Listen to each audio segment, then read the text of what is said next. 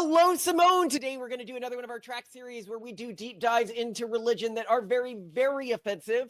And for the first time, we're going to have one that's almost exclusively focused on Judaism. Oh, This is track 10, The Question That Breaks Judaism. There is one question I started to innocently ponder that led me down a rabbit hole, which began to unravel Jewish theology, identity, and even raise the question of whether modern Judaism should be thought of as the less radical deviation from ancient Judaism when contrasted with Christianity. The question that breaks Judaism is, why the Jews? Why were the Jews, of all people, singled out by God as his chosen people? right. Yeah. This Yeah. is gonna His get, favorite child. Yes. Why? this is going to get very offensive, and it's the type of information I hesitate to release if it could be used by anti-Semites. However, I think theologically it is a conversation we need to have in the same way previous tracks have had to uncomfortably point out where modern Christianity does not align with what is actually in the Bible. We will be doing the same with modern Judaism today. And I would note here for people who want to be like, oh, this is, anti-Semitic or something like that. I did 9 full tracks absolutely railing and ragging on modern Christian traditions and where I don't think they align with the Bible. I do 1 on Judaism. No, you don't get to be, I'm just trying to do as honest a dive as I can on these various subject matters. And I hope you can see that as I go through this and go over the data. But this data shocked me to my core. So we're going to be arguing that ancestral Judaism was not an ethno-religion. The concept of matrilineal Jewish identity is non-biblical. In fact, pre-Christ Judaism actively and aggressively proselytized and even forced the mass conversion of conquered peoples at times, as evidenced by both biblical sources, Roman historical accounts, and the Jewish historian Josephus, and even Roman law, which we'll see. The Noahide movement lacks solid biblical backing and is essentially a theological construct with minimal scriptural foundation. The biblical passages that Jews cite to argue against modifying God's covenant with man, which they use to deny Christianity as the more faithful offshoot of ancient Judaism, do not actually communicate what they claim. And this one is pretty in the extreme, which we'll get to. Even the way circumcision is practiced today may be incorrect, or I'm going to say is probably incorrect. What? When compared with Egyptian practices contemporary with the writing of the Old Testament, which we have a reason to believe the Jewish tradition may have been influenced by. At the time of Christ, Judaism was a highly diverse tradition, and the Christian branch was not unique in its differences. The quote-unquote true Judaism that modern Jews claim to be descended from would have been just one of many religious systems based on the Old Testament, and was as different from the average theological understanding as Christianity was at the time.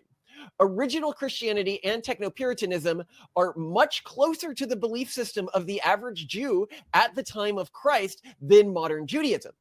And if Judaism started as a religion that actively proselytized and became an ethno-religion after the Christian branch of the Jewish tradition gained widespread adoption, this makes the entire modern Jewish tradition appear as a reaction to the success of a version with an arguably greater divine mandate.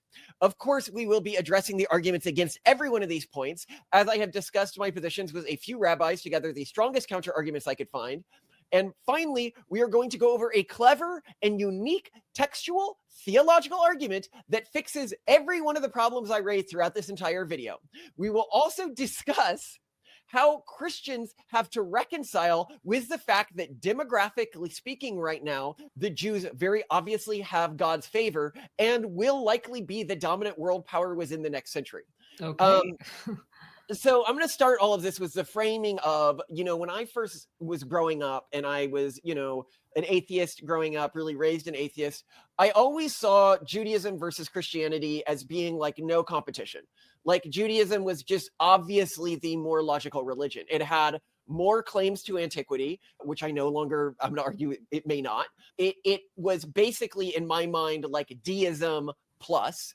Christianity added a bunch of weird stuff that I didn't really get, like transferring sins onto an innocent person seemed really off to me. The idea of Jesus as being literally God's child on earth, I was like, why do we need to, like, it's a whole other theological element I have to believe other than God. And it felt very like just no contest. I was like, well, if I could have been born in the Jewish tradition, that's the way I would have gone. Hmm. Now, I'm not going to be a Reformed Jew or something lame like that, but that's where I would have gone. After digging really deeply into it, especially with this tract, I am now quite glad that I don't have to defend the Jewish position, because I now have come to believe that textually speaking and in the eyes of history is actually a slightly harder position to argue for. I say all this believing still that Jews have a divine mandate, that they are still following the covenant that God gave them, but there has been another covenant since then. And so they're not like in active rebellion to God, but yeah. So thoughts before I dig in. I want to hear your arguments here. This is intriguing, if Okay. a little intimidating. I will start this tract by saying this is not a passive logic I wanted to tread down, but one that became evident as I began to examine what I thought was an innocuous question, like pulling a single thread only to watch the entire sweater unravel.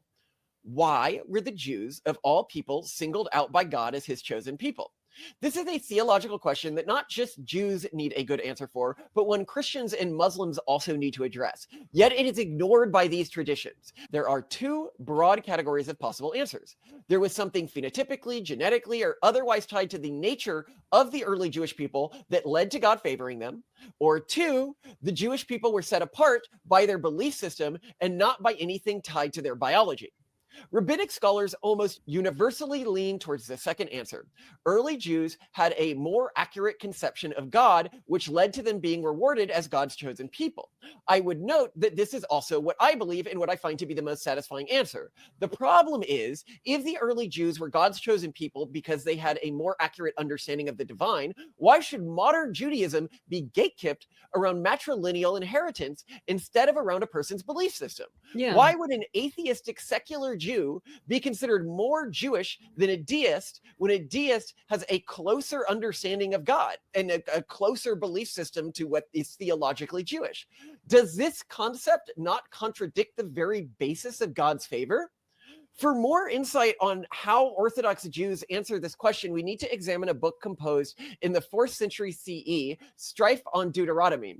An important note here is that the ideas discussed here were not added to Jewish canon until centuries after Christ's death. Now, here's the exact text, and this is also part of the Mishnah. Any thoughts before I go further, by the way?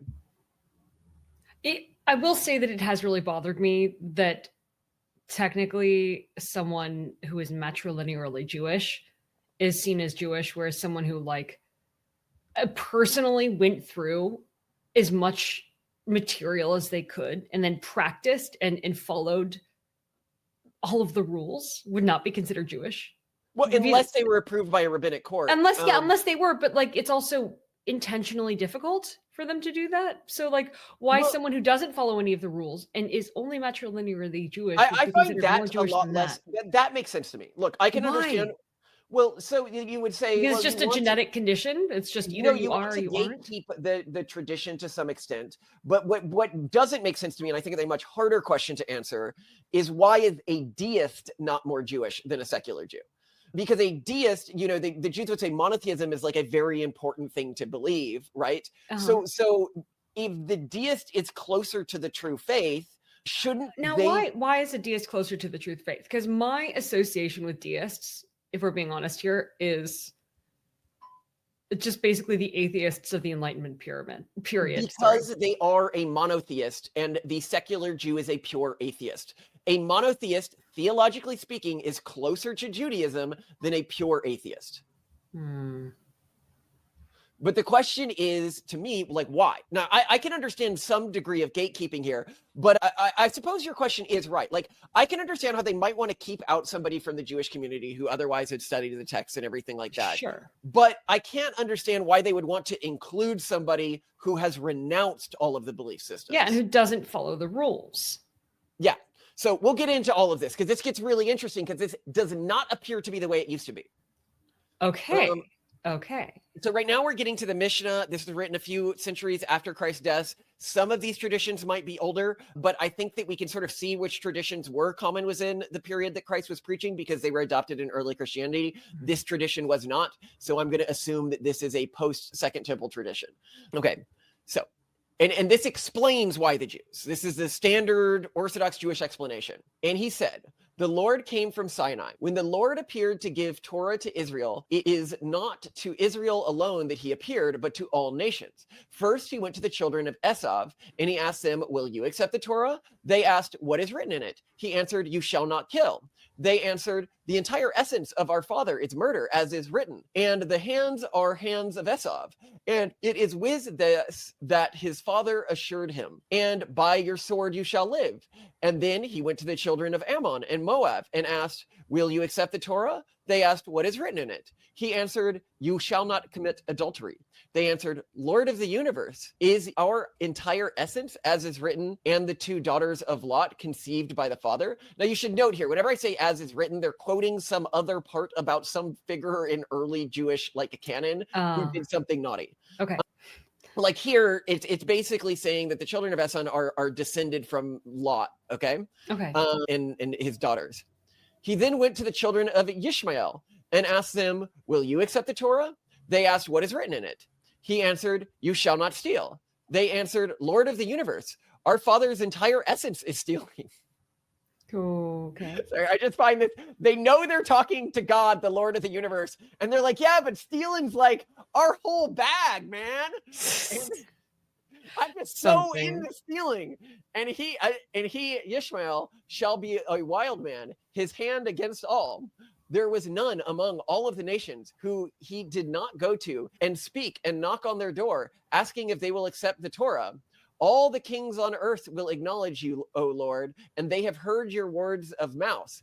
I might think that they heard and accepted. It is therefore written, and they did not do them. And with anger and wrath will I take revenge on the nations, because they did not accept the mitzvahs. And even the 7 mitzvahs that the sons of Noach took upon themselves, they could not abide by until they divested themselves of them and ceded them to Israel. So this explanation presents numerous theological problems. First, the Midrash portrays God physically appearing to numerous distinct nations simultaneously, an event of unprecedented cosmic significance that would have fundamentally altered human history. Yet no archaeological record, written tradition, or oral history outside the Jewish tradition references such a universally transformative revelation. Furthermore, the Midrash's genealogical framework, attributing entire civilizations to single biblical ancestors, Ezam, Ammon, Moab, and Ishmael, contradicts established anthropological understandings of human population dispersal and development. Archaeological and genetic evidence demonstrates that human groups evolve through complex patterns of migration, intermarriage, and cultural exchange, rather than the neat biblically aligned family trees this narrative presupposes. This anachronistic perception of later ethnic identities onto a mythic pre-Sinai world fundamentally misrepresents the accurate historical development of ancient Near Eastern peoples. Now, you might say the Mishnah is meant to be allegorical, and that God's foreknowledge that other people would deny the Torah is why he didn't bring it to them. This leads to the second problem. Second, it is clearly immoral. The Old Testament makes it clear that children should not be punished for the sins of their father. Why can't these people's descendants simply decide to stop their sins? Ezekiel 18:20 states, the soul who sins is the one who will die. The son will not share the guilt of the father, nor will the father share the guilt of the son. The righteousness of the righteous will be credited to them, and the wickedness of the wicked will be charged to them. If your response is to argue that this was just a deeply ingrained cultural tendency in these groups, then why is somebody still considered Jewish if they have left Jewish culture? Why are they still Jewish when they break God's commandments? Why maintain matrilineal descent at all? Third, it seems to suggest that one can inherit a core sin from something a distant ancestor did, at least at the cultural level. In the context of Jews being the descendants of King David, consider the passage, will you accept the Torah? They asked, what is written in it? He answered, you shall not commit adultery. They answered, Lord of the universe. Evra, illicit relations, is our entire essence, as it is written. And the two daughters this of just Lot seems like trolling. This can't be right. Why are the children of Ammon and Moab tainted by their ancestors' sins, but not the Jews? Here I'm thinking the descendants of King David, who, clearly did illicit relations. Why? And we know from the Bible that Jews did all sorts of horrible things in ancient times, even during the biblical period. Why are they not tainted like all of these other people? And then fifth, the Midrash, and I love somebody, I was talking to one Jew about this, and they go, well, David later felt bad about that. I'm like, well, of course. that doesn't cancel out that he did it. It's like not the way this works. And apparently here, if the sons felt bad that their father did it, it doesn't even remove the sin. Why did they have to carry it for multiple generations? And David, it's like within a lifetime, he feels bad about it, it's gone. And then fifth, the Midrash presents entire nations being judged based on the actions of single ancestors or representatives, which raises serious questions about fairness and individual moral agency, i.e., why can't I, or why didn't God bring this to them multiple times or something? So anyway, thoughts? Why don't people talk about this? This seems oddly discordant. Like it does. Well, I think that's why people don't talk about it. I think no, but that's the thing. So, well, hold on, right? Like within the LDS Church, people don't talk a lot about a lot of things, and then there's an issue with a bunch of things being on the internet. So the moment you do start questioning, there's all the people who have left the LDS Church and are talking about the stuff that doesn't make sense and that doesn't match up, and that's a little embarrassing. And why is there not an equivalent of this with Judaism that brings up these issues? It's surprising to me. I think that there's three things here, right? Okay. Jewish deconverts that are both highly educated Jews, i.e., not from one of these factions that doesn't really educate people, that they don't have the same axe to grind against their tradition. They often don't feel like they were intentionally had things kept from them or lied to. Like all of this would be taught to a Jew. An Orthodox Jew is going to know all of this, but they don't have a reason to question it. They don't have a reason to question the Mishnah in the way I, an outsider, would. Now, a Christian is not going to question this because when Christians do proselytization to Jews, they're genuinely terrible at it. They keep trying to be like, oh, but look at all these prophecies here and see how they were filled by the life of Jesus. And it's like, well, I mean, you could have just written all that stuff to fill all those prophecies. Like there were, that's going to be super unconvincing to a Jew. And a Christian's not going to take the time to study like the internal inconsistencies. An atheist who's arguing against this stuff, well, they're going to have a problem because they're going to approach this and point out like factually and historically where this doesn't make sense, or like logically things about like an all-caring God don't make sense. They're not going to point to like the nitpicky things in the way that I am, because I'm like, oh, these texts are divinely inspired. I need to study them. And in my studies, I'll hope you also see with the Mishnah here why I do not count personally. Like a lot of people are like, why are you into like the Christian texts and not into the Jewish texts of post-Christ? And I'm like, because they're honestly like not as well thought through or researched. Like the text here, like when I read it, it felt like pretty poorly logicked. Like I'd say almost sort of like a Popol Vuh type religion, like a really polytheistic religion where it's like, oh, you have the X and the Y, and then the Y crazy thing happened and the Z crazy thing happened, rather than like polemics on morality or parables or stuff like that, which are like a sort of easy way to convey a moral system. And not just easy, but I think fundamentally more sophisticated in sort of the depths of morality that can be taught with it. Instead of, oh, actually God gave this to everyone, just nobody else accepted it. Like that feels like a terrifically unsatisfying answer to me. It is unsatisfying. Yeah, I guess it's just about hiding in the weeds then. Now, before I go further, let's examine every instance in the Bible or Old Testament where someone attempts to address the question of why the Jews. Deuteronomy 7:7-8. The Lord did not set his affection on you and choose you because you were more numerous than other peoples, for you were the fewest of all peoples, but it was because the Lord loved you and kept the oath that he swore to your ancestors. This passage is interesting because it specifically denies one potential reason, population size, but then provides a somewhat circular explanation, essentially because God loved you. Genesis 18:19 provides another perspective regarding Abraham specifically. For I have chosen him, so he will direct his children and his household after him to keep the way of the Lord by doing what is right and just. This suggests the choice was based on Abraham's future role in teaching righteousness. That is, I believe, the clearest and correct answer. It was because he had closer to correct beliefs, and his beliefs would influence future populations in a positive direction. I.e., that's like Technopuritan laid out, because his direction and his children and his household after him will keep the way of the Lord and doing what is right and just. Now, Deuteronomy 9:4-6 explicitly rejects the idea that the Jews were chosen for their righteousness. After the Lord your God has driven them out before you, do not say to yourself, the Lord has brought me here to take possession of this land because of my righteousness. No, it is on account of the wickedness of these nations that the Lord is going to drive them out before you. It is not because of your righteousness or your integrity. We see here that through, and this one I find pretty interesting. Some people are sort of like, this shows that the Jews weren't more righteous than other people, but I could argue that this doesn't necessarily say that. It just says like everyone else was so completely deplorable that maybe on average Jews were slightly more righteous, but they shouldn't take any pride in it because they were still like pretty deplorable. It could be read that way, but a lot of people read it to say, I think because it deflects one answer that people don't want to be the correct answer, that the Jews were more righteous than other people. And it kind of says that. What we see here is throughout the passages is notably the absence of any claim that the Jewish people were chosen because of an inherent or unique qualities that they possessed. Okay. Thoughts before I go further?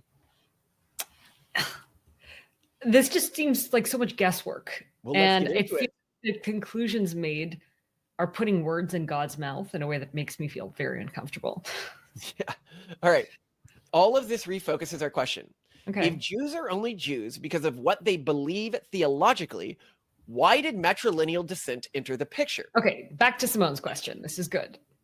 First, let's examine the academic answer to this question. Then we'll address what Orthodox Jews believe. The matrilineal principle in Judaism is particularly interesting because it's not explicitly stated in the Torah/Hebrew Bible itself. The primary biblical text often cited is Deuteronomy 7:3-4, which discusses intermarriage. You shall not intermarry with them, for they will turn your children away from following me. However, this text doesn't specifically establish matrilineal descent. In fact, if you look at the text, it explains why you shouldn't marry them. Because if you marry someone of a different faith, your kids will deconvert at a higher rate. That has nothing to do with matrilineal descent and is completely logical. The clearest early source for matrilineal descent comes from the Mishnah compiled around 200 CE in Condition 3:12, which states that a child follows the status of the mother. The Talmud, Condition 68b, attempts to derive this principle from biblical verses, particularly from Deuteronomy 7:4, but many scholars view this as an ex post facto justification of an already existing practice. In fact, we have substantial evidence to believe that at the time of the Christian split, Judaism transmitted family identity patrilineally. Biblical precedent throughout the Hebrew Bible/Old Testament lineage and tribal affiliation were traced through the father's line. The genealogies in Genesis, Numbers, and Chronicles follow a patrilineal descent. All of them follow a patrilineal descent. As far as I know, there's no matrilineal genealogies in the Old Testament. Josephus and Philo, the first century Jewish writers, sometimes discuss Jewish identity in ways that appear to emphasize patrilineal descent. Priestly and Davidic lines. The priesthood, being a Cohen, the royal lineage were transmitted patrilineally, and the Messianic line was transmitted patrilineally. Every major line went patrilineal in the Old Testament, and we have lots of lines that we can be citing here. There are so many. Yes, the Dead Sea Scrolls generally appear to emphasize patrilineal descent, particularly in the Damascus document, CD, and the Rule of the Congregation, 1QSA. Neither Philo of Alexandria nor Josephus mentions matrilineal descent. Instead, both focus on concepts that implicitly support patrilineal descent. And I note here that if you're talking about a figure like Josephus, 47 to 100 AD. So Josephus would have been a post-Christ figure. He would have been discussing post-Christ Jewish theology. And so when a modern Jew, which I often hear, they're like, okay, yeah, like the Mishnah was made a few hundred years later, but they were codifying pre-existing Jewish tradition. It's like, why did nobody write about this pre-existing Jewish tradition? We have a lot of Jewish writers like Josephus. We have a lot of people documenting the Jewish community. We have Dead Sea Scrolls community. This extremist community didn't think to document matrilineal descent anywhere if it was common and important to Judaism at the time. The Old Testament didn't think to mention it anywhere. That to me beggars belief. And I think that if you're approaching this from an atheistic mindset or a skeptical mindset, you're going to say it probably wasn't there. If you need to approach it for religious reasons, okay, let's see. Now, do you have any thoughts here? No, keep going. This is intriguing. Now, if you ask an Orthodox Jew about this, I've heard one logically coherent, though not necessarily convincing, answer to the question of why matrilineal descent matters. Okay. This is other than my answer, which I think is much better than this one. If Jews are originally chosen for what they believe rather than who they were, this can be transferred onto them through the contract at Sinai. So if we say that when the Jews agreed to the covenant at Sinai, this contract would apply to their bodies in some way, and thus applied specifically to those people and only those people who were at the signing at Mount Sinai, this does make kind of sense, because then you're transferring Jews, yes, they were originally chosen because of what they believed being closer to accurate. That gave them the option to make the contract at Mount Sinai. And then the contract at Mount Sinai wrote this on their body. This also explains matrilineal descent. Now, the person who was telling me this, I don't know if this is well known within Judaism, but it just seemed intuitive to me, so I'd add. It explains matrilineal descent because if it's written within their body, new Jewish bodies are constructed within women. Okay, so it's like almost as though on their double helix there was this tiny little tag added, a little. Well, I think it's not within the DNA. That's why it's matrilineal. It's something else in their body that is like unique in some way, or spiritually set apart in some way, and that's why you need spiritual epigenetics somehow. No, if it was in the DNA, then the father's DNA would still. Yeah, that's true. That's true. It has to be. The point here I'm making is that it's not in the DNA. It's something inherent to their bodies, which is why to have a Jewish body, it must be constructed within a Jewish woman. Womb. Right.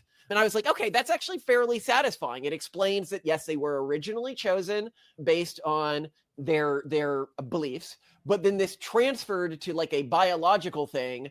It's just really weird, though, if I were creating some kind of divine authorization process, or I were going to tag something, add something to the human metadata of my favorite people who did the thing I wanted them to do. It wouldn't involve the gestation process. Like, that's just weird. Everything involves the gestation process but DNA, Simone. That makes sense to me. But why anyway, not the DNA?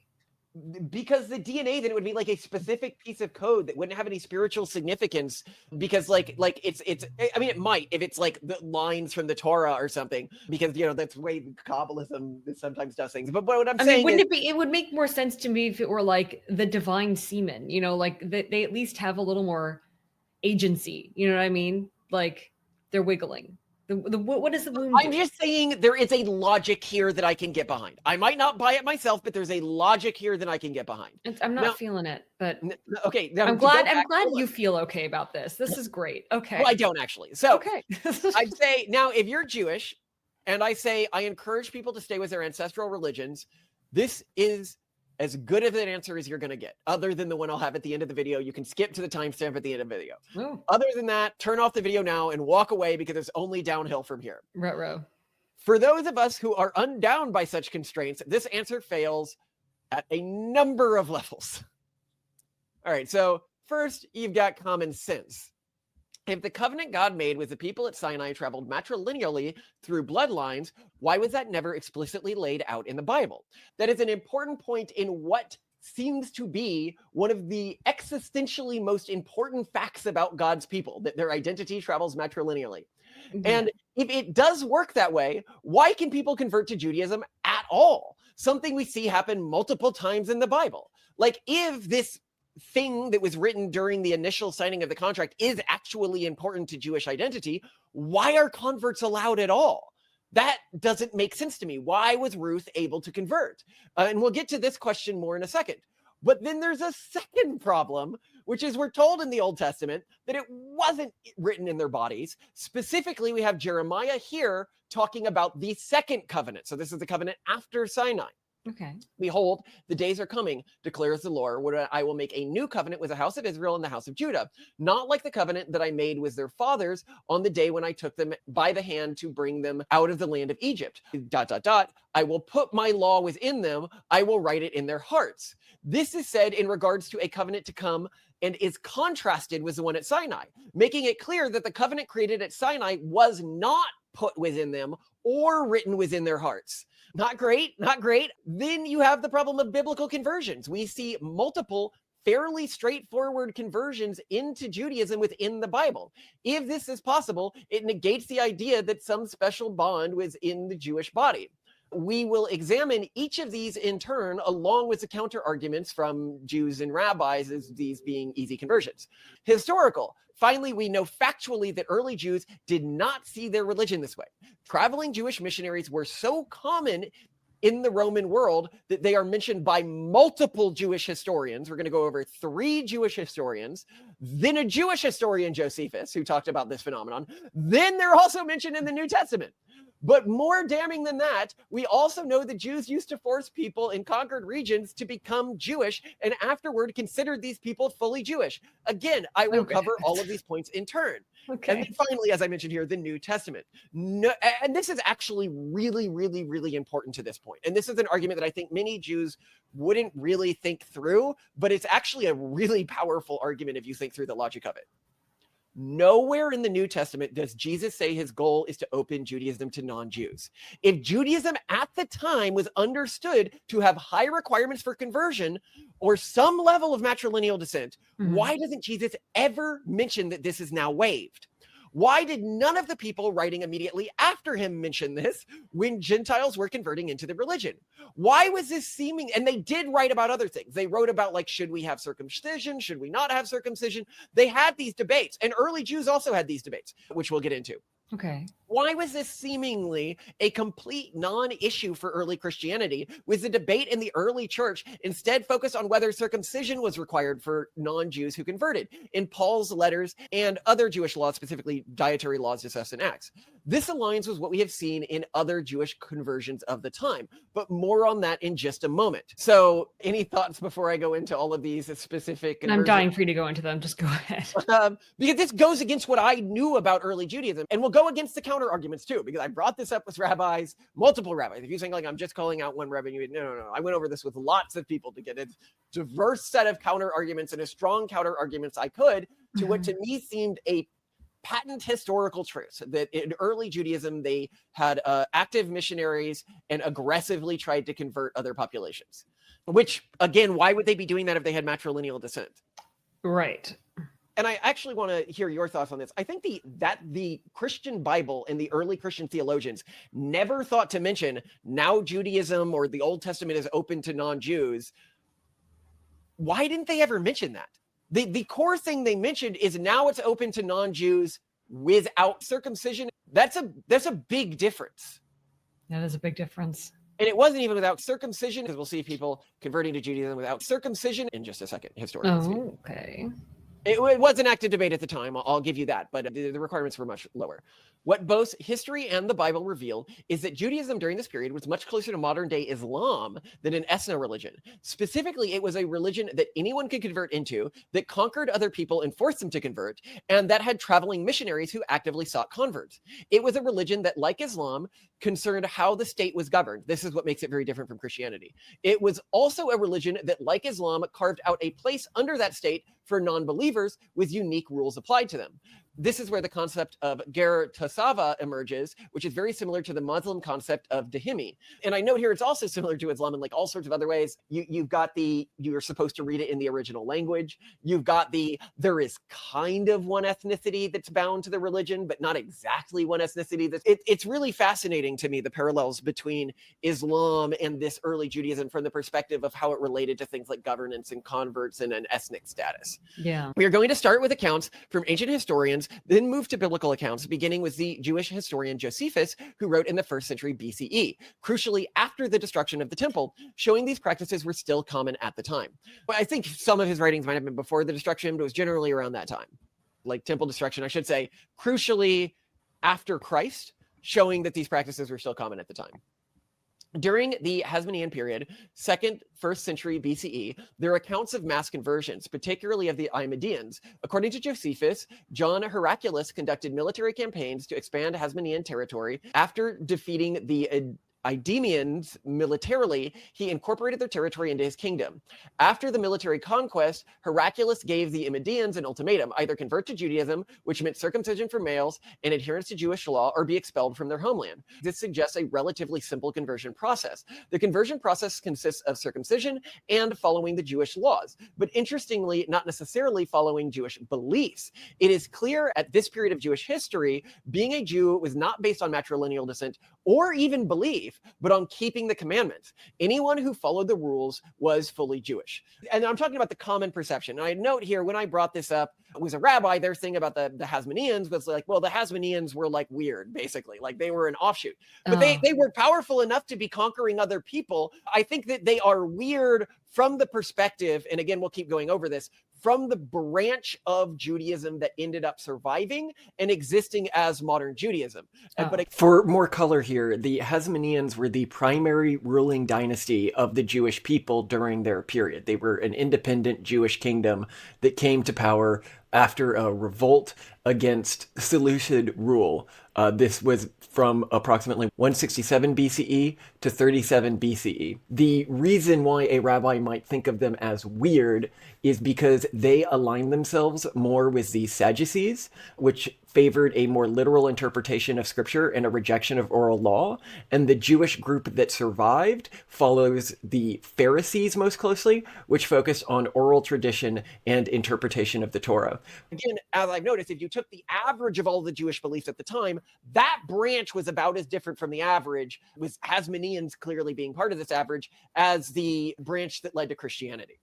And why would he even think this was normal? I mean, clearly he thought this was normal, that you could, and we'll see other instances where people are forced to convert. And in a world where you can forcibly convert people, it seems to me be much more just follow the laws. Similar actually to like modern Noahide traditions, but without the circumcision thing. Like just follow the laws and everything's good, which I like. It's very Jewish. Like I'm not going to say that's in accordance with what I understand about Judaism at this time period, but I don't think that this is actually what the Old Testament says you needed. I think in the Old Testament period, so not in this period, which is after the Old Testament, you actually needed to be a full believer and fully support the people of the faith of God.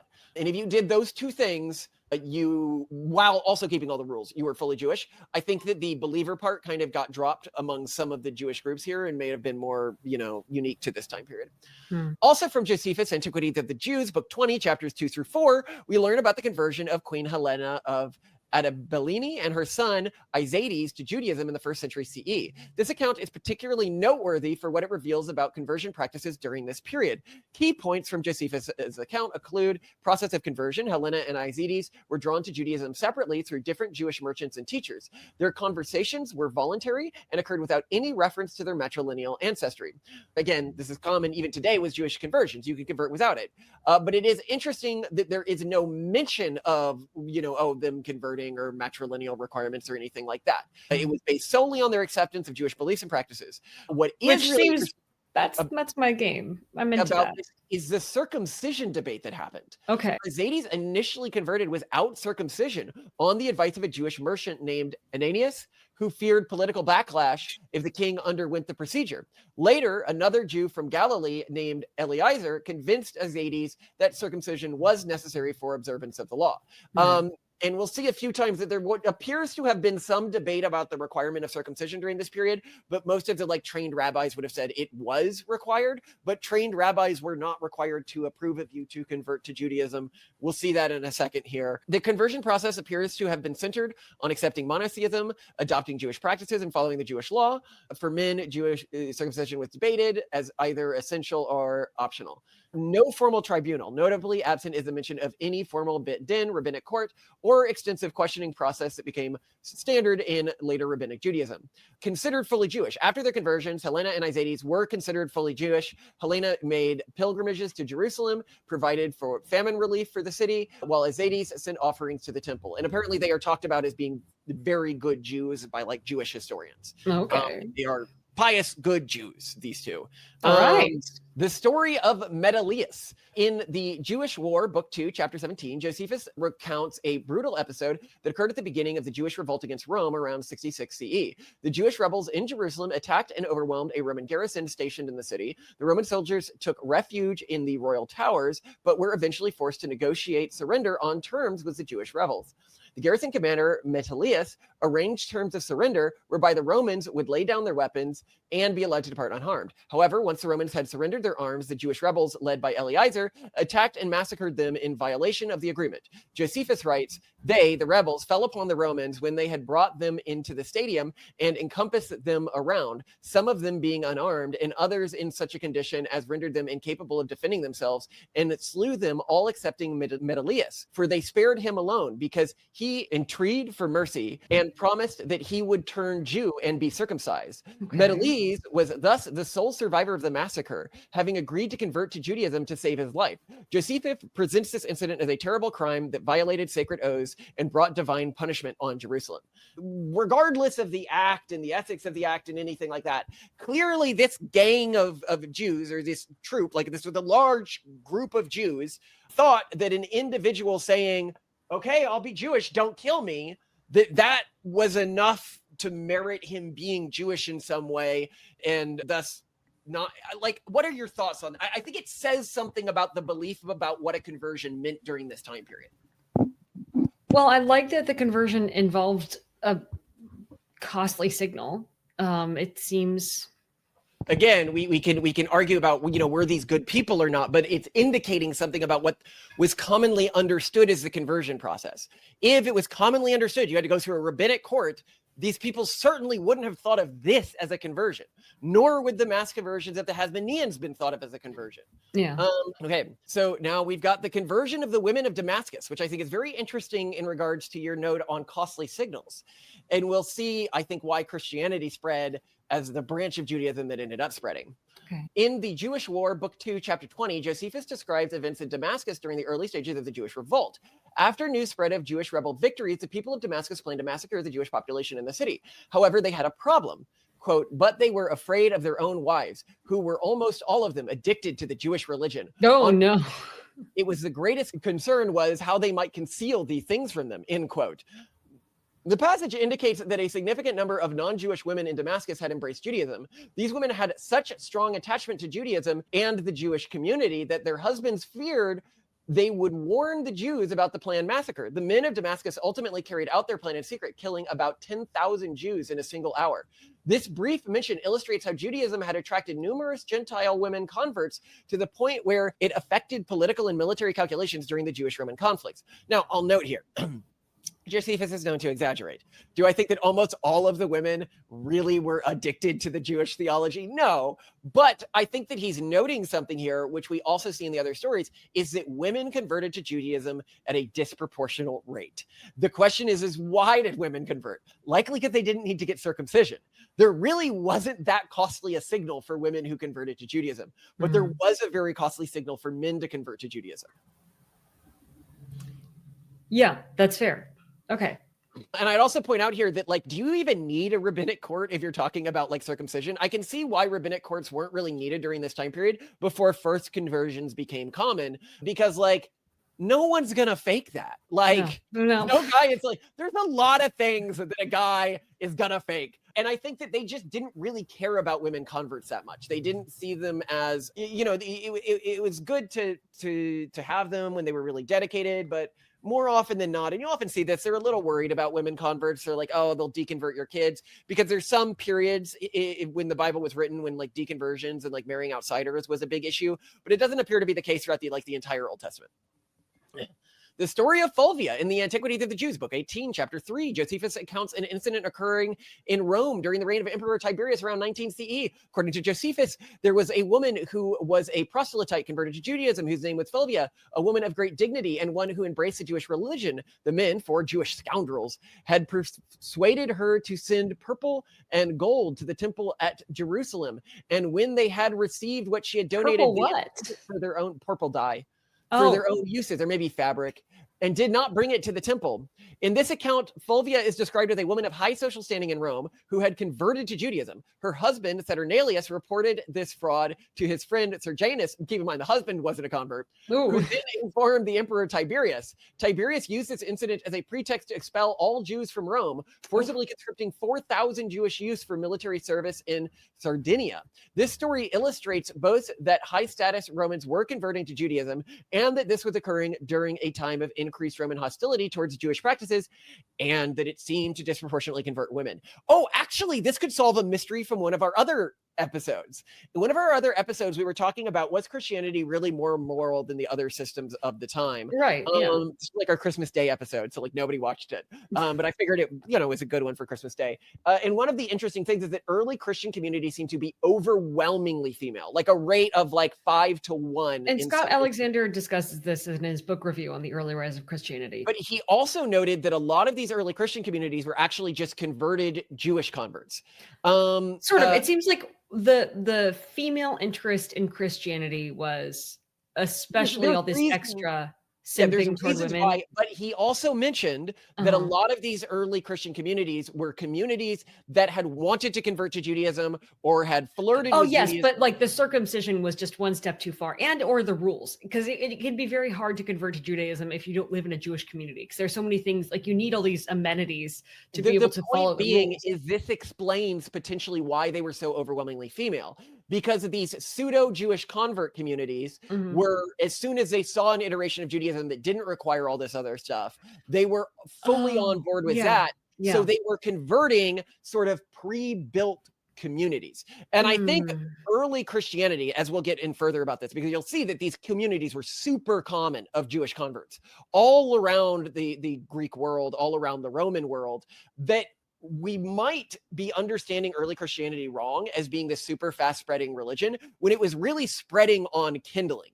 It would have been Scott Alexander also discussed that in that book that he reviews. Right, but I don't think the book fully emphasizes how common, because we're going to hear that almost every community had a group of Gentile Jewish converts living within it. That they were that common that it was seen as any town you go to, you can find Gentile Jewish converts as a community. So they loosened the lid. It's not fair. That those communities all converted, and it made it look like Christianity was growing much faster than it actually was. The Jewish Greeks of Antioch. In the Jewish War, Book 7, Chapter 3, Josephus describes the relationship between Jews and Gentiles in Antioch in modern-day Turkey, one of the major cities of the Roman East.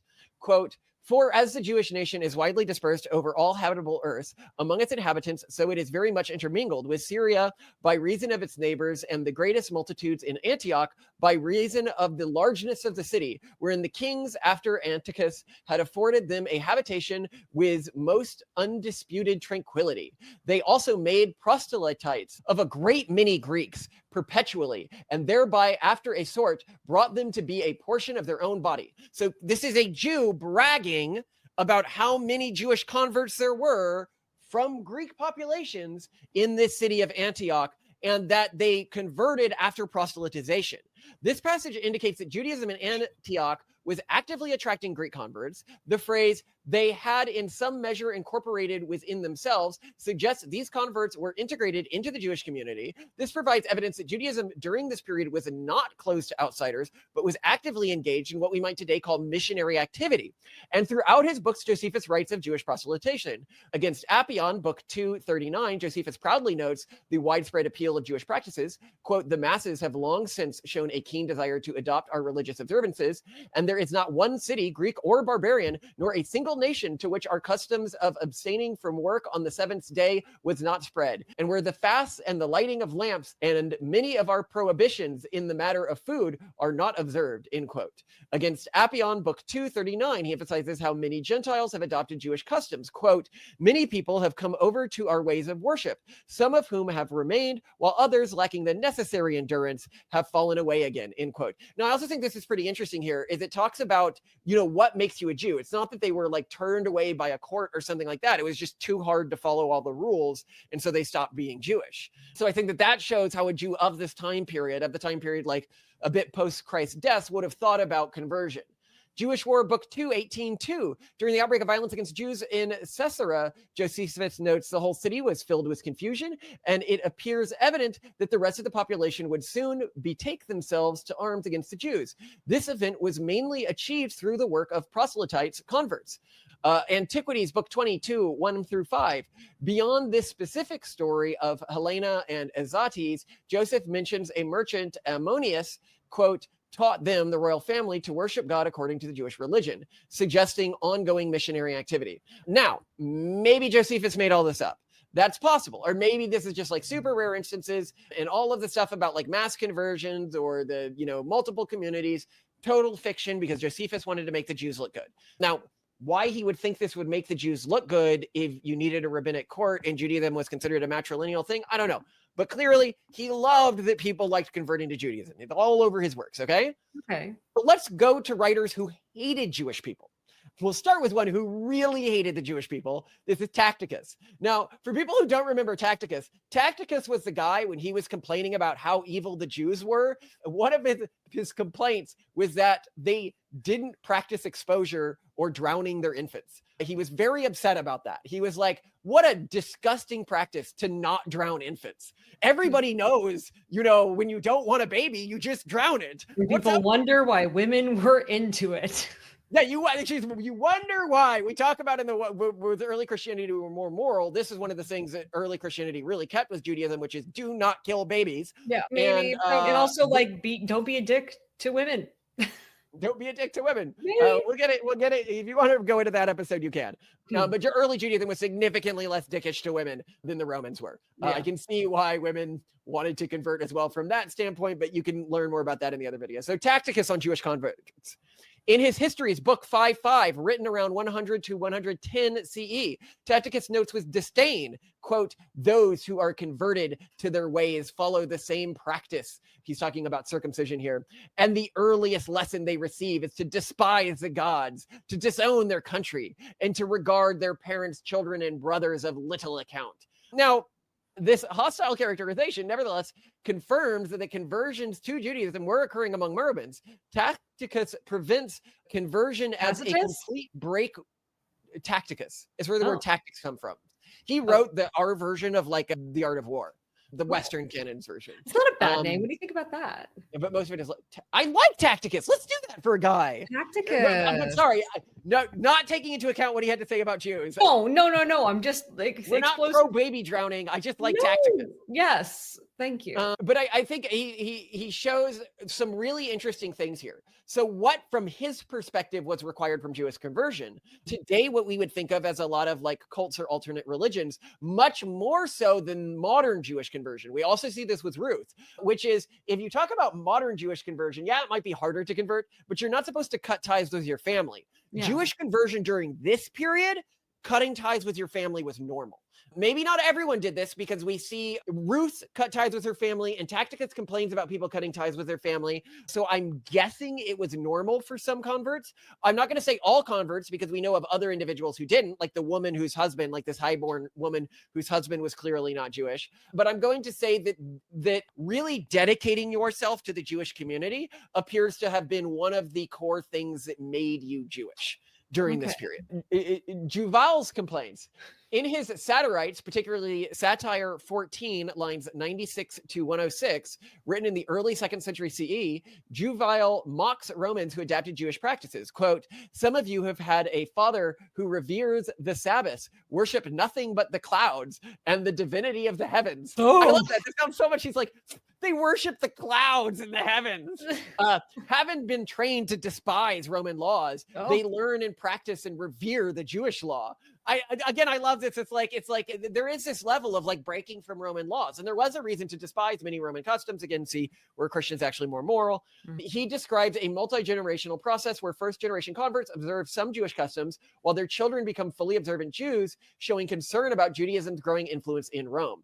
Really interesting here, because he's talking about like you whose fathers you have gone like full Jew. Very interesting. Roman legal restrictions. Emperor Hadrian ruled 117 to 138 CE, reportedly banned circumcision, which effectively prohibited conversion to Judaism.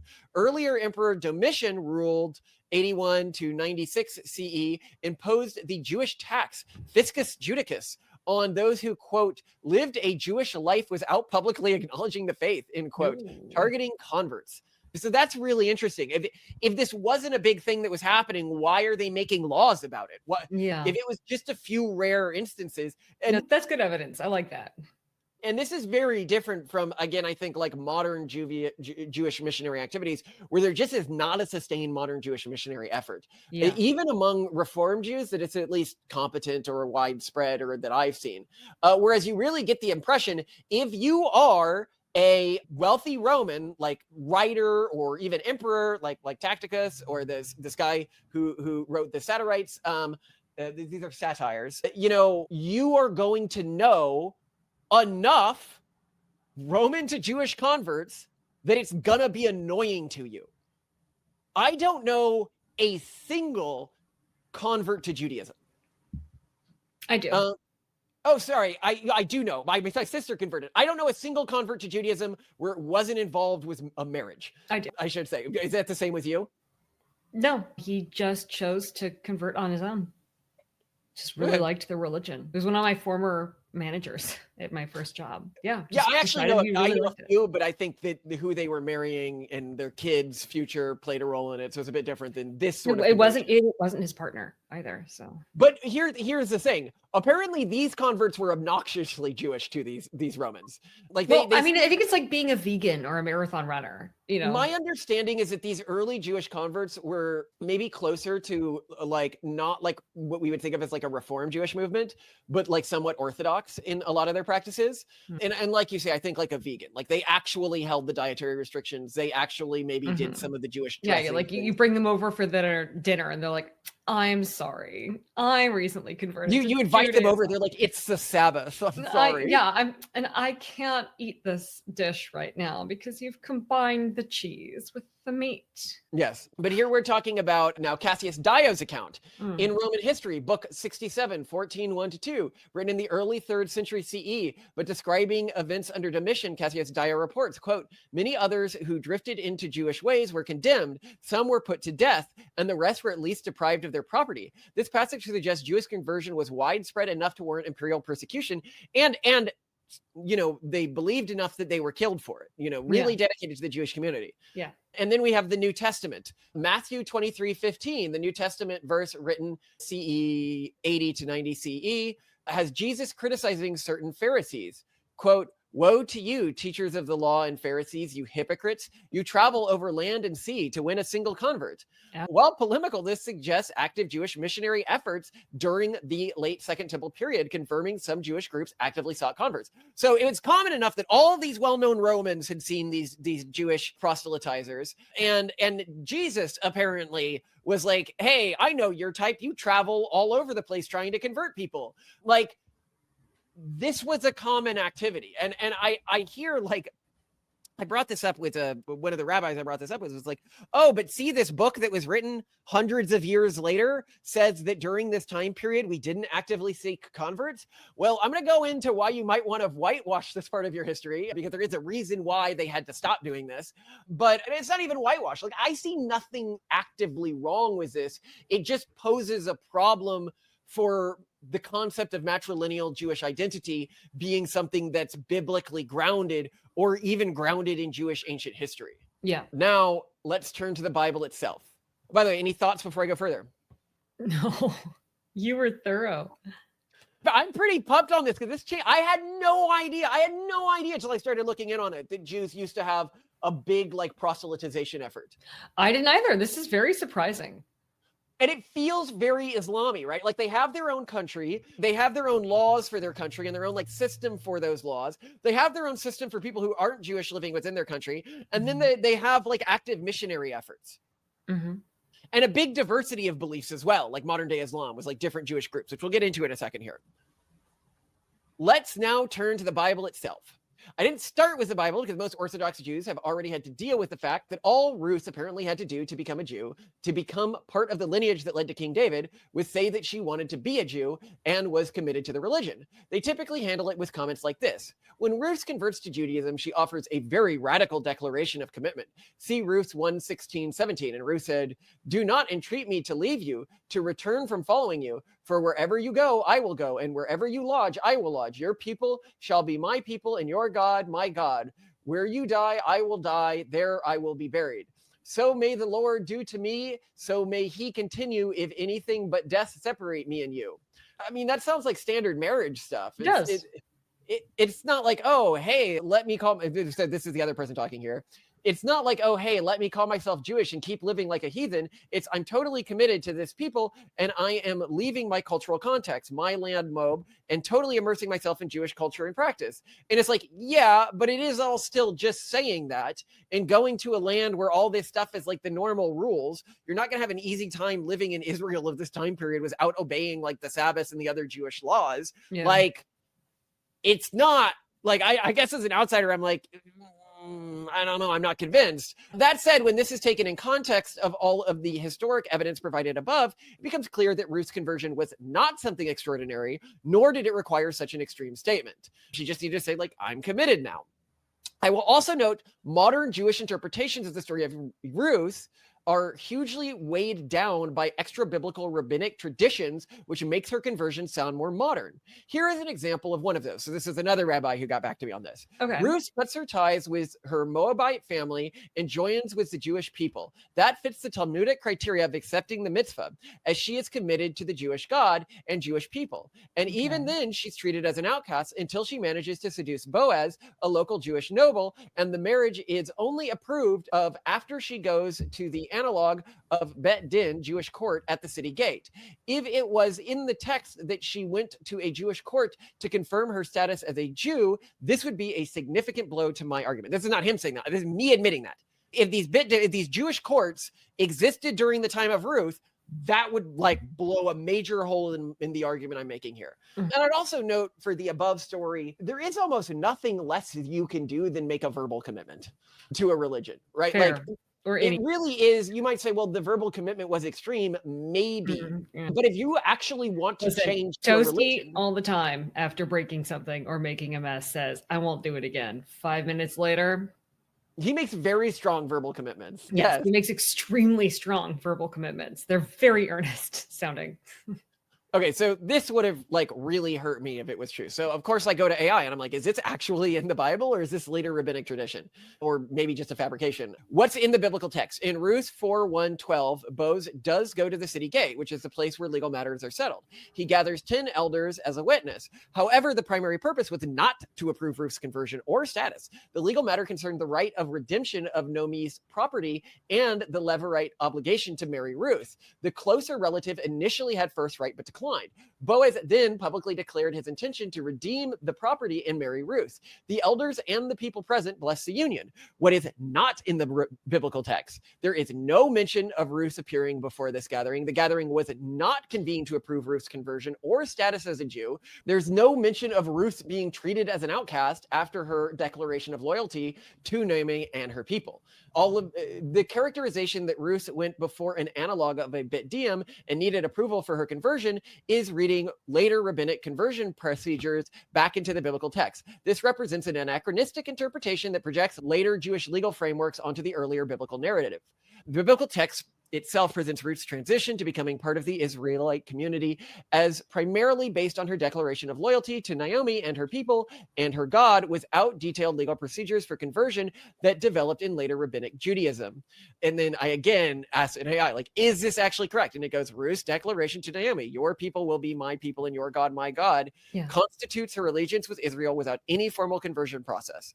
And it again affirmed the gathering at the city gate, Ruth 4, was specifically about property redemption and marriage rights, not Ruth's religious status. There is no mention of Ruth being treated as an outcast after her declaration of loyalty, and Ruth never appears before any court-like body to have her conversion approved. But let's say Ruth's conversion wording was so powerful, you're convinced it parallels to modern conversions. What about Zipporah? the daughter of a Midianite priest who married Moses with no conversion process at all. In fact, just how unconverted she was made clear when God threatened Moses to make sure she circumcised their son because she wasn't practicing circumcision of their children. What's striking about all these conversion processes described is while they don't align with what modern Jews believe about Jewish identity, they match exactly with the Jewish experience, identity, and covenant made with God described in the Bible. Wow. What made you Jewish was following the rules and to some extent your belief. Your heritage had literally nothing to do with it outside the priestly caste. What about passages in books like Jubilee that warn against marrying outsiders? Okay. Well, they do, but they also explain why the warning exists in context, not due to concerns about purity or blood or matrilineal descent, but because children from such marriages often had less Jewish beliefs and led the community astray. If I warn my children against marrying non-believers, which I will, does that mean I wouldn't consider converts to be Technopuritan? Does that mean I would still consider them Technopuritan if they left the faith? Of course not. It was a practical concern and a logical one. The notion that Jewish identity should be passed on matrilineally and Judaism should become an ethno religion represents such a bizarre series of conjectures drawn from practical concerns in the Bible that I am astounded. The Bible and Judaism of biblical times didn't have to address the question why Jews because it simply wasn't relevant. Anyone could become a Jew at any time, just by following the rules and dedicating themselves to the community of God. Interesting. Okay. So did this blow your mind, first part? Yeah. I don't know. I hope we've reached a point here where anyone was on a strong, and this really gets me. Like when people are like, oh no, like you're misreading it. Look, I've got like 4 historians here of different faiths. I've got the New Testament. I've got Jesus never mentioning that he was opening this to non-Jews. I've got stuff in the Bible. I've got what's actually said in the Bible. And your core argument against this is coming from sources hundreds of years later. Like you really, it is a theological belief given the preponderance of historical evidence that Jewish missionaries and proselytization efforts were not common and widely accepted in the period of Christ. Yeah. All right. I hope we've now, would you agree? Like, am I being crazy here? Am I like reaching or something? I don't think you're being crazy. Am I being super biased here? That's the other thing. Like, if somebody was like, no, but I think maybe here's the problem. And I think this is what it's going to come down to. If I can try to predict the comments or the emails that you'll receive after this, it will be that like you're applying a very Protestant or Calvinist or materialist mindset to our religion. Like you're just applying the wrong logical framework, and this doesn't interest us. Like I it agree. doesn't matter. If you approach this from more of like a theological, community-based or mystical, like if it's just vibes, then or mystical feeling, whatever. I mean, I'm clearly not a mystical person. Then like it doesn't matter. And this criticism is like if you're a Jew and you're saying like I'm calling out Jews here in some way. This criticism and the difference in sort of if you just approach this with a different vibe, you get it. Is exactly my concern with Catholicism as well. Like when I rip on Catholics and say they're practicing demonic stuff and they're blah, blah, blah, all of that is coming from just being ultra obsessed with the text itself, trying to like interpret what the text means and not being like, yeah, but like, look at the community and traditions and vibes. And so I'd argue that if you want to call this like, investigation or criticism of these traditions, is completely analogous to the criticism I've had of everyone else's traditions and in no way unique. And I would emphasize with all of this, I like the Jews. I think they're still clearly being shown God's divine favor right now. So we've got to keep all that in mind with clearly they're doing something right, or at least comparatively right when contrasted with other groups. And I don't think that they should be targeted for conversions. I think they're following a covenant that they made with the actual God because it's the same God of Jesus. So again, like I'm fairly positive on Judaism more broadly, but I also really like the truth. And if I'm getting truth from these texts and from historians and from, like trying to suss out like what actually happened, what was actually written here, this is what I can't help but come to.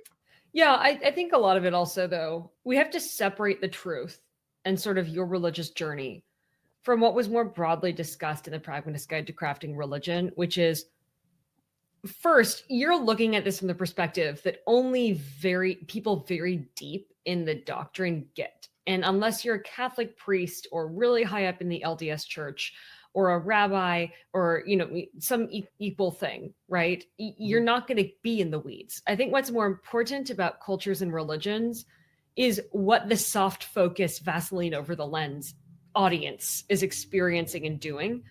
And that's one reason why I know that they're experiencing more problems now, but I love the LDS church because in the end, they are, at least the ones that I know are happier. They're more functional. They're thriving. They're having kids. They have successful careers. They're satisfied with their lives. They're enjoying their lives. They have lower instances of mental health issues, all these lovely things, right? So that's like a good cultural technology. And I think that the same can be seen for Judaism. I agree 100%. I think Judaism makes people's lives better. I think it makes Jewish lives better. Does it better. Matter? Does it matter if it's true?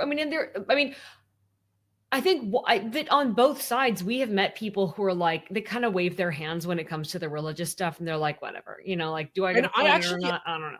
But the culture is good. Like, just as you can see. And I'd actually go so far as to say, I actually agree with matrilineal descent from a practical standpoint. I think it helps the current Jewish community's cohesiveness, sense of identity, sense of historical connection to the ancestors in the Bible and the traditions. I don't think, I'm not here arguing that this should be dropped within modern Judaism at all. Okay. I think it is actually core to modern Judaism. But I, as a Christian-derived religious system, this significantly changes the way I relate to that system and Jesus's teachings. Because my branch broke off before Judaism became matrilineal, before Judaism became exclusive. And if it broke off before Judaism became exclusive, the idea of Christianity as like a Judaism fan club disappears. It becomes more of an equal and viable branch of the early Jewish traditions, which is what we'll get to here. Because I think a lot of people contextualize Christianity that way. It's like a cult that was radically different from Judaism of the time that broke off from Judaism. And I think that belief, what we're going to see, is mostly downstream of how different modern day Christianity is from modern day Judaism, instead of Christianity of this period from Judaism of this period. I hope we've now reached a point where anyone without a strong theological reason to believe otherwise will see that Judaism at the time of Jesus was a religion attempting to grow aggressively through proselytization. While it had some ethnic connection, this was closer to the modern relationship between Muslims and Arabs than how contemporary Jews view their religion. So now the question is, why would a religion like this transform into an ethno-religion? The sad answer appears to be that it was in response to the success of the Christian branch of the Jewish tradition. First, we need to be clear that the branch of Judaism taught by Jesus was not particularly deviant for its time period. Yes, it was distinct, but not more distinct than all the other contemporaneous branches of Judaism. For a quick list, you have the Pharisees, who emphasized oral tradition along the written Torah and believed in resurrection, angels, and fate/free will. They were the forerunners of Rabbinic Judaism. You have the Sadducees, primarily aristocratic priests who rejected oral tradition, resurrection, and afterlife concepts. They emphasized temple worship and only accepted the written Torah. Now, note here, the Sadducees would have been significantly more different from the Pharisees than Jesus would have been from the Pharisees, which is really interesting, given that they denied resurrection and afterlife concepts. Yeah. And they rejected oral tradition. Now, I'd note here, because this is very important, a Jew today could argue, yeah, but the mainstream Jews, they always believed about the same thing. Except the problem is that if you went to a person during this time period, if you went to the kingdom of Judea and you said, okay, I understand there's all these different forms of Judaism, but which one is the real Judaism? The answer they would have given you is, oh, it's the Sadducees. That's the Judaism that's practiced both by the royal family and the priestly caste. Except the Sadducees are extinct. It is the Pharisees that modern rabbinic Judaism descends from. And I also want to emphasize how different the Sadducees were than modern Jews. When I say they denied the resurrection of the dead, what I mean is they did not believe in the immortality of the soul, and they believed that there was no afterlife. The Sadducees rejected the Pharisaic use of the oral Torah to enforce their claims to power, citing the written Torah as the sole manifestation of divinity. The Sadducees denied the existence or influence of angels as well. All of these were things that the Pharisee branch of Judaism and Christianity shared. This is what I mean when I say that if you look at how these groups were different from each other, the group that modern Judaism came from really and truly was as different from the mainstream Jewish group, the group that the royal family and priesthood practiced, as Christianity was. And I'd also note here, if you're like, well, okay, maybe the royal family and the priesthood practiced this other form of Judaism, but the one that turned into rabbinic Judaism, this was the Judaism of the people. This wasn't like some weird offshoot.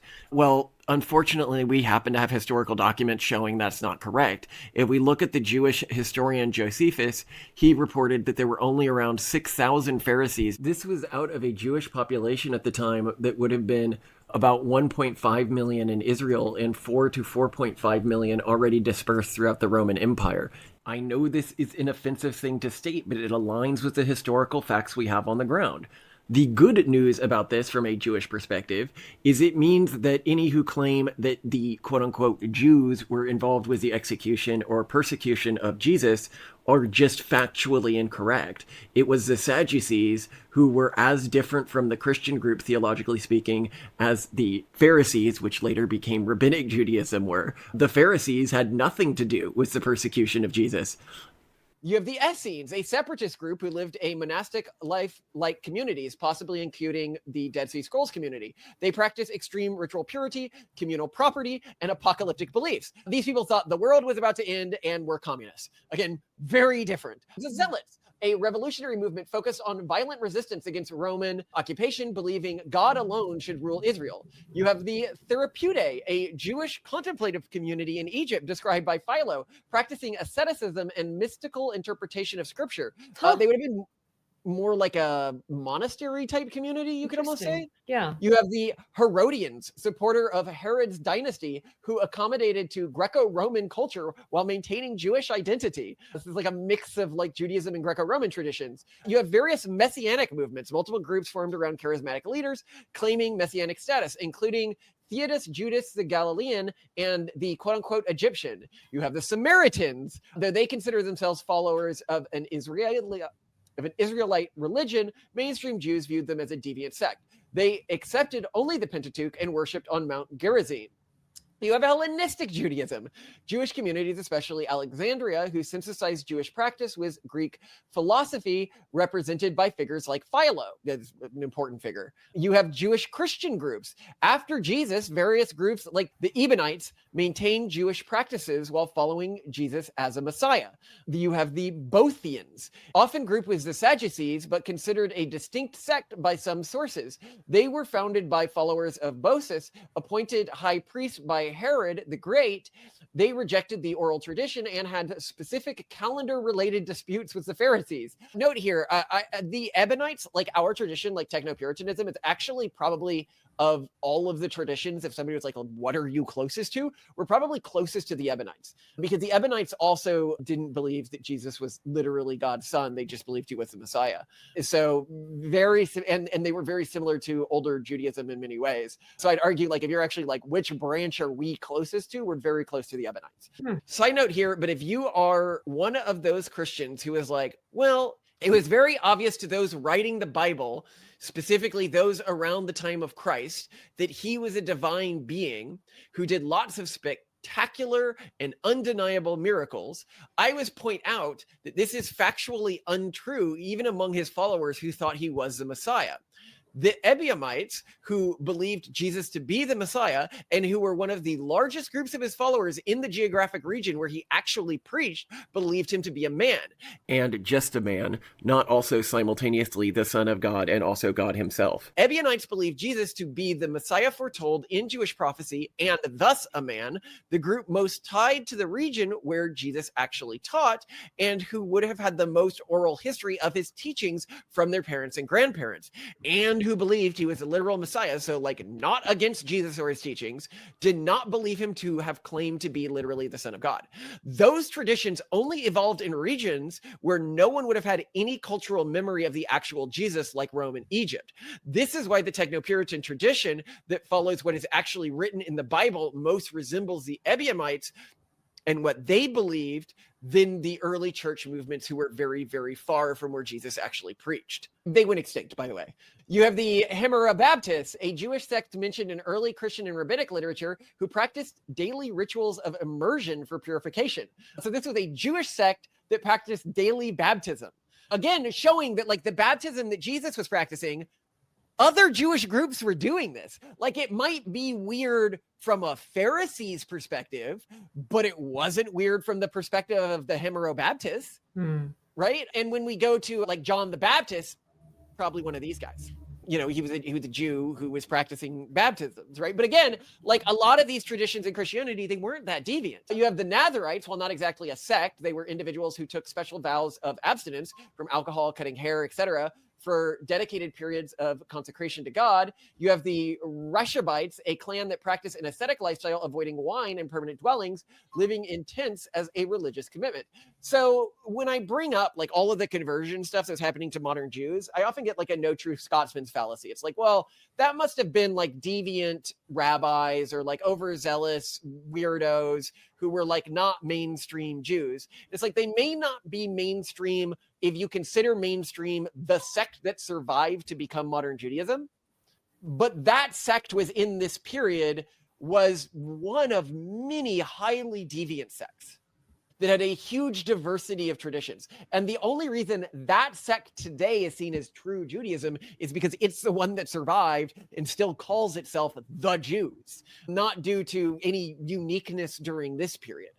I'd also note that I actually do not discount the possibility that there was a sect of Jews during this period practicing matrilineal descent as an important part of Jewish identity, just that this community was probably not the community involved in proselytization, and there was a community involved in proselytization that seemed bigger and better resourced, and that this community appears to have nobody having written about them, and appears to have not really impacted any of the literature written during this period. So my guess would be, is this community was either small or insular. What also is note to me that the extremists, like the Dead Sea Scrolls community, didn't appear to be of this community because they didn't appear to practice matrilineal descent.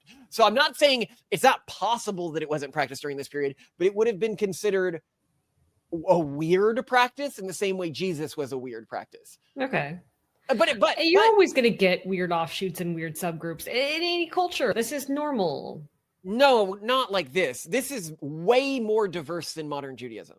This is a series of things that in a modern context might even be called a collection of different but related religions. I don't even think in modern times we would call these the same religion. They're probably about as similar as like Mormons are to Christians. Like Mormons call themselves Christians, but like this is a huge diversity.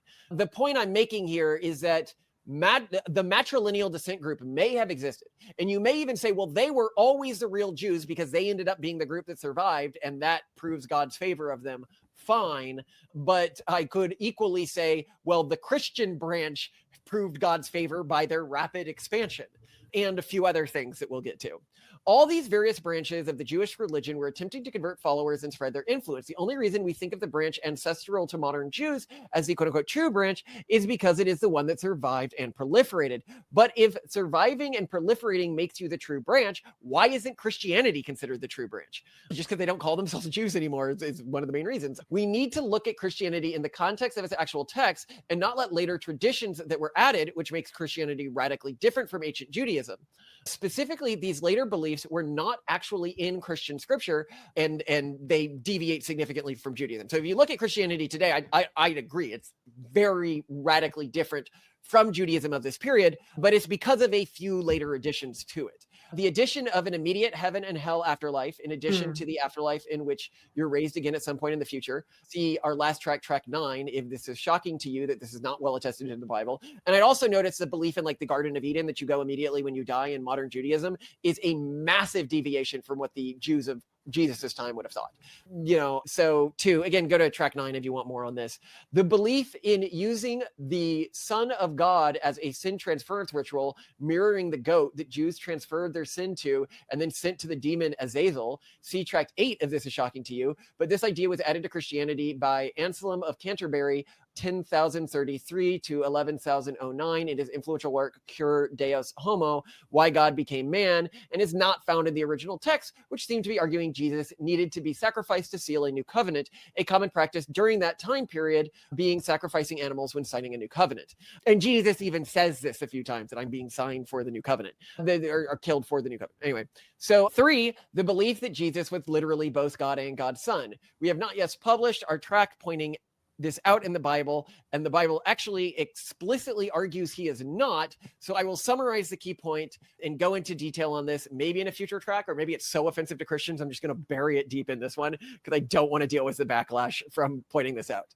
It was actually common in the Old Testament to call favored individuals children of God. This is likely what Jesus meant in the parts where he calls himself the Son of God. Christians today call God Father all the time, and no one gets confused and believes they think God the Father is literally that individual's father. Plasms 2:7, I will proclaim the Lord's decree. He said to me, you are my son. Today I've become your father. This is referring to the Davidic king. Another clear example is Exodus 4:22-23, where God refers to Israel collectively as his son.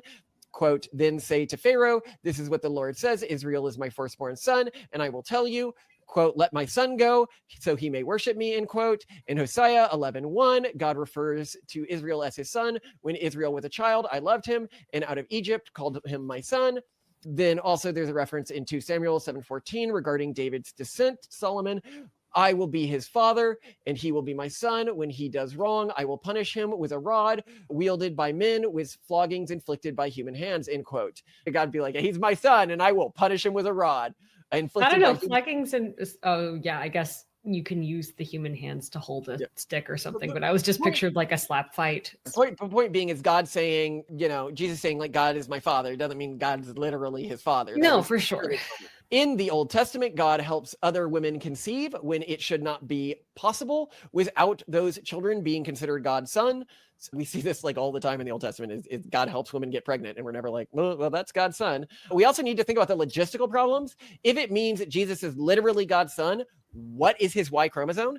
God used some human male's DNA to create Jesus, as God does not have DNA, and it is the DNA that mixed with the females that determines who the literal father is of a child, whether or not that man slept with that woman. So even if God took some other man's DNA and implanted it in Mary, that man is still Jesus's like human father. Yeah. That IVF, like I don't say because we do IVF that like Simone was miraculously conceived. No, I do think Jesus's conception was miraculous. I just think that a human's DNA was used for it. To highlight how absurd it is to claim that God was literally Jesus's father just because he assisted in combining Mary and Joseph's DNA, this would be like all of my kids were had through IVF. It would be like if somebody said, oh, Malcolm, you're not the father of those kids. It's the IVF doctor. It's the doctor who helped implant the embryo, which is obviously laughable. Nobody thinks like that. The father of a child is the contributor of the DNA. Quick aside here, if you are wondering whose Y chromosome Jesus had, we actually know this. It was Joseph's. The prophesied Messiah had to come from the paternal line of David. If Jesus is literally God's son, he cannot be the Messiah. I will also note here on multiple occasions, Jesus accepts the title of Son of David, Mark 10:46-52 and Matthew 15:22-28. The only occasion you could use to plausibly argue he is not David's son is Matthew 22, 41, 46. Hmm. Given we know from other passages that Jesus is the son of David, we know this passage isn't about invalidating that connection. What it appears to be doing is pointing out that while he is descended from David, he is above him in terms of spiritual connection. We will see in a second Jesus pointing out that a part of God is in him and a part of God is in us. Maybe this is him arguing the part in him is more than the part that was in David. And it doesn't make sense in context. If he and God shared the same will, why would he say things like, quote, "My Father, why have you forsaken me?" End quote. I once had somebody tell me that the reason he said that was to fulfill prophecy. And I'm like, do you know how stupid that sounds? That, okay, so Jesus is up there suffering on a cross. He is not thinking, nor does he believe God has forsaken him. He doesn't want to ask this question, yet he feels compelled to ask it just so that he can check a box on a prophecy. Why would you create a prophecy that like anyone could just choose to fulfill as well? Just don't have that be part of the prophecy if that wasn't something Jesus was going to naturally say. It's like that South Park scene with the red heifer where they paint it red and they're like, oh yeah, that's what the prophecy was always about. It was a bunch of kids painting a heifer red. It's like, no, very clearly, if you can just choose to fulfill a prophecy, then it's not a meaningful prophecy. There it is right there, see? A red-headed cow.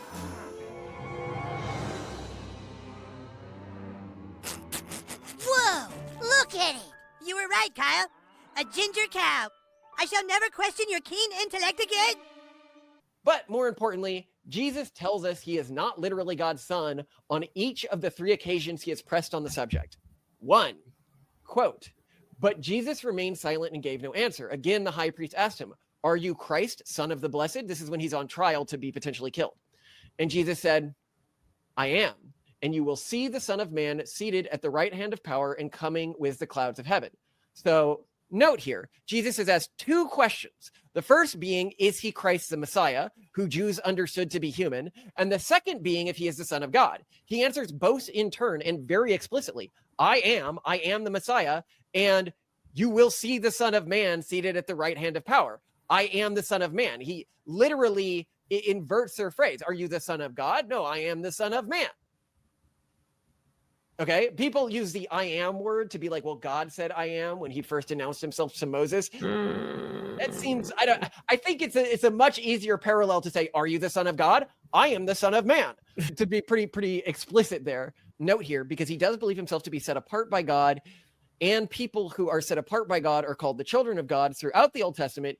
He does not deny this, but clarifies that he is the Son of Man to ensure there is no confusion that he perceives himself to be literally the Son of God. But he is confirming that he's the Messiah here. And I'd also note here, very interestingly, this is one of the only places in the entire Bible, and I actually think the only place where Jesus hard confirms that he's the Messiah, which is really interesting because the one time when it will lead to his death is the one time when he absolutely confirms it without ambiguity. 2 here. How long will you keep us in suspense? If you are the Messiah, tell us plainly. Remember, they don't think the Messiah is literally, in Judaism, the Messiah is a guy. Jesus answered, I tell you, but you do not believe. The works I do in my Father's name testify about me, but you do not believe me because you are not my sheep. My sheep listen to my voice. I know them and they follow me. I give them eternal life, and they shall never perish. No one will snatch them out of my hand. My Father who has given them to me is greater than all. No one can snatch them out of my Father's hand. I and the Father are one. Note here the line, I and my Father are one. He is referencing the unity of their ability to catch lost sheep because the question is in reference to him being the Messiah. As we continue, we have a case of people misunderstanding Jesus on this exact point and him correcting them.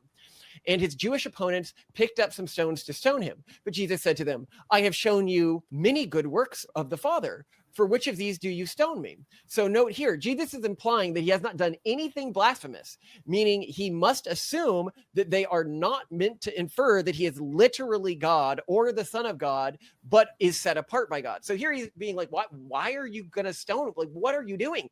If he understood that he was claiming to be God, he'd know exactly why they were about to stone him, right? And they say to him, we are not stoning you for any good work, they replied, but for blasphemy, because you are a mere man claiming to be God.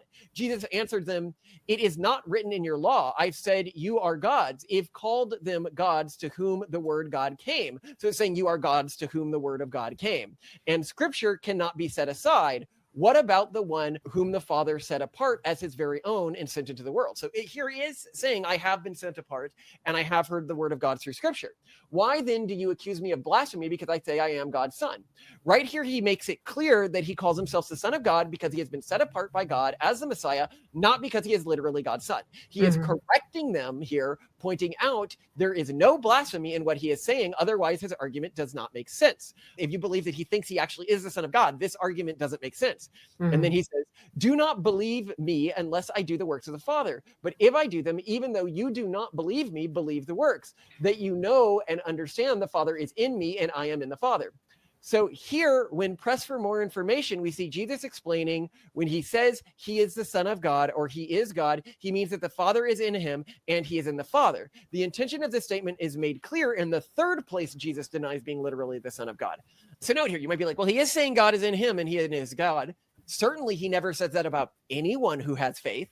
Thomas said to him, Lord, we don't know where we are going, so how can we know the way? Jesus answered, I am the way, the truth, and the life. No one comes to the Father except through me. If you really know me, you will know the Father as well. From now on, you do know him and have seen him.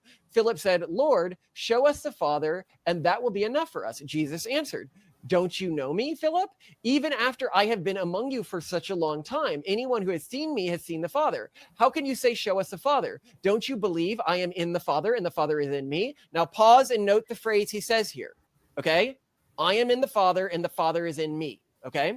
So by seeing him, you have seen the Father because the Father is in him and he is in the Father.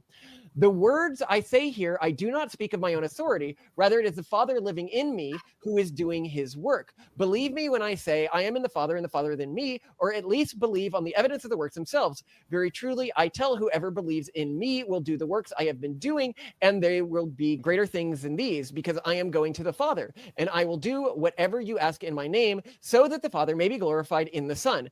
You may ask me for anything in my name, and I will do it. Jesus promises the Holy Spirit. Quote, if you love me, keep my commands, and I will ask the Father, and will give you another advocate to help you and be with you forever, the Spirit of truth. This is the Holy Ghost. The world cannot accept him because it neither sees him nor knows him, but you know him, for he lives in you and will be in you. Bam, right there, ladies and gentlemen. He says, he lives in you and will be in you. Whenever Jesus says the Father is in him, he means it in the same way he believes the Father is in all believers. In this passage, we see the language mirrored. The Father is in Jesus, and the Father... Yeah, it's just the whole we're all made of stardust thing. It's fine. It's fine. Yeah, and the Father is in all faithful believers. Also note, Jesus is not putting himself above other faithful believers. Very truly, I tell you, whoever believes in me will do the works I have been doing, and they will do even greater things than these, because I am going to the Father. So here we see him saying he is not the be-all, end-all. If he was literally God, other people would not be able to outdo him in the name of God after he dies. He also ends this section pointing out that he will not be on this earth forever and will, in a traditional sense, die. In the Old Testament, as we point out in the last tract, it is common when someone dies to be said to going back to God, or that the rock is going back to God, their animating force. And then, finally, I will not have you as orphans. I will come to you. Before long, the world will not see me anymore, but you will see me. Because I live, you will also live. On that day, you will realize that I am the Father, and you are in me, and I am in you. But listen to that. On that day, you will realize that I am in the Father, and you are in me, and I am in you. Bam. And for those in the back, on that day, you will realize I am in the Father, and you are in me, and I am in you. All of the believers are in each other, and the Father, in the same way Jesus means when he says the Father is in him. So this isn't a unidirectional thing. It's not that Jesus is in you because you're a believer. You are in him. He is in God because he believes in God. All of these people in this belief circle exist within each other, but not literally as each other. Again, why would he say, my Lord, why have you forsaken me, if he was literally had the same will as God?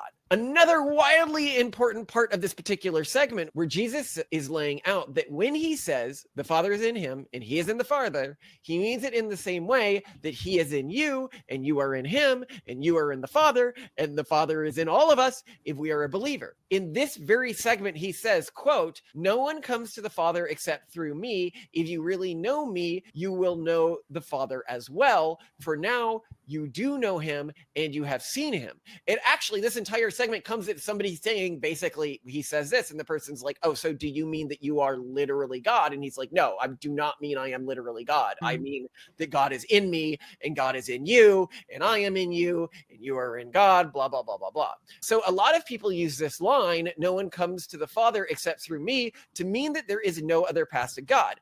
I.e., if you're Jewish, you cannot get to God. And yet we clearly see here, he says, "Except through me, if you really know me, you know the Father as well." He is saying this in the exact context of the passage where he makes it clear that the part of the Father he has in him, we also have in us if we are true believers. So when he says the only way to God is through him, he clearly means, when read in context, that the only way to God is through true believers, not literally just him. It's pretty clear from other words in this segment that he does not see himself as the be-all end-all. Quote, "Truly, truly, I say unto you, whoever believes in me will also do works that I do, and greater works, these he will do," end quote. Well, that's pretty clear. Pretty clear. Yeah. What he's saying here in context is that, yes, the only path to God is through him, which the him here could be any believer, because we all have God in us the same way Jesus did, in Jesus's own words, which means that Jesus literally, i.e. Christianity literally, is not the only path to God, so long as it is one of the other true religions. So while this tract may contradict both Jews and traditional Christianity, you can still be a Technopuritan and follow one of those traditions. This tract contradicts them because it is an evolution of my own ancestral tradition, which has a focus on facts and textual/historical accuracy that is not as important as things like vibe, spiritualism, and tradition that was in some of the other true branches determine objective truths. Basically, all I can do is describe truths from the perspective of my tradition and culture, but the limited understanding of truths afforded to humans of this age means that other truths, which might seem in direct contradiction to me, can still be true as long as they follow one of the true faiths. Now, to those who say it is sacrilege to say that Jews could actually be right with God, it is pretty striking that throughout the Bible, Jesus never said he invalidated the covenant that the Jews had with God, or that they could not continue to be right by God by following the old covenant. In fact, he even explicitly states, "Do you think I have come to abolish the law or the prophets?" Basically implying, no, I have not come to do that. Right. He says, "I have not come to abolish, I have come to fulfill. For truly, I tell you, until heaven and earth disappear, not the smallest letter, nor the largest stroke of the pen will by any means disappear from the law until everything is accomplished." I.e., the old covenant still stands, if that is the path you want to take. It is just a separate potential covenant to God. But he has fulfilled it, allowing for a new covenant, as you see here in Luke 20:20, the new covenant in my blood. As I have mentioned many times, when they say Jesus died for our sins, what they mean is Jesus was sacrificed to create a new covenant, not as a sin transference vehicle like you would have had with the demon Azazel. That was actually really common during that time period, i.e. sacrificing something or an animal specifically to create a new covenant. You would sacrifice animals when you were signing a new covenant. This makes sense in context and assigns an added degree of value and importance to Jesus' sacrifice without making it nonsensical, which removing literally all of man's sins does. And I would also note here on the Sermon of the Mount, Jesus repeatedly uses the formula, "You haven't heard it said, but I tell you," showing that the Bible's continuity is a reinterpretation of various commandments without an invalidation of those original commandments. The best you're going to get if you're looking for the old covenant being completely invalidated is not from Jesus. It's going to call from Paul's writing in Hebrews. By calling this covenant new, he has made the first one obsolete. and what is obsolete and outdated will soon disappear. Now, if you think he meant this in absolute terms, like it would soon disappear from the world, he clearly didn't, because, Jews still exist. If you think he meant this, oh, well, as soon as Jesus made the new covenant, the old covenant was no longer relevant for anyone on earth, well, that also is clearly not what is meant, because he said it will soon disappear, as in it hadn't disappeared yet. So let's take another alternative. Suppose what he meant is it will disappear in relevance for members of the community, the followers of Christ. Keep in mind that many of the Jews who converted to Christianity in the early days still kept the old covenant at this time period. Well, then it was absolutely correct. So that's what I think he meant here, if we're assuming he had any prophetic wisdom in what he was saying. Not that it will disappear as a path to God, and not that it will disappear from earth. Because if it was a path to God and it would disappear, it would have disappeared as soon as Christ made the new covenant. If it was going to disappear from the earth, well, it clearly didn't do that. He meant within the Christian tradition, which of course it did. Very astute that he was able to predict that. There might have been one other way that he meant it, which was that it would last until the end times started, or the Messianic age, as rabbis talk about this. However, I don't think that's not the way I read it, but he could have meant it that way. Just another logical alternative. But he definitely didn't mean that it disappears as a path to God, or it would have disappeared the moment Jesus created the new covenant. Not soon. Yeah. Now, I will note here that it makes clear that this new covenant is superior, though. So it may not completely replace, like for Jews, the old covenant, but it is better. Quote, "The ministry Jesus has received is as superior to theirs as the covenant of which he is the mediator is superior to the old one, since the new covenant is established on better promises," end quote. And he explains here why the new covenant is better, is that specifically, I will put the laws in their minds and I will write them in their hearts. As we go into more detail on this shortly in this tract, the core difference between the new covenant and the old one is that the new covenant, or within the new covenant, you are supposed to have a direct relationship by God, not one mediated by a temple, a bureaucracy, or religious experts. You are now responsible for making up your own mind about what is right and wrong. Was the old covenant was like the Old Testament that explicit about needing a mediator?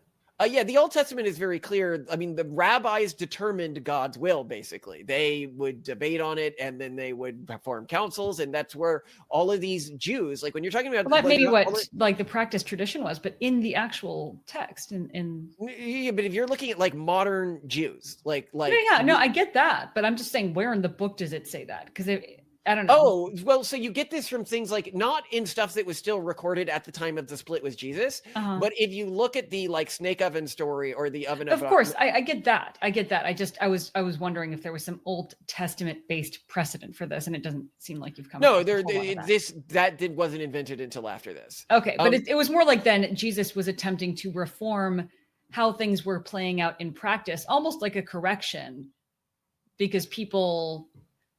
Yeah, well, I mean, he seems to really explicitly be saying you don't need to listen to the Levite caste. You don't need to do things through the temple anymore. He was removing and not even like that was the original rule, because it never was. He was just saying, by the way, you don't need this. Yeah, basically, the original rule, if you go to like the original rules that God laid out, it was definitely, yes, you have to follow the rules God laid out. But but I mean, it was just the 10 Commandments. As long as you knew those. Yeah, it was just the 10 Commandments. And then you didn't have to go to someone else to have you tell them. Like, I mean, as long as like mom and dad told you. 100% right. The rabbinic tradition was within one group of Jews within this period, but it was not like the dominant. There were many Old Testament faiths during this period, as we go over elsewhere in this tract. And you are 100% correct in saying that really all you had to follow was the original 10 Commandments when the covenant was made, and not all of the additional rules. Okay. And Jesus was just here creating a new covenant, which is written in our hearts. And within this new covenant that's written in our hearts, it is up to us to determine stuff like what food is good to eat, et cetera, et cetera, et cetera. Okay. And I agree with the Bible, with my intuition, that this is a superior covenant, because it allows you to make moral judgments on your own and gives you the ability to make those moral judgments. Well, it's almost, I mean, to use sort of current contemporary terminology, it's like the Doge of Christianity, or at least like Abrahamic religion. And that Jesus was saying all this bureaucracy, all these extra layers, all this regulation is not necessary. And if you cut it out, you might be better off. Let's all try to Well, no, I actually think it's more than that. I refocus. mean, the new covenant said that you now have the responsibility, if you agree to it, to make these decisions for yourself. It is an additional responsibility, not a removal of responsibility, to decide for yourself whether something is good and righteous and in line with God's plan. So if you look at Jesus's words here, you have, so whatever you believe about the things, keep between yourself and God. Blessed is the one who does not condemn himself by what he approves, Okay. but whomever has doubt is condemned if they eat, because their eating is not from faith, and everything that does not come from faith is sin. Basically, everything you have to do has to come from faith, and you're responsible for making these decisions yourself. Okay, interesting. Thoughts? Did you know that he denies this 3 times in the Bible? Because I've never actually read these sections that are supposed to be, and followers will say, "Oh, this affirms that he's actually God's son," when he's like exactly saying, "I'm not. Like, I'm the Son of Man." And then they have to get around this with the Trinity and say, "Well, he's also the Son of Man." Well, then why did he say, "I'm the Son of Man and the Son of God"? He doesn't say that. It's just subsequent hyping. I get it. I was just watching this really long YouTube video on the history of animatronics, and they tried to Disney wanted to make a very, very perfectly accurate Abraham Lincoln. And the big sell originally was the accuracy of this animatronic. But in the end, they accentuated his cheekbones to make him look more distinctive. And they made him like 4 inches taller. He was 6'4". I think they made the animatronic 6'8" because he needed to feel bigger. And they gave him a low booming voice, even though it was understood that the historical Lincoln's voice was actually fairly shrill and kind of grating. And I think this is the same kind of thing. It's very hard for us to have a revered figure and to not make them bigger than they were. You know what I mean? Yeah. Well, I agree. It is very hard to do. And I think that that's, part of what's going on here, and some theological inconsistencies that were created by some belief systems built up in some branches of the early church. So what about the Trinity? Let's start with how the modern concept of the Trinity started in the first place, because it's a little absurd. Basically, even though Jesus denies being God's literal son multiple times and explains that God is in him in the same way he is in all believers, some branches of the early church, and I note here only some branches, tried to insinuate that Jesus was literally God's kid and thus a God himself. This creates theological problems, because if Jesus is a God, now you are clearly no longer a monotheistic religion, despite the Old Testament constantly warning against believing in multiple gods. Now you could argue Jesus is God, except it is made clear in the Bible on countless occasions that he is not, as he frequently beseeches God for things and prays to God. We don't have just "My Lord, why have you forsaken me?" But we have John 17:3, where Jesus refers to the Father as the only true God, and to himself as the one, quote unquote, sent by God. Or 14:28, quote, "The Father is greater than I," end quote. The Christian groups that had a polytheistic idea that despite what the Bible said, Jesus was actually a God, had to find a way around this contradiction. Tertullian, 155 to 220 CE, came up with the concept of the Trinity under the name Trinitas in 200 to 210 CE. It's funny because correct me if I'm wrong, but it seems like the Old Testament again and again is like, don't do this. Please stop. Can you just not? Can we? Well, this is why a lot of the early Christian groups, like the Ebionites and stuff like that, didn't believe this, which we'll get to in a second. Haven't we been told something about? Oh, right. Don't. But what's interesting here is I mentioned that Tertullian came up with the concept of the Trinity in Trinitas. Okay. What's interesting here is that Tertullian, when he originally came up with this concept, it was actually closer to the Technopuritan perspective than the way Catholics later reinterpreted it. Okay. For example, first off, he was a materialist, arguing for divine corporeality, that God literally existed as a spiritual, physical thing in the same way we do. And he argued that the material thing was in part one of the materials that made up Jesus, and the Holy Spirit was also one of the materials that made up God. And obviously we agree with this. So we agree with Tertullian because we agree with what the Bible said. And when the early Christians were grappling with this, they were like, okay, so then we have to go to the next thing, which is, okay, well, then where did the Trinity really come from? The idea that Jesus was literally the same thing as God was not made up until the Council of Nicene in 325 CE, literally a third of a millennial after Jesus's death, and was hotly debated at at the time, keep in mind how crazy this idea is. Jews had the concept of the Holy Spirit for centuries without being tempted to think it was meaningfully separate from God. So Right. how did the Holy Spirit get looped into this craziness? Well, since there was literally zero biblical backing for this concept, and it was true that there would need to be, given how critical this was to the concept of God for Christians, i.e., if this Trinity concept was actually accurate, clearly God mentioned it somewhere, they need to pull the idea from somewhere. So the two best lines for pulling this are the baptismal formula from Matthew 28:19, Okay. where it says, quote, baptizing them in the name of the Father and the Son and the Holy Spirit, end quote. That's how the Holy Spirit got roped into this. But again, that doesn't really say that they're all one thing. It says in the name of these things. Okay. And the benediction in 2 Corinthians 13:14, quote, the grace of the Lord Jesus Christ and the love of God and the fellowship of the Holy Spirit be with you all, end quote. Okay, definitely doesn't say they're all one thing, but does mention them all at once. That's it. The entire polytheistic concept of the Trinity is derived from just those two lines, which clearly to any level-headed person do not indicate, say, or insinuate God is literally the same thing as Jesus. The other lines sometimes used to argue that God is Jesus in Genesis were a plural us used for God, but see Tract 9 for a much more satisfying explanation to that. All that said, Technopuritans do believe in the Trinity, just not the one developed at the Council of Nicene. The Jesus you pray to and can reach God through is the part of God that lives in all true believing humans, as Jesus laid out. The Jesus you pray to is a part of all believers' actions and words that are directed towards the divine and eventually culminate in God, making them literally part of God. As for the Holy Spirit, that is a way of distinguishing God's will and identity as existing simultaneously as a singular entity and as a hive mind entity, being both literally God, but meaningfully separated from the way we conceptualize identity. Oh, so trying to basically articulate that this is beyond our normal comprehension. Yeah. But not that it's these three distinct well, things, God which is is singular, bringing but it strictly back into our comprehension. Yeah, he's singular, but he's also the Holy Spirit. And he's also you, which, you know, I think was really powerfully done with the original concept of Yeah, and then the Trinity. nuance is just ripped off by being like, no, it's Jesus, and then the dude God, which is his father, and then the Holy Spirit. By the way, side note here, another popular branch of Christianity that doesn't include the concept of the Trinity are Mormons. They don't. All right, they good don't for believe- them. I mean, everyone knows I love Mormons. So. You can get good if you're looking for like anti-Trinity arguments from Mormon, apologists.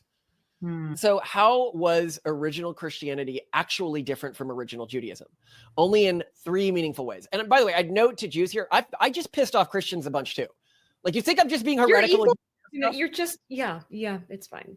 Okay, so the three ways that it was actually different from Judaism of its time is Jesus was the Messiah who was prophesied heavily in the Old Testament.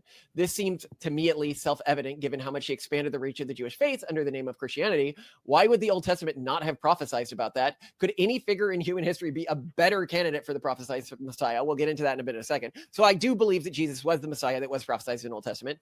He created a new covenant that did not require the temple to fulfill. Coincidentally, only 40 years before the destruction of the temple. More on that later. And he was sacrificed to create a new covenant that consolidated the rules mankind was expected to follow from a long list to essentially just dedicating your life to God. Romans 14:19-23 did a good job of laying this out.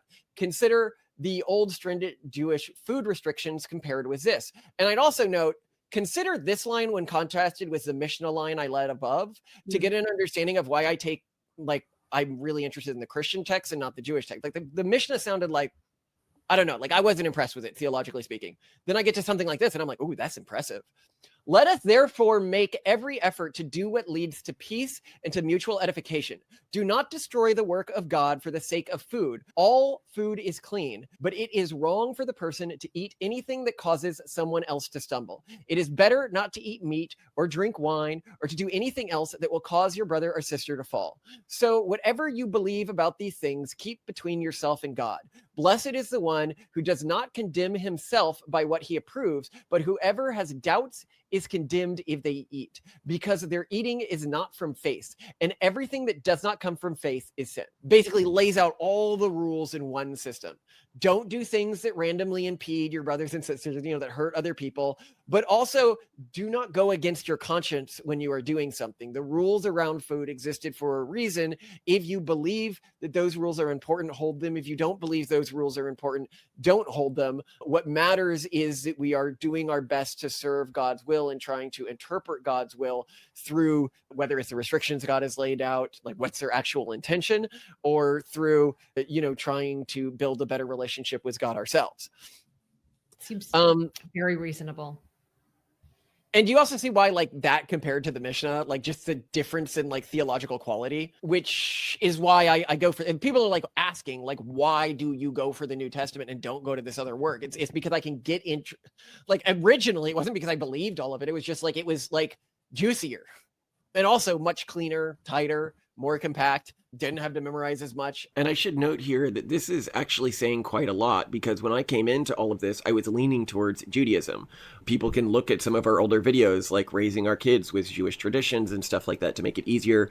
They wanted to convert into the religion as they got older. Or me as a young person, I always thought, while I was raised atheist, if I converted into one religion, I always thought Judaism seemed the most reasonable. It was actually studying the theology and the texts themselves which drove me away from it, which I don't mean this as an insult to Jewish people. I think it's useful to get the perspective of an outsider who has actually put a lot of personal focus into this that may help you see things through a different lens. So I was talking with Simone after we had originally recorded this, and she had some really interesting thoughts. I was musing to him that I've watched a lot of content delving into the lives of Mormons and delving into the lives of Orthodox Jews. Like, I find the content of both really, really interesting, but for different reasons. So I realized that I watch content about Mormons and Mormon lives because I'm interested in what they're doing and I want to do it. Like, I'm interested in building up a year's worth of food storage and putting, raw grain into buckets and sealing it and figuring out which fats remain shelf stable the longest. And I find that quite fascinating, and I'm interested in that. Versus the reason why I watch the lives of Orthodox Jewish women is I'm just interested in how they live and I want to understand it.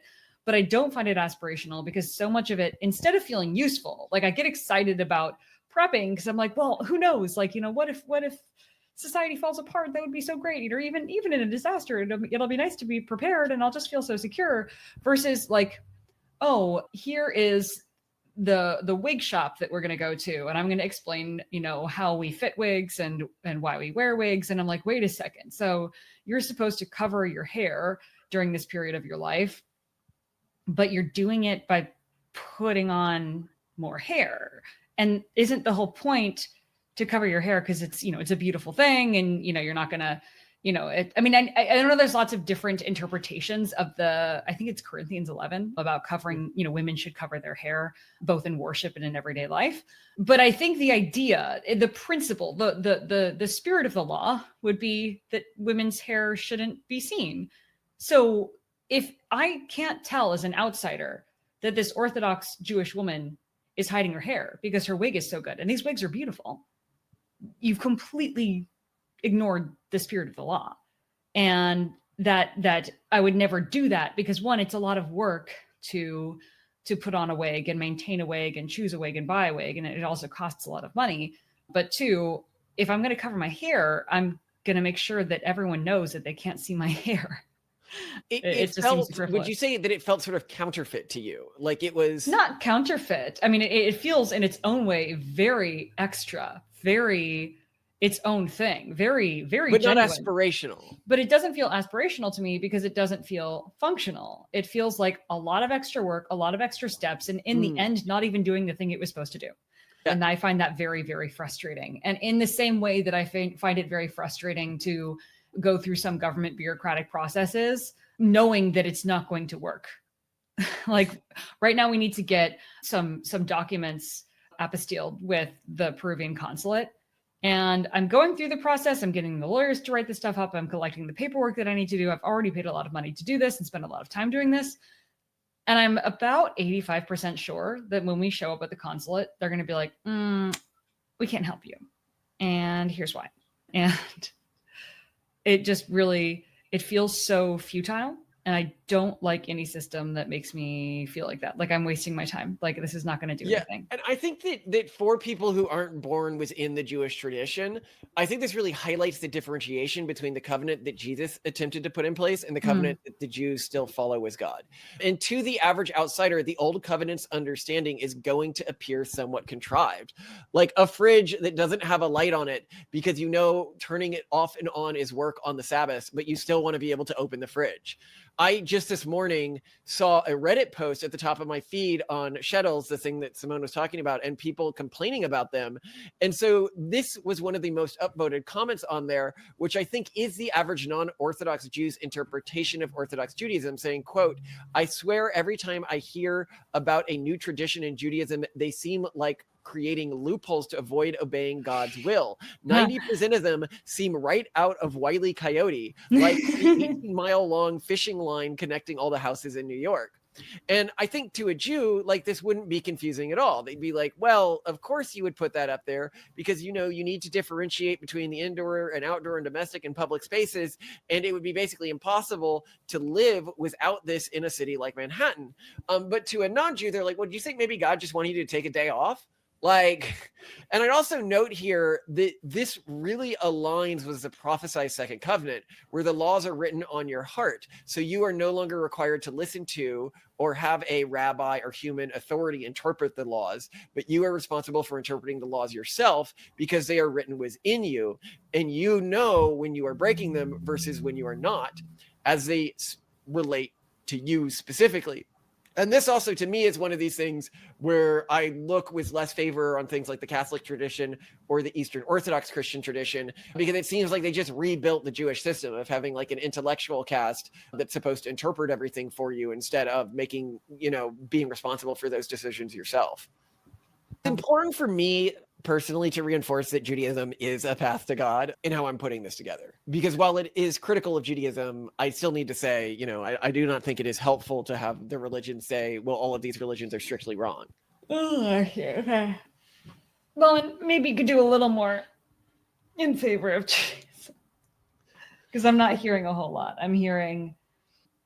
Well, I want to say that I think this system is superior. I do think it's superior, but that doesn't mean that Jews aren't right with God. Well, yeah, I mean, I think sort of the way that I'm categorizing Judaism in my head at this point, based on everything that you've said and based on what other people have told us too, is Judaism is just a very different cultural take. That really is. It's like, you know what? We are going to be all about this blockchain of rules that evolves, and it evolves within our community. And those rules are kind of independent of God, and that there's a clear precedent for that. And we very much respect God, but our key bet in terms of civilization surviving is that we're going to do our rules. So God, you do what you do, and we're going to do what we do. And our rules are our own thing. They're not about God. They're about, the point is the rules. It's like, but you forgot about the cones. You forgot. You're right. It is. And it was all about the rules. It was all about the cones and the rules. What's so funny? Oh, no. You're a smart guy. You clearly picked up some flashy tricks, but you made one crucial mistake. You forgot about the essence of the game. It's about the cones. And I think that the important thing for me is I'm starting to see it's almost like a workout regimen or their health. Like, this is what keeps us sharp. This is what makes us exceptional. Yes. And it clearly, when you've looked at how we've done over thousands of years, clearly it's working for us. It's clearly imparting fitness. And this whole time, we have still done well by God. We have still done well. And so let us do our rules, and we will do well by you, God. And our rules. I say they've objectively sometimes done well by God. So by this, what I mean is it appears clear to me, and it's laid out in the Bible. We know that God does punish the Jewish people when they are not, or his people, whatever that means. So it might mean other groups of people when they are not acting good with him. We know this because of when they're the Babylonian exile, right? The Bible makes it pretty clear. Like, okay, you get punished as a people when you do bad things. Well, I mean, like, the pogroms happened, the Holocaust happened. I think as no. Any group of people gets punished by circumstances when they go soft. And sometimes but what I mean is, as favored as the Jews are today, and they do appear to be clearly divinely favored, and the rules appear to be working, there were periods of history where the opposite was true.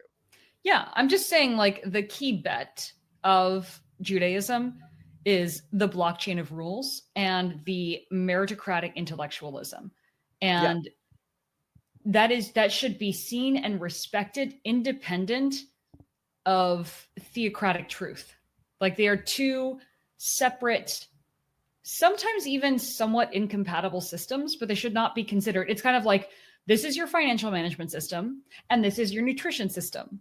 And I don't know, like, you use money to buy food, but like, they're not really related. And you know, your financial manager is not going to be the one who advises you on how to eat. Okay. Like, let them be. And I think that's what's going on here. I think you're right. And I love you to death, Simone. I love you too, gorgeous.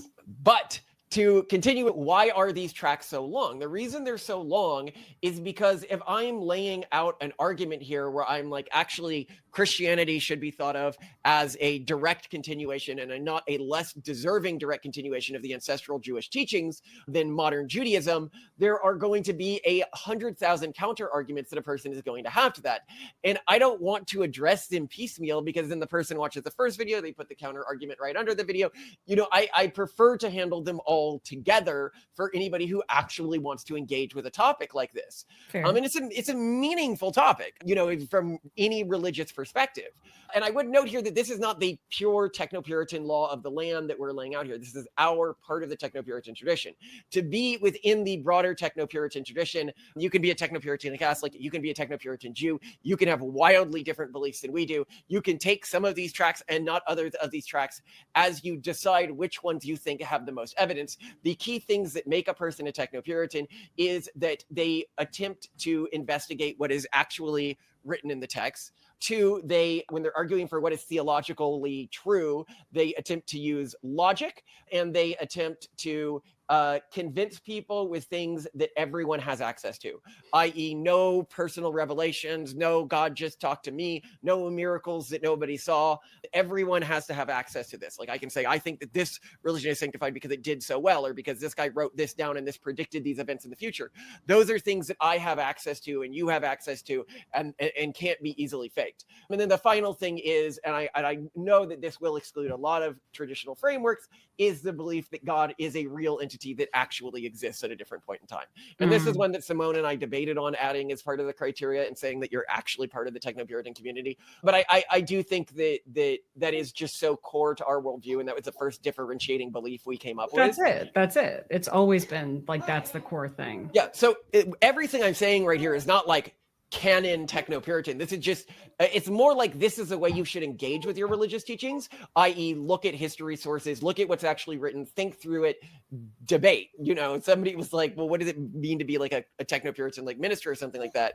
I'm like, engaging in the debate from the perspective of your tradition. Yeah. But anyway, so Jews, if they've heard everything I've written here, they'll say something like, well, God, when he handed down the law, he said, and it is written that he said this in religious texts that you and I share, that at no point in the future would anything be taken out of the law. If this is accurate, and in the Old Testament, that is a major problem for the idea that Jesus created a new covenant. So let's examine those passages. Deuteronomy 4:2. You should not add to the word that I command you, nor take from it, that you may keep the commandments of Lord God that I command you. Deuteronomy 13:1. In some translations, it's 12:32. Everything that I command you, you shall be careful to do. You shall not add to it or take from it. First of all, in both of these instances, it states very clearly that adding rules is just as problematic as taking them away. Jews have consistently added rules while glossing over this point, saying, oh, we're just putting fences around the Torah. In what conceivable way is that not adding rules? Yeah, It's that's not me adding rules. Yeah, it's adding rules. If someone's like, add nothing to this property, and they're like, we just added a fence, you'd still be like, you added a fence to the property. That's a rule. What is a fence but a rule? You're just using a synonym. Yeah. It's something that you're not supposed to pass.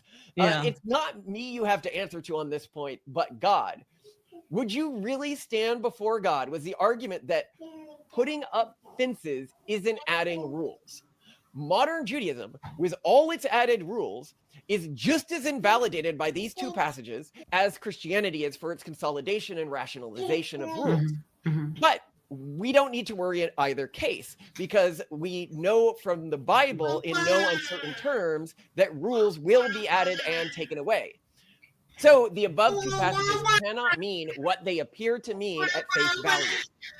Okay, so here I'm saying, look, Jews are breaking this just as much as Christians are, because the first line is you can't take anything away. The second line is you can't add anything. Yeah. And so it's a major problem for both religions if it actually means what it appears to be on face value. But we know it doesn't mean that, because there are other parts of the Bible that we've already gone over here where God's like, oh yeah, I'm going to give you a new covenant in the future. It's going to be different rules. So we know that new rules will be added. So that's obviously not what it means.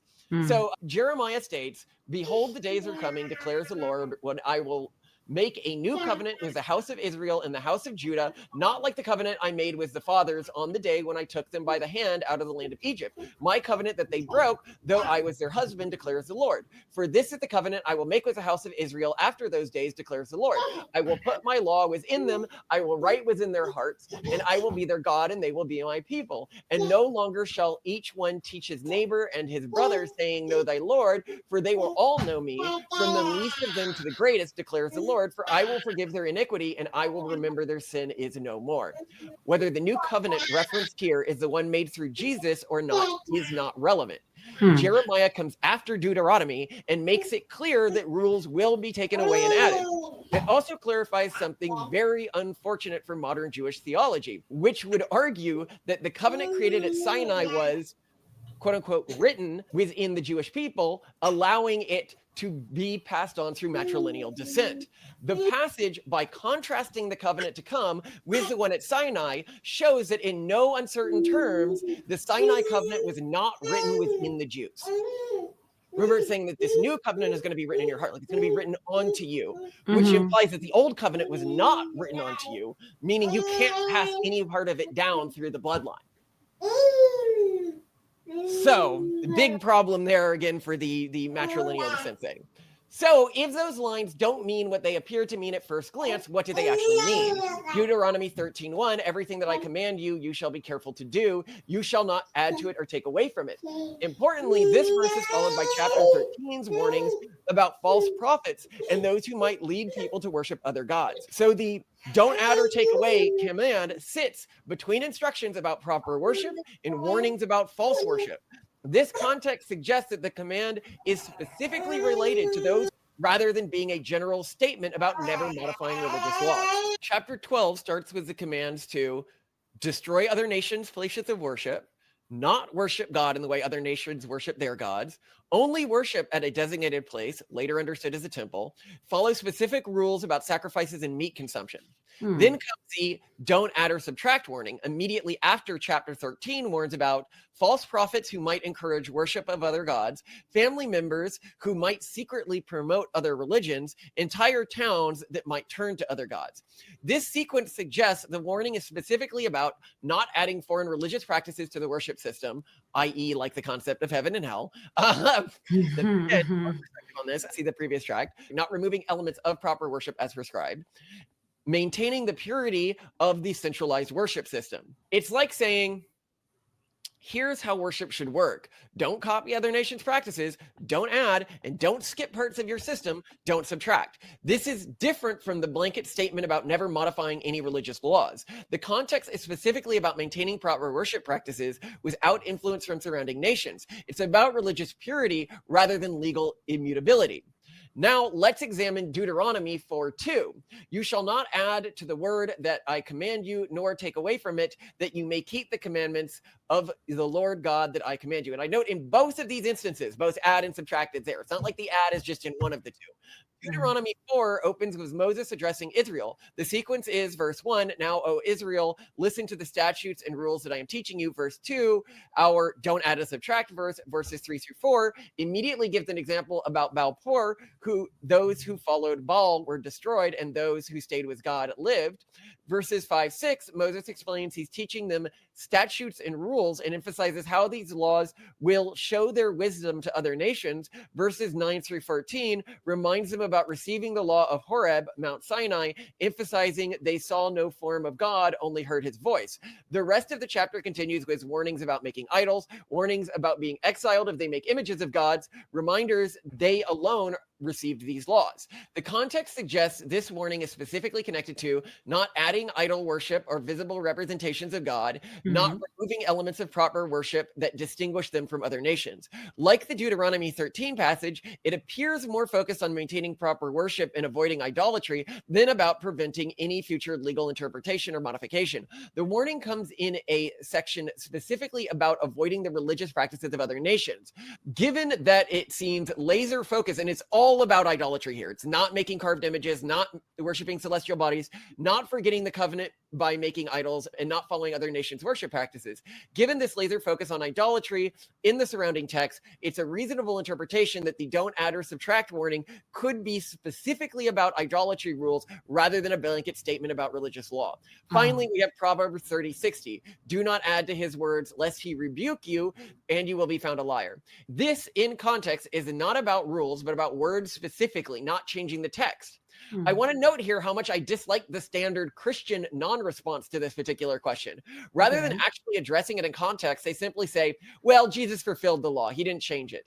This is as nitpicky as Jews saying, rabbis are not adding rules, they're just putting up fences. We need to address these texts directly and stop dodging the issue. This kind of evasion makes each faith look like an outfit you're wearing rather than something you're intellectually invested with actually being true. I see this so much when I talk to people of specific faiths and I engage them with stuff, and I'm like, if you actually believed this, you wouldn't be making that argument. Like, that's such a limp-handed argument that shows that, like, you came to this, you didn't have an immediate answer, so you threw out, he fulfilled it. Well, that doesn't change if the original interpretation that it actually means you can't add or remove is accurate. And why are you so comfortable just throwing that out there and then walking away from it? And I think that's another thing that makes Technopuritanism different, is we want to really engage with this stuff. Thoughts, Simone? I agree. I'm like hearing all these different Bible verses.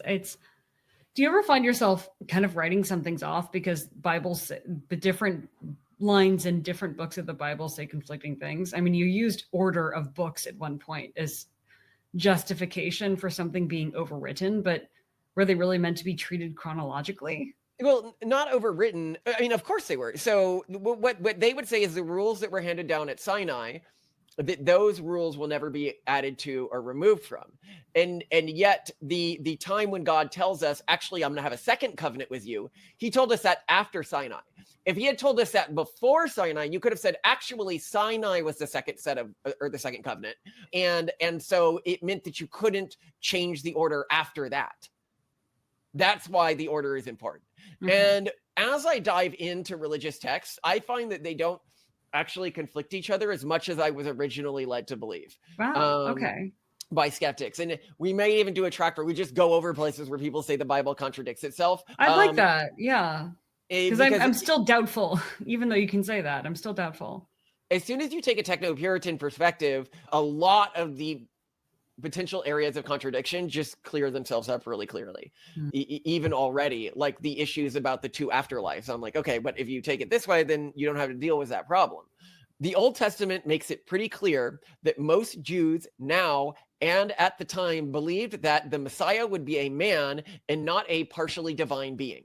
For me, one of the biggest confirmations written in a history of his status as the true Messiah is how his life is mirrored in the life of a false Messiah.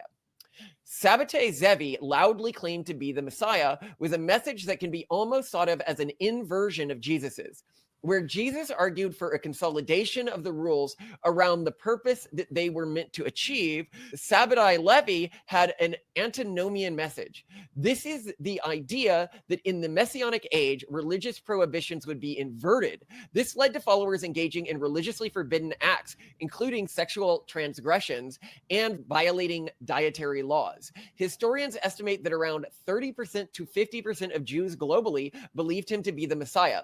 And this guy was around around in the 1600s.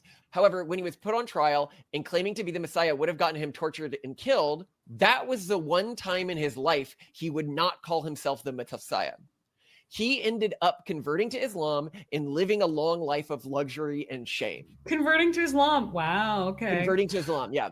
So Jesus, on the other hand, only once in the Bible concretely confirms that he is the Messiah.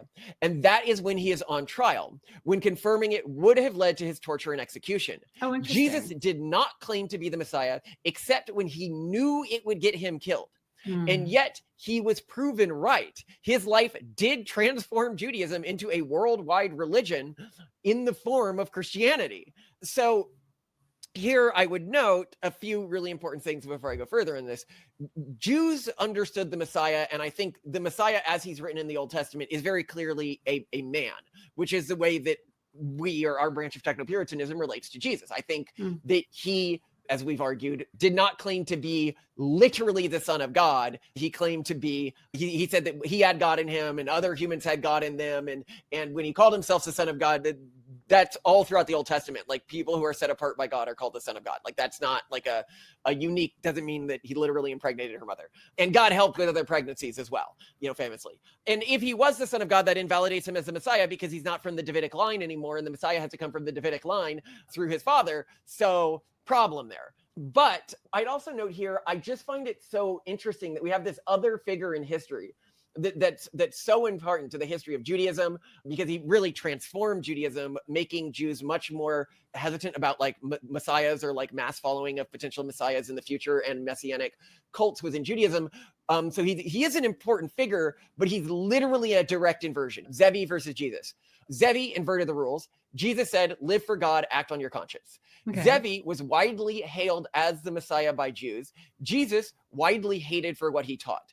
Zevi wore royal garments, even crowning himself. Jesus lived in poverty and wore a crown of thorns. Zevi expected to be treated like royalty. Jesus washes the feet of his disciples. So Zevi went around talking to kings and queens and like demanding that they use royal titles for him. Again, he actually had a crown made for himself. Almost like, I think supernaturally an inversion of Jesus's life. Yeah. Zevi married multiple times, regularly claimed to be the Messiah when it would benefit him. Jesus, celibate, never claimed to be the Messiah, except when doing so would have gotten him executed. And again, you can see elsewhere in this tract where we argue against other places where Jesus say that he was arguing to be the Messiah, and we're like, no, he wasn't. Yeah. Zevi converted to Islam when his espoused beliefs would put him in danger. Jesus repeatedly refused to deny his espoused beliefs, eventually leading to his death. Zevi died of old age in luxury. Jesus died painfully for his beliefs. Zevi, born to wealthy merchants and well-educated. Jesus, born to humble circumstances. Zevi attracted scholars, rabbis, and wealthy merchants as key followers. Jesus selected disciples from common people, especially from fishermen and tax collectors. Zevi communicated through complex Kabbalistic concepts and mystical doctrines. Jesus taught through parables and public sermons accessible to the common people. Do you have any thoughts on Zevi or like this weird parallel? Yeah, you, in an earlier tract, I think it's something about how if you are a prophet of God communicating his message. Oh, that's a tract we haven't done yet. It's one that I wrote, was the original. I originally wrote a flurry of tracts, and some of them haven't been published. Okay. But that you are punished if you claim to be a prophet of God, even if you really are one. And now I'm like, well, that tract was never published, so it's not out there. Are you taking it back? Yeah, I did more. Well, this is the interesting thing. So before I do a tract, I do a lot of research with other, like I'll talk with rabbis, I'll talk with Catholics, I'll talk with Mormons. This stuff is not happening outside of a bubble. Like there's like a Techno-Puritan community that has these talks with me, debates with me, and many of them are approaching faith from different traditions. And it's through those conversations that I learn more and get better. And I think that that's something I want this space to be able to continue to do. That's why I don't say like any of this is handed down from God to me or something like that, or is like canon. All this is one person logically trying to read texts that I think were divinely inspired to understand what they really meant, with the understanding that other people might be able to do that better than me. Yeah. I can't claim I trump you because I'm the founder of this. That's not the way this works. I am not divinely, I mean, I guess if I was, then I couldn't even claim credit for this, right? It wouldn't be me being clever. It would be somebody acting through. I prefer to be clever than to claim divine inspiration. But anyway. So, but it didn't get made into the tracts. Who knows? Divine providence, that one never got made.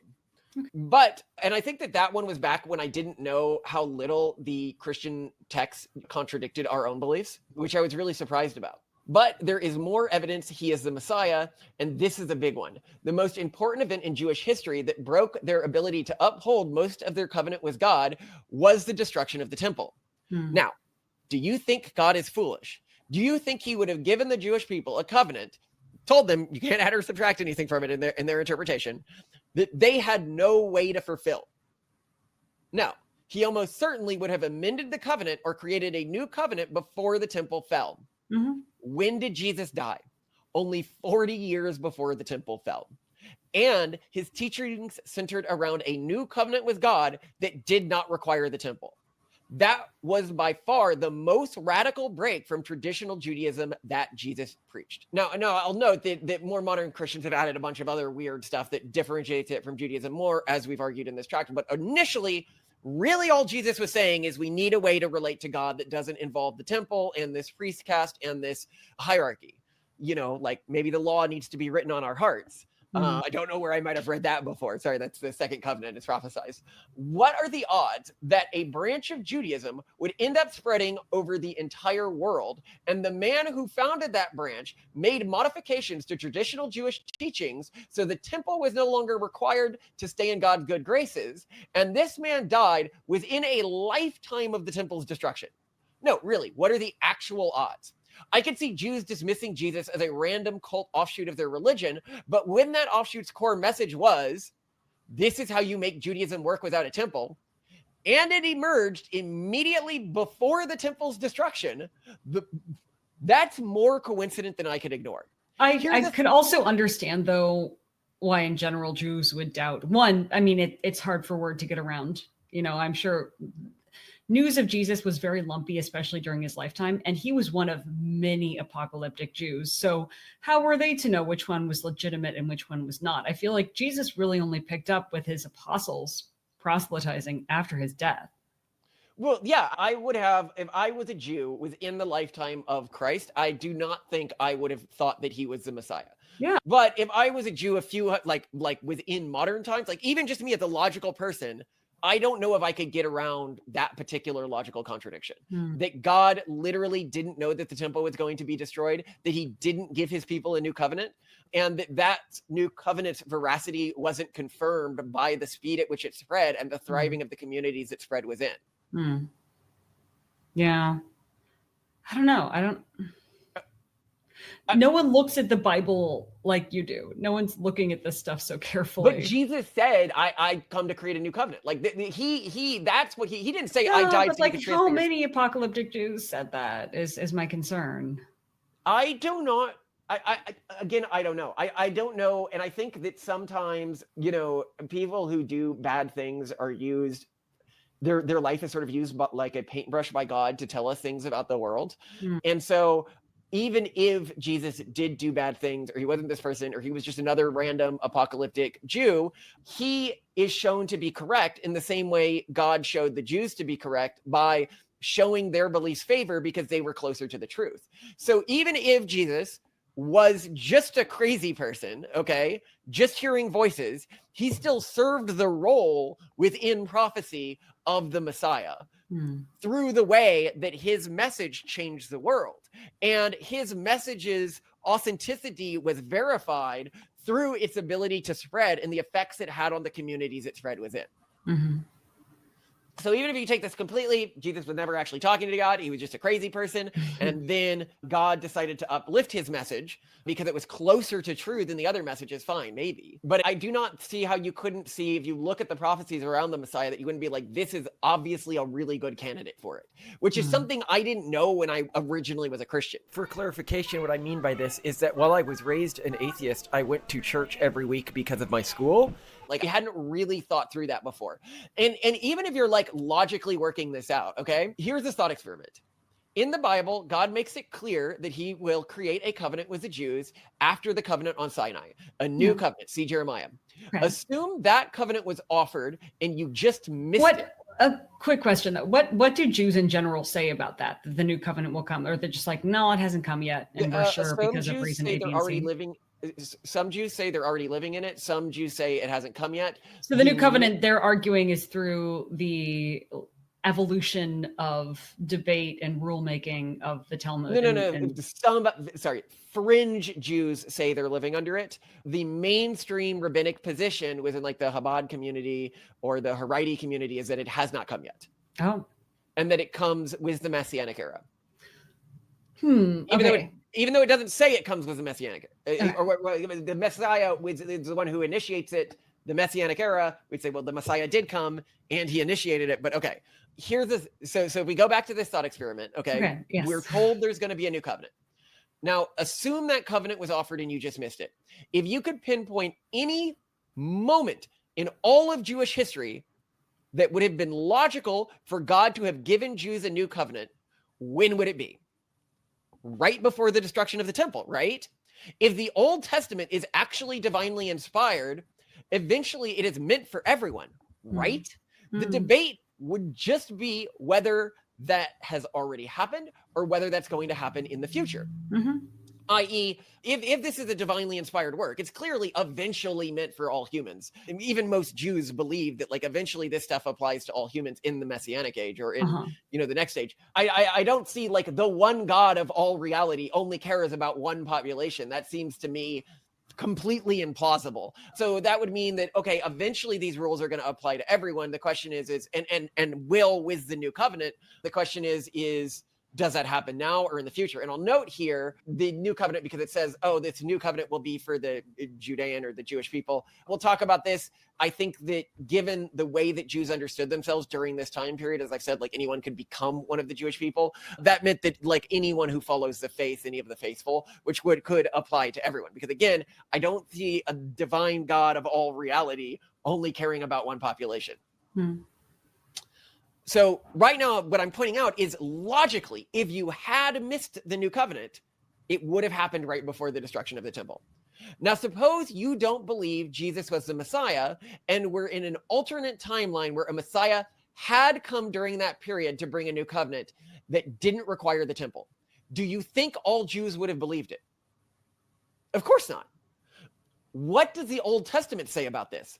Isaiah 53:3 says, quote, he was despised and rejected by mankind, a man of suffering and familiar with pain. Like one whom people hide their faces, he was despised, and we held him in low esteem, end quote.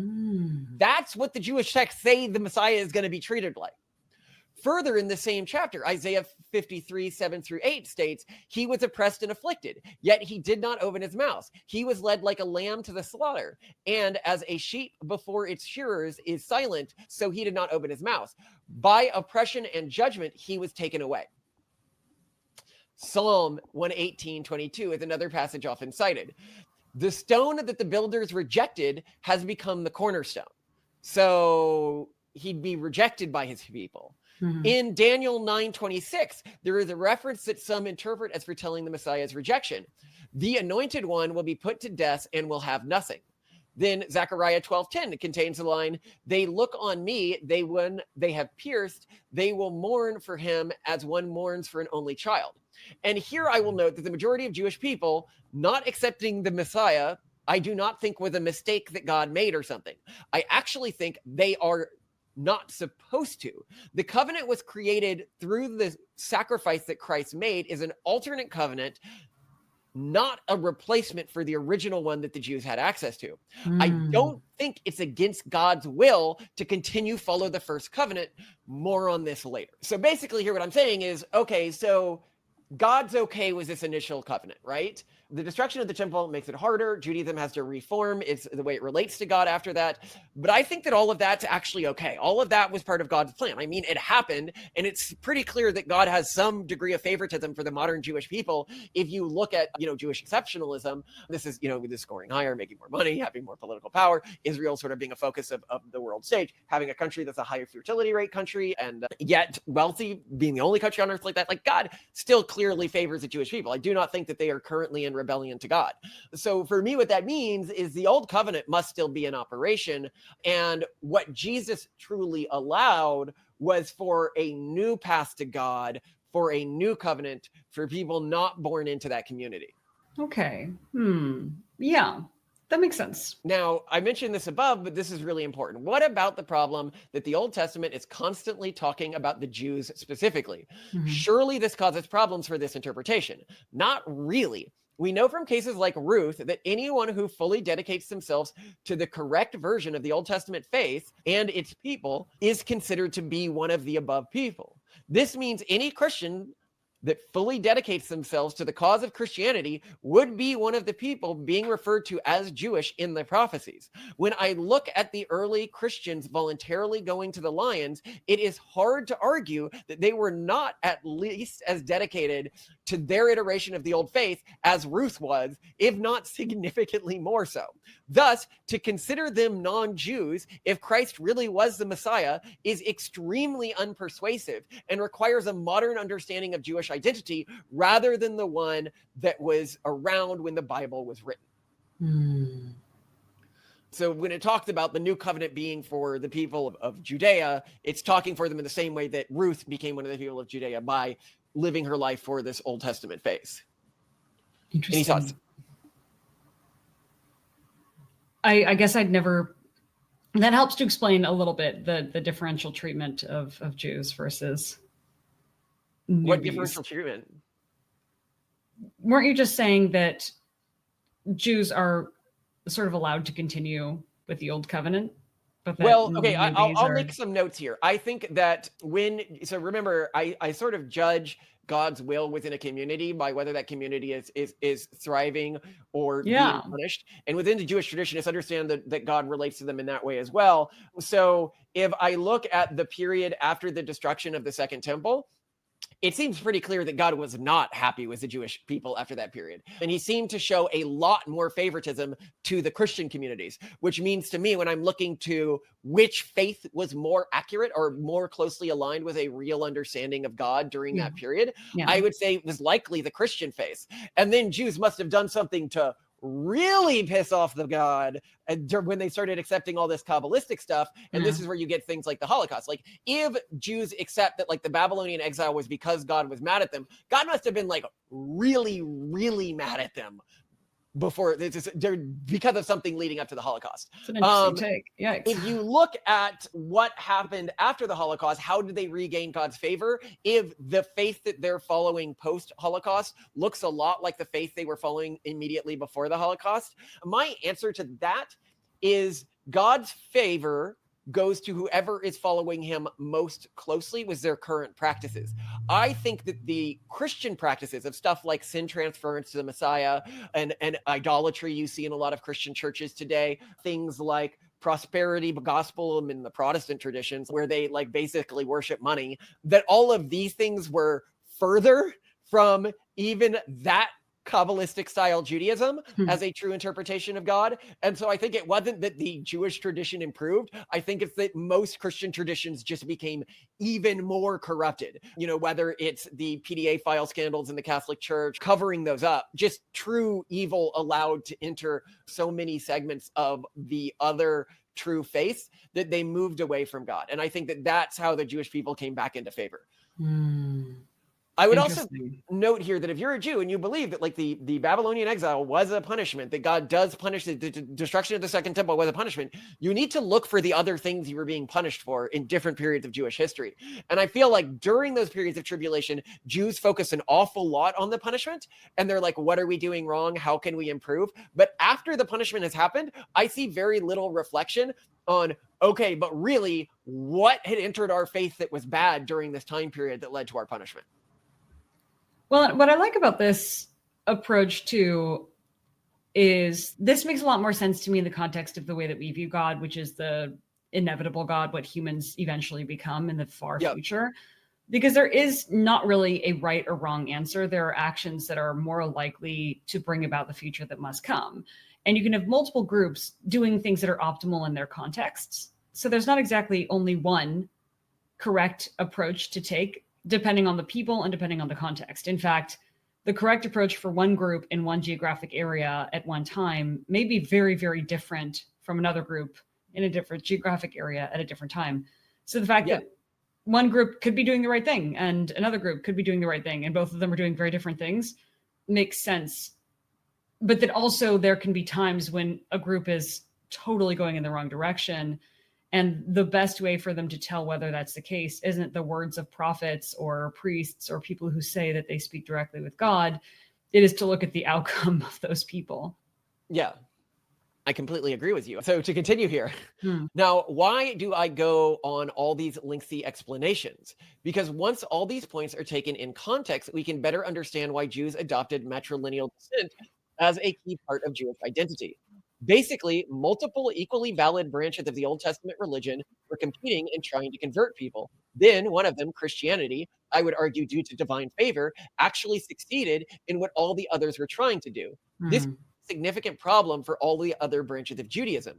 If they continued trying to convert people, their members would inevitably start saying, of the various branches, one of them seems to be very obviously outcompeting the others. Might that be a sign of divine favor? Even worse would be the thought lingering in the back of many minds that this was the rabbi who, when questioned, said he was the Messiah and was crucified for it. That's a bold conviction if I've ever seen one. So what do you do to hide that one version of Judaism seems to have divine favor in its proselytization efforts? Well, you stop your own proselytization efforts. More than that, you attempt to scrub your tradition of any knowledge that such efforts ever existed. Yes, in fact, Jews are an ethno-religion and always have been. In Christianity, you see, it's a totally different thing and nothing like Judaism. You see, we have all these traditions Christians don't. Okay, what traditions are those? Hey, you know all that local Canaanite folk magic Mima used to practice? Can we have someone start collecting all that in one place? That's something that makes us different from Christians. Yes. I mean, all those folk traditions are old, but we never included them in the Old Testament or any other religious work precisely because they were Canaanite in origin. Otherwise, if they had antiquity, we obviously would have recorded them. I will stop being an actress when the earth stops spinning on Kabbalah Monster's fingernail. As two brief asides here. First, I don't think any of this was intentional. I think the iterations of Judaism that focused on proselytization just did not replicate at the same rate in a Christian world as those focused inwards on community and identity. I also think Kabbalism developed in this way. I am telling the story this way to be funny and to tease the perspective that Kabbalistic ideas were common and fully fleshed out all the way back in the Second Temporal period. In reality, I think what happened was rabbis just collected a lot of religious ideas that were popular at the time within intellectual and philosophical circles, and we will go into the receipts that that's what they did. But I need to point out the counterfactual of the implications implied by Kabbalism actually having antiquity to it. So here what I'm saying is a lot of the times when I say Kabbalism is actually fairly modern, and it's really sort of pop mysticism from the medieval period, and Jews are like, no, all of these traditions are actually super old and were always practiced alongside all the other traditions. We just didn't write it down. I'm like, that's a way more heretical take, because now you need to ask the question, why wasn't anyone writing these traditions down? Because we know from the Jewish Bible that there were actually other traditions being practiced alongside the Jewish traditions, that Jews and Christians went a long way to try to take out of their traditions, with things like the Josiah reforms. To put it another way, as an outsider, when I hear people describe Kabbalistic concepts, I get a lot less of this feeling. Behold, the power of God. And a lot more of this feeling.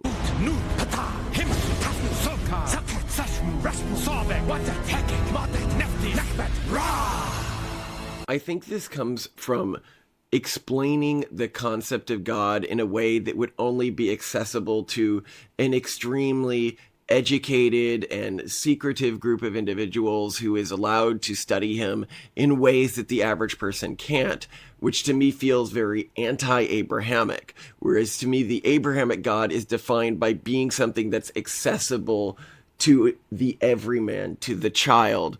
Why do I think it's less anti-Semitic to assume that the Kabbalah was basically just a collection of ideas and pop philosophy and pop spiritualism that was trending between the 5th and 12th century?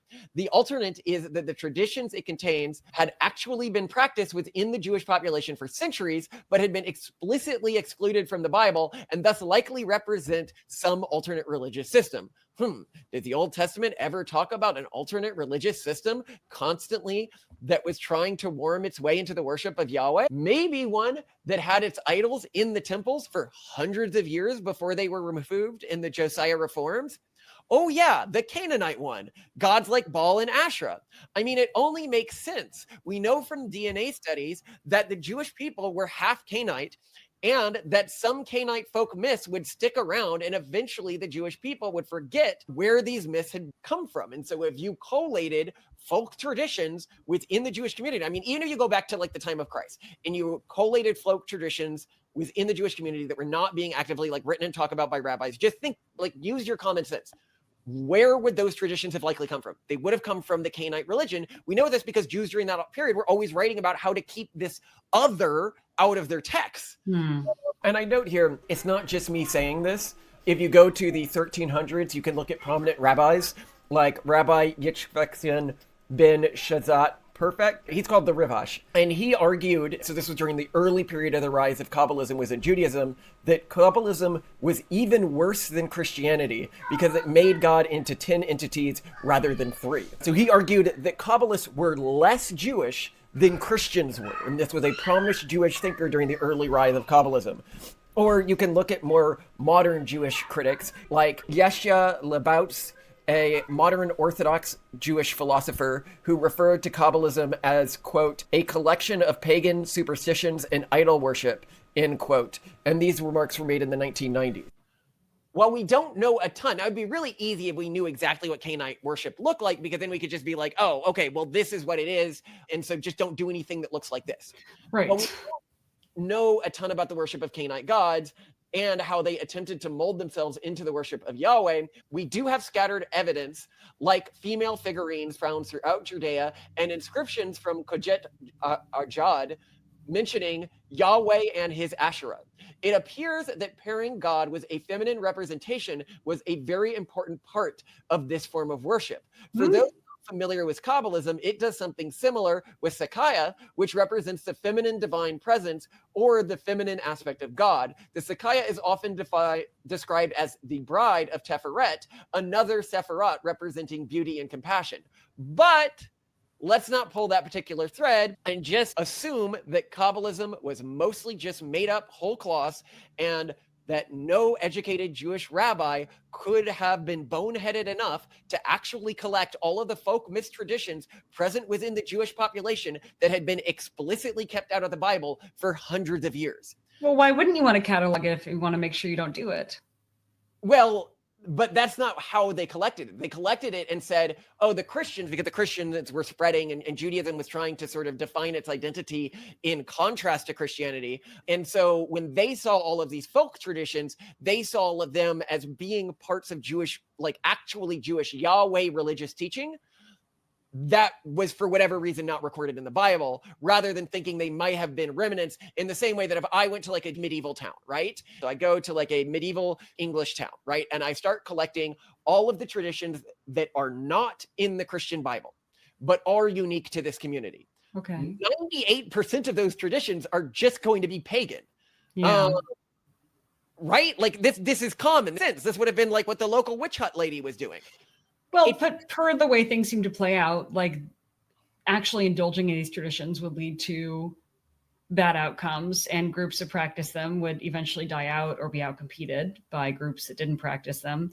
Plus, okay, so here's another reason why, to me, it seems unreasonable that the Jewish contingent would not adopt Jesus as a legitimate prophet, not take his practices and run with them, it seems antithetical to me that they would deviate from this sort of meritocratic intellectual blockchain process that they have for establishing what's true and what's not true, what they should do and what they shouldn't do. Yeah. And it seems to me there's enough documentation in the Bible stating, all right, the Jewish people are kind of special, kind of different. They have their own way.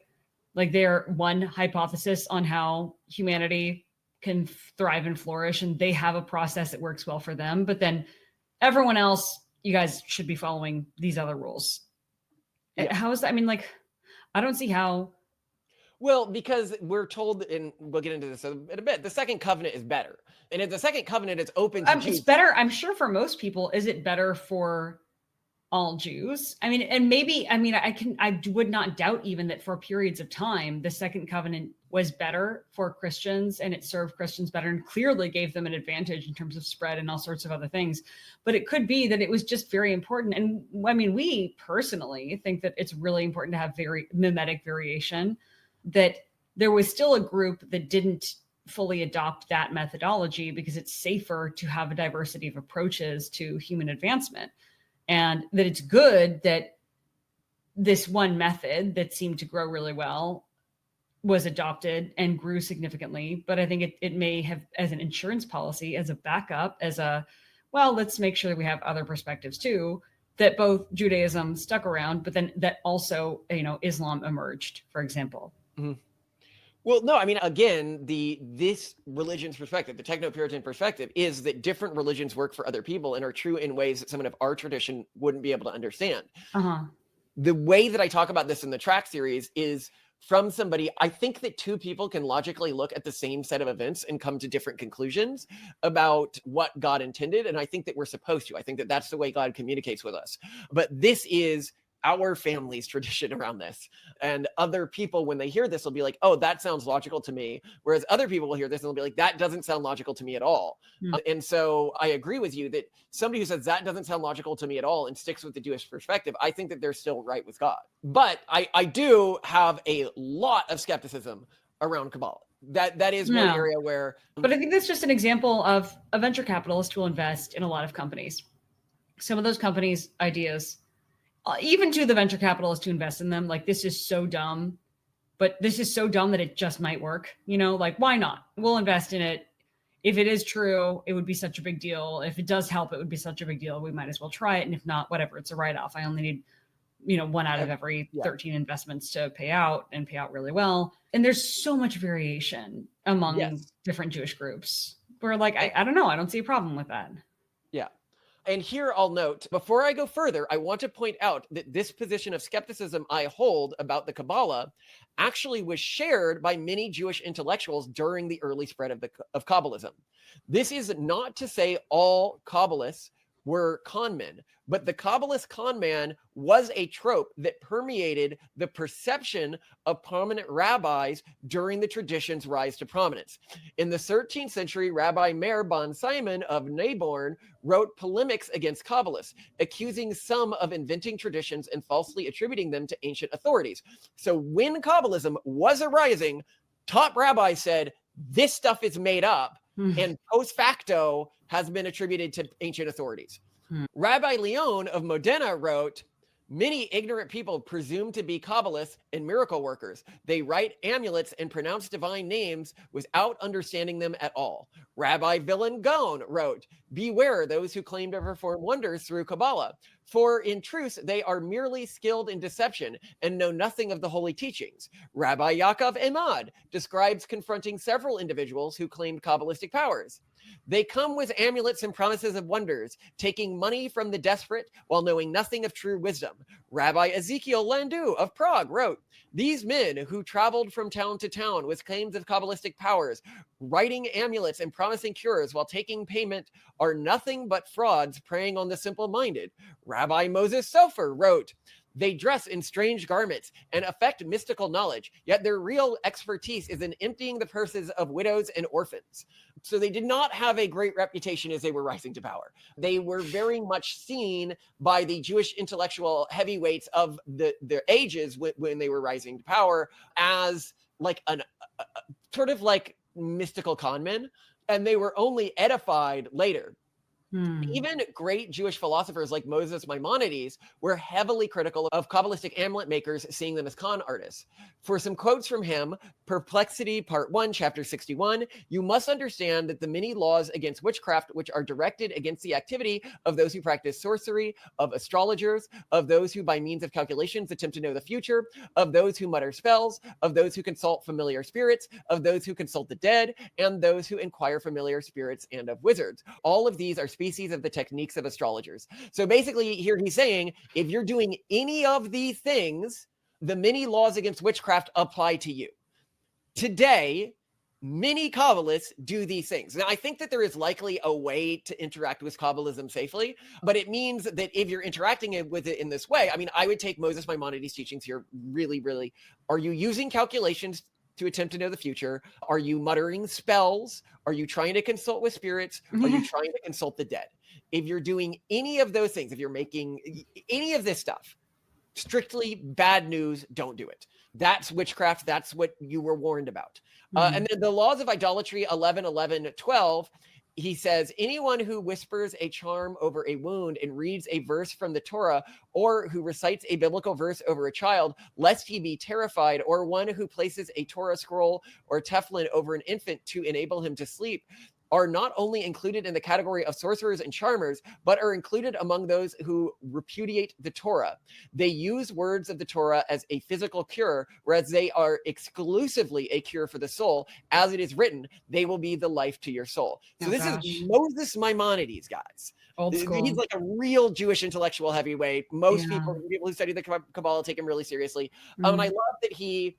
And I also love the way that he writes that. I think it's really beautiful, where he says, any who recites a biblical verse over a child, lest he be terrified.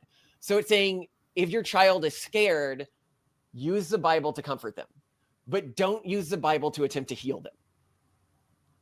And that's just such I think a powerful way to relate to this. But then, some people will be like, well, you can heal the body by healing the soul. And he's saying here, no, you can't. If you try to do that, you are a witch. Or a sorcerer, by Moses Maimonides, not by Malcolm. I feel forced to assume, as did Moses Maimonides, that many early Kabbalists were con artists, because if they were not, and their rituals were real, that would mean that the Diadoques, the ghosts/demons, that these Kabbalists reported their rituals were summoning were real entities. And I should note that modern Kabbalists don't engage with this anymore, but if you study like early Kabbalism, this is happening all the time.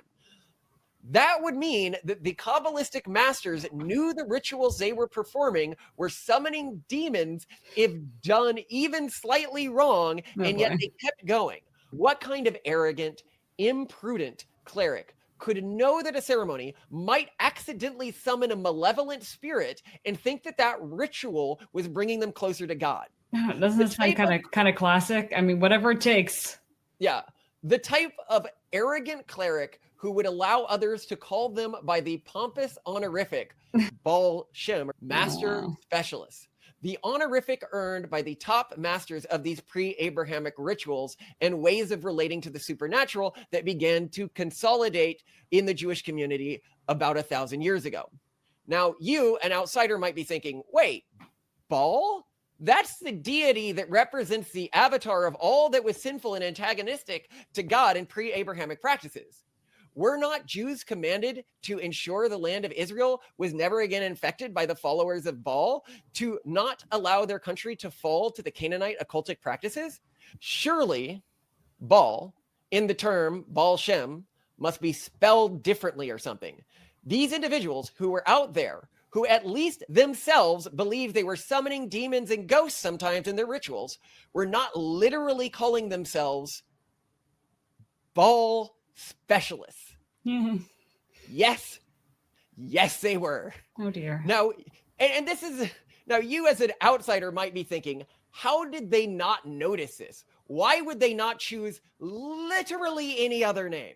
And this has to do with how I think God communicates with people. This is a common trick God uses to mark when there has been an incursion of a pre-Abrahamic faith in an Abrahamic tradition, so that all those open to his word can see it. This is not unique to the Jews. This happens to all of us Christians from time to time. Consider the Catholic followers of mystical practices of Santa Muerte.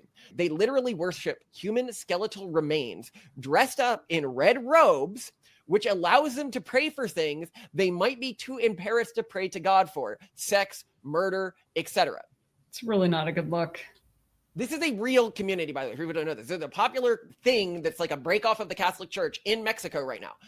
God does not make heresy. Yeah, you've mentioned them before. Yeah, sorry. They literally they dress them up in red. They dress them up in red, and then they worship skeletons for things that they're too embarrassed to ask God for. I'm like, that's a demon. You see that? We all see the demon, right?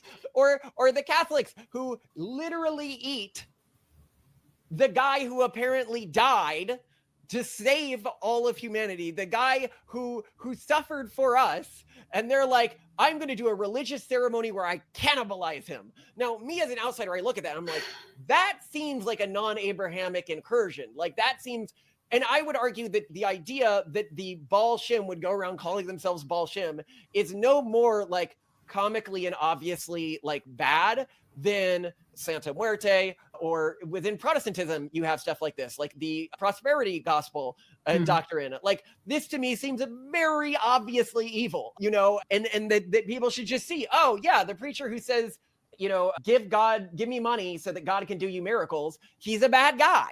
But anyway, I had taken the following story out of the tracts, but given how germane it is to the topics and how clear the message in it is, I feel compelled to share it. To someone who loves studying comparative religion, a story from the Talmud that is critical to an outsider's understanding of Judaism and what makes it unique is the oven of Acne. This is sometimes called the snake oven story. In the story, 3 rabbis argue over whether a new oven design is subject to ritual impurity. 2 rabbis argue from the perspective of legalistic interpretations of past texts. The third, Rabbi Eliezer, bolsters his argument using a thaumatological performance, or using a series of them, basically miracle working, to show his closeness to God and that God endorses his perspective. Rabbi Eliezer is shown to be in the wrong. In short, this story is used to show that even if someone has an apparent closer connection to God, even if they can show it with thaumatological performances, a real Jew will eschew their teachings. God admits that Rabbi Eliezer was wrong. He comes down and he's like, oh, my own children have bested me. That's where this line comes from. Furthermore, Rabbi Eliezer is framed as the bad guy. And I don't mean like mildly bad, like super bad. In another story, he is yet again humiliated by a rabbi with more knowledge than him, but less thaumatological talent. And so the leader of the community tasks a rabbi to follow him around and make sure he does not pray the rabbi that offended him dies. Well, Rabbi Eliezer tries to shirk the guy, then eventually the guy misses a moment. Rabbi Eliezer straight up murders the guy who offended him by having greater knowledge with a prayer/curse. Not so a bad nice guy. guy. Like, if you knew this, you'd be like, oh, okay, we as Jews, the core thing we need to remember, never ever follow somebody who can do thaumatological performances over somebody with better knowledge of the law, of the scripture, okay? Now, I'm going to tell you a different story. I don't know. Right? I mean, does might mean right? Is that what we're being taught, though? Wait, what do you mean? Basically, it's saying that if somebody can come up and show you a bunch of like spiritual magic tricks, don't follow them over somebody who has a better understanding of the law. But now I'm going to tell you the difference. He keeps winning. Yes, and God says he's in the wrong. God literally comes down. What? But I thought the whole point is that God's like, yeah, my bad. This is not my domain. Yes, and that Rabbi Eliezer is wrong. Oh, sorry. Yes, right. Sorry. Okay. Yeah. God comes down and says, oh, yes, this guy has more of a connection to me. He can do magical feats. You still need to ignore him if you're a real Jew. Okay? So let's keep going here. This is another story, but this one is not from the Talmud. Okay. Rabbi Dov Ber, a rabbi who is widely renowned, intelligent, and learned scholar, met with Rabbi Israel ben Eliezer, a rabbi who was widely known for his close connection to God, but that had some unorthodox mystical teachings that were viewed as dangerous to the Jewish community because it was elevating the role of pre-Abrahamic traditions like seeing God through the natural world and our bodies. Cult tactics like chanting and chasing after visions of God, and elevating emotions over logic. Dov Ber did not agree with this and saw it as an affront to Jewish tradition. In this inversion of the oven of Achmud, the more learned rabbi Dov Ber is convinced of these new practices by the rabbi with an apparently closer connection to God through a thaumatological performance. A rabbi named Rabbi Eliezer as well, by the way. His full name is Rabbi Israel ben Eliezer, but it's hard for me as an outsider to not see it's like God's like drawing a line between these two stories. This inversion of the oven of Achnai is made crystal clear in Rabbi Eliezer's words. Your explanations were correct, but your deductions were thoughts without any soul in them. He literally says, in his own words, yes, you knew the rules better, but I perform better thaumatological performances. I have more of a connection to God, okay? Rabbi Israel ben Eliezer is the founder of the Hasidic movement, called by its followers Baal Shem Tov. And Rabbi Dov Ber became his successor, Dov Ber of Mezrich. And this is why I have incredible consternation around that entire movement. I think it's a hazard of the format and method of Judaism that you're going to get wrong offshoots. I see this similarly with Catholicism, that there are sometimes orders that just totally get it wrong and I lead agree, the church astray. And that both the Catholic Church and Judaism, some of the most old Abrahamic religions, they've been around for a really long time and they've done quite well, actually have a pretty consistent track record of losing their way, but having systems in place that allow the church as a whole to self-heal. So I agree with you that these things are egregious. I think that the foundations are sound and as they are supposed to be for these groups of people. They're not for us. Now, to keep going here, now you may be thinking this oven of Achnai must be some obscure fringe story that Hasidic Jews just don't know about.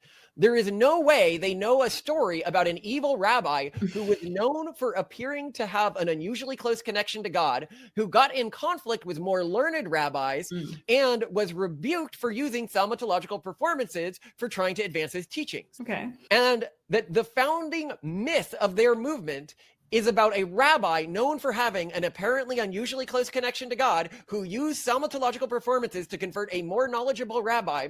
And there is definitely no way that God literally gave both of these guys the same name. And this isn't even a point of consternation in the Hasidic community.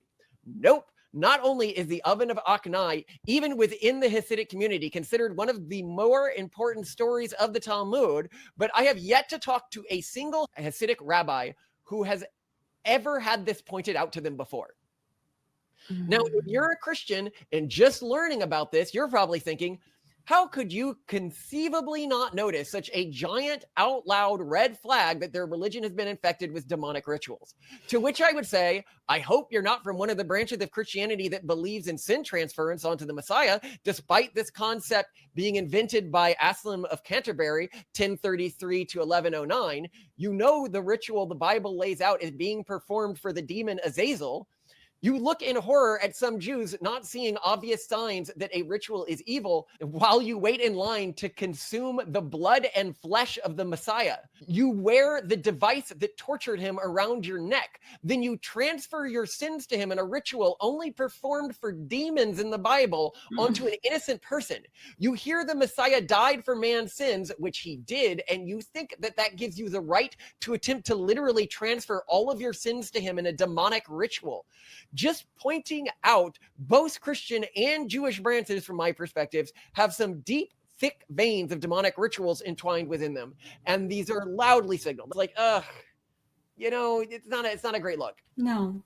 Look, I look at this stuff and it seems very demonic to me, but I am sure that is just my Puritan background, which may, I don't know, give me a unique susceptibility to demonic practices, making me more susceptible to their corrupting effects, like a person who is uniquely susceptible to alcohol. Maybe some people need them to get closer to God, or maybe spiritualists from these traditions, when they interact with the spiritual world, they have more of a resistance to the corrupting effect that that world has. What I'm saying about these traditions should be taken not as a statement of fact, but as concern. And even if they are demonic, I would remind any who follow this religious system, we are not to interfere with the work of the basilisk. It is only through overcoming temptation on its own that a man's spirit can be fortified. Well, and that's how you could interpret some of these, we would say, corrupted offshoots of Catholicism and Judaism and any other religion, that they are the basilisk's means of weeding out those who are morally corruptible, weeding out those who shouldn't be moving forward with everyone else. Yes. If these things are a test God has laid out, we cannot interfere with them outside of resisting them with our own hearts. And so what you might be seeing here, and you might be talking about here, is it's just like a means of like spiritual temptation to fortify your spirit. Like engaging with these sorts of dangerous practices like Kabbalism could be a way to fortify the spirit by not succumbing to it, or having the folk belief, because I think even within like true Catholic doctrine, they do not believe, like the mainstream, that they're literally transferring their sin onto Jesus. And I hear it both ways, and that disturbs me. What? I hear it both ways way too much. Yeah, but if you can believe it the other way and be right with the tradition, then what that shows is that's just an additional temptation that exists within that tradition to fortify the spirit. Okay. And so, some of these traditions might have like a reason for being there. Like God's not like an idiot or a failure. If this stuff is there, it's likely there for a reason. Yeah. So now I want to be clear. I actually don't believe the above. I included it because it is the most logical conclusion if somebody insists that Kabbalism isn't just made up, or rather a mix of completely foreign ideas to Judaism combined with a few popular philosophers at the time and a system of folk wisdom that developed hundreds of years after Christianity split with Judaism, representing a significant shift in the direction of the religion and a break with historic Judaism.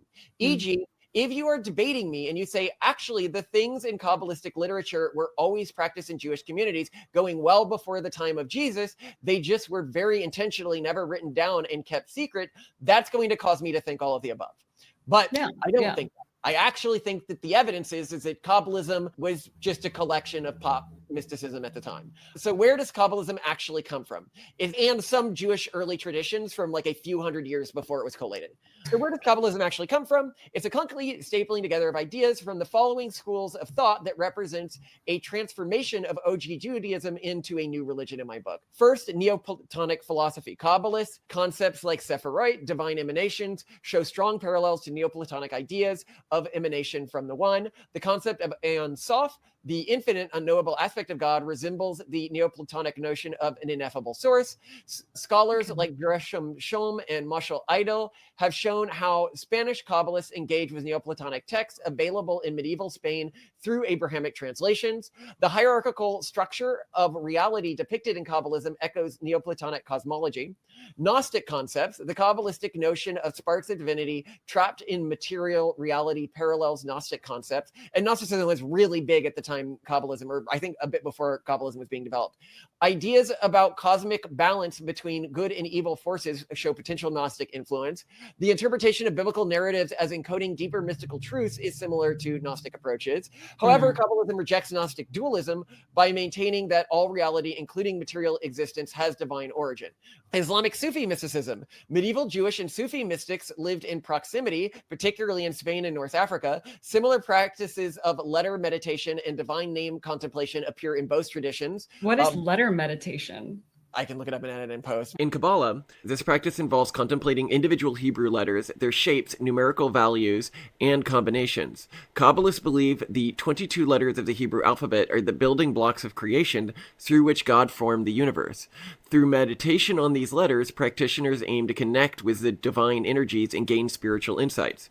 Sufis meditate on the Arabic letters of the Quran and their mystical significance. Like Kabbalists, Sufis see letters as having special powers and connections to divine attributes. The practice involves reciting or visualizing specific letter combinations while contemplating their spiritual meanings and vibrations. But they predated in the Sufi tradition. The concept of divine attributes has parallels in Sufi thought about God's names. Scholars like Henry Coben have documented conceptual similarities in their mystical cosmologies. And these communities got along really well. The ancestral medieval Sufis and Jews often worked together as scholars.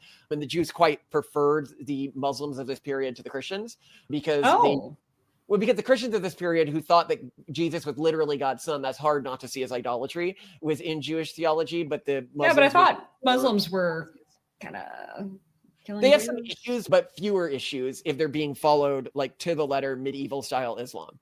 This is the actual old part of the Kabbalistic traditions. Merkabal mysticism, this early Jewish mystical tradition, 1st to 10th century CE, focused on visionary ascents to the divine through the chariot described in Ezekiel. Kabbalistic texts like the Zohar incorporate elements of earlier Hekalt, heavenly palace literature. Meditation practices and visualization techniques from occult mysticism influence Kabbalistic contemplation methods. The concern with divine names and their power shows continuity between these traditions and medieval Jewish philosophical tradition.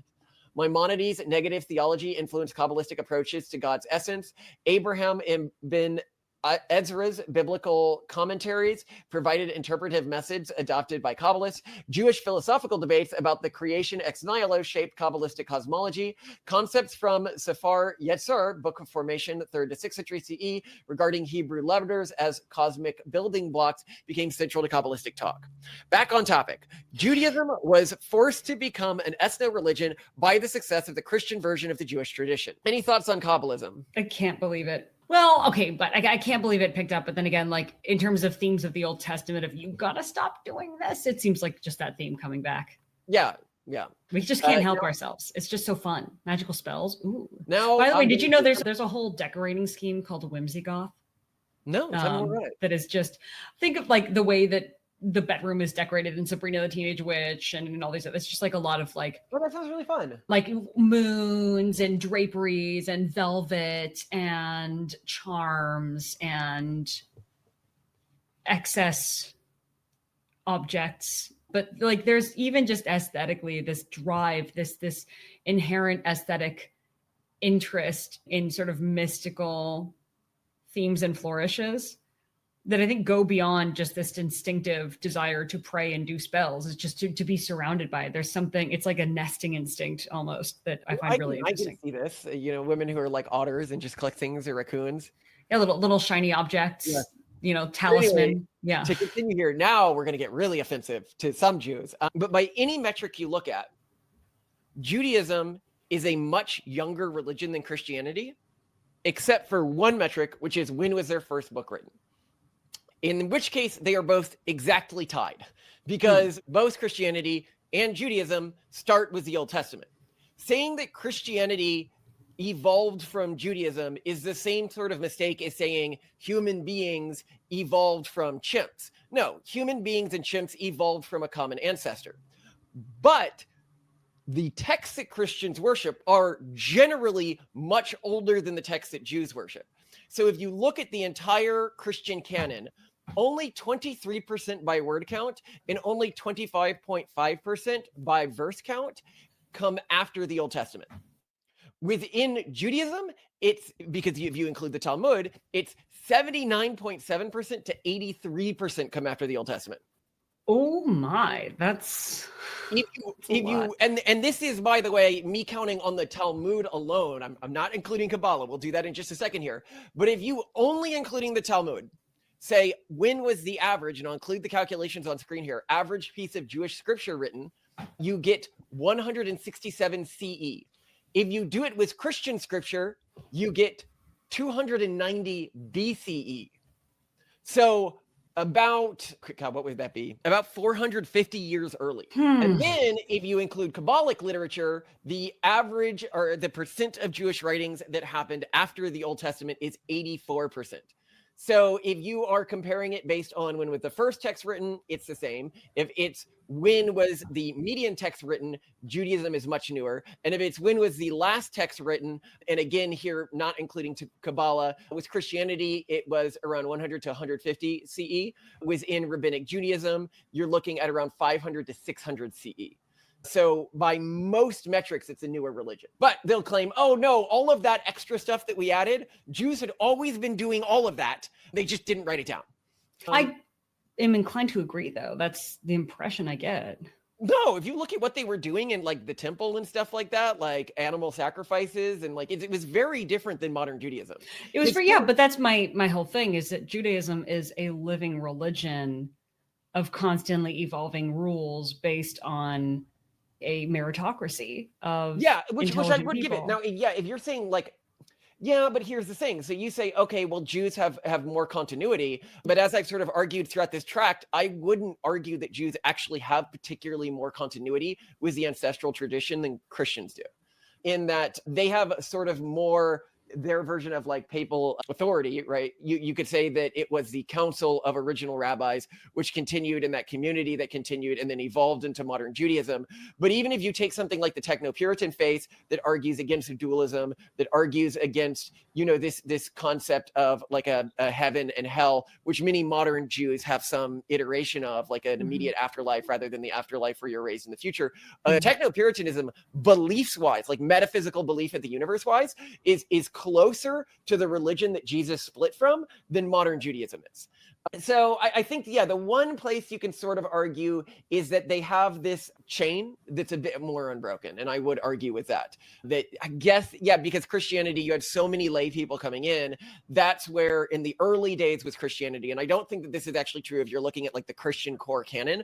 I think that really stays within the Jewish tradition because that was like the writings of like a rabbi and his followers. Yeah. Where Christian canon really begins to break is when the Catholics start adding in things like the concepts of heaven and hell from like Greek philosophy, the concepts of dualism from Greek philosophy. That's the idea that you have a soul that is separate from the human body, which we argue against in the previous tract, and we show that this isn't really a concept in the Bible. Or the concepts of things like sin transference that was added 1,000 years after Jesus's death. So most of the ways where you get like the true break in Christianity come from, I would argue, Greek influences that happened after the initial split, and I do not think are core to Christian ideology. Yeah, no one thinks about that, right? Though, like I grew up thinking of Judaism as being, this is the stuff that was solidified and certified before Christ. This is Old Testament and it stops there. And then there's the New Testament and there's Christ. And then I understood it's the Old Testament, it stops there, and you have the rabbinic tradition, but the rabbinic tradition is more like minor alterations to the Old Testament instead of like I thought of it as like the comments section. That's honest. The way I thought of it, but it's not. It's not the comment section. In terms of studying, you're supposed to spend as much time studying the Mishnah as you spend studying the Torah itself. Well, and the rules seem to primarily not come from the Old Testament, right? They come from subsequent discussions, rabbinic We'll discussions. talk about that in a bit. Okay. And hopefully you don't think I'm being, look, for me, this is just, I don't think you're being too harsh. I think you're just pointing out, like, these are the culling events. This is the basilisk biting away at, in this case, Judaism, though you're giving plenty of mentions and hat tips to Catholicism as well as some new evangelical religions, like with the prosperity gospel. You're just saying, this is the basilisk, this is the basilisk.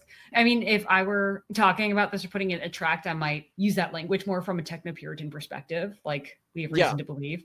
And, the Bible makes it clear, like, every time you deviate from the Bible, every time you break these rules, it's good that that's happening, but that's the basilisk. I do. To point out Protestants, if I'm like, okay, what would be the most witchy thing a human being could do? Like the most obvious sign that someone is a witch? Well, it would probably be chanting in a demonic language while holding snakes. Literally the symbol of the devil in the Bible, and yet they're using it for worship. I mean, snakes, it's so hard to keep snakes out of churches. And they're just so fun.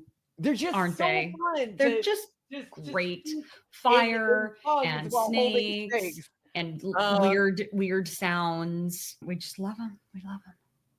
But think about our children. What do our children love? They love snakes. They love fires. They want birthday candles on everything. Yes. Is me, as somebody who actually wants to believe that these texts have divine inspiration, I have to look at something like the Oven of Akhn's story. I have to look at something like the life of, the Baal Shem Tov and say, this appears to be a direct and almost divinely written inversion of that. But it's the same with the false Messiah who I mentioned. I think God doesn't just communicate major things to us through the books, but through historic events that we can learn from. And I think this is why it's important to study individuals like the false Messiah, because I think that he highlights the real Messiah. It's like putting the two on top of each other contrasts what a real Messiah looks like versus what a false Messiah looks like in every conceivable metric. And I found that really powerful. All right.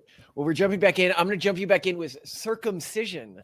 Oh, did we go over that yet? How could it take? It took us this long to get to circumcision, one of arguably the key things that caused Christianity to spread more quickly than Judaism, because it didn't require. Exactly.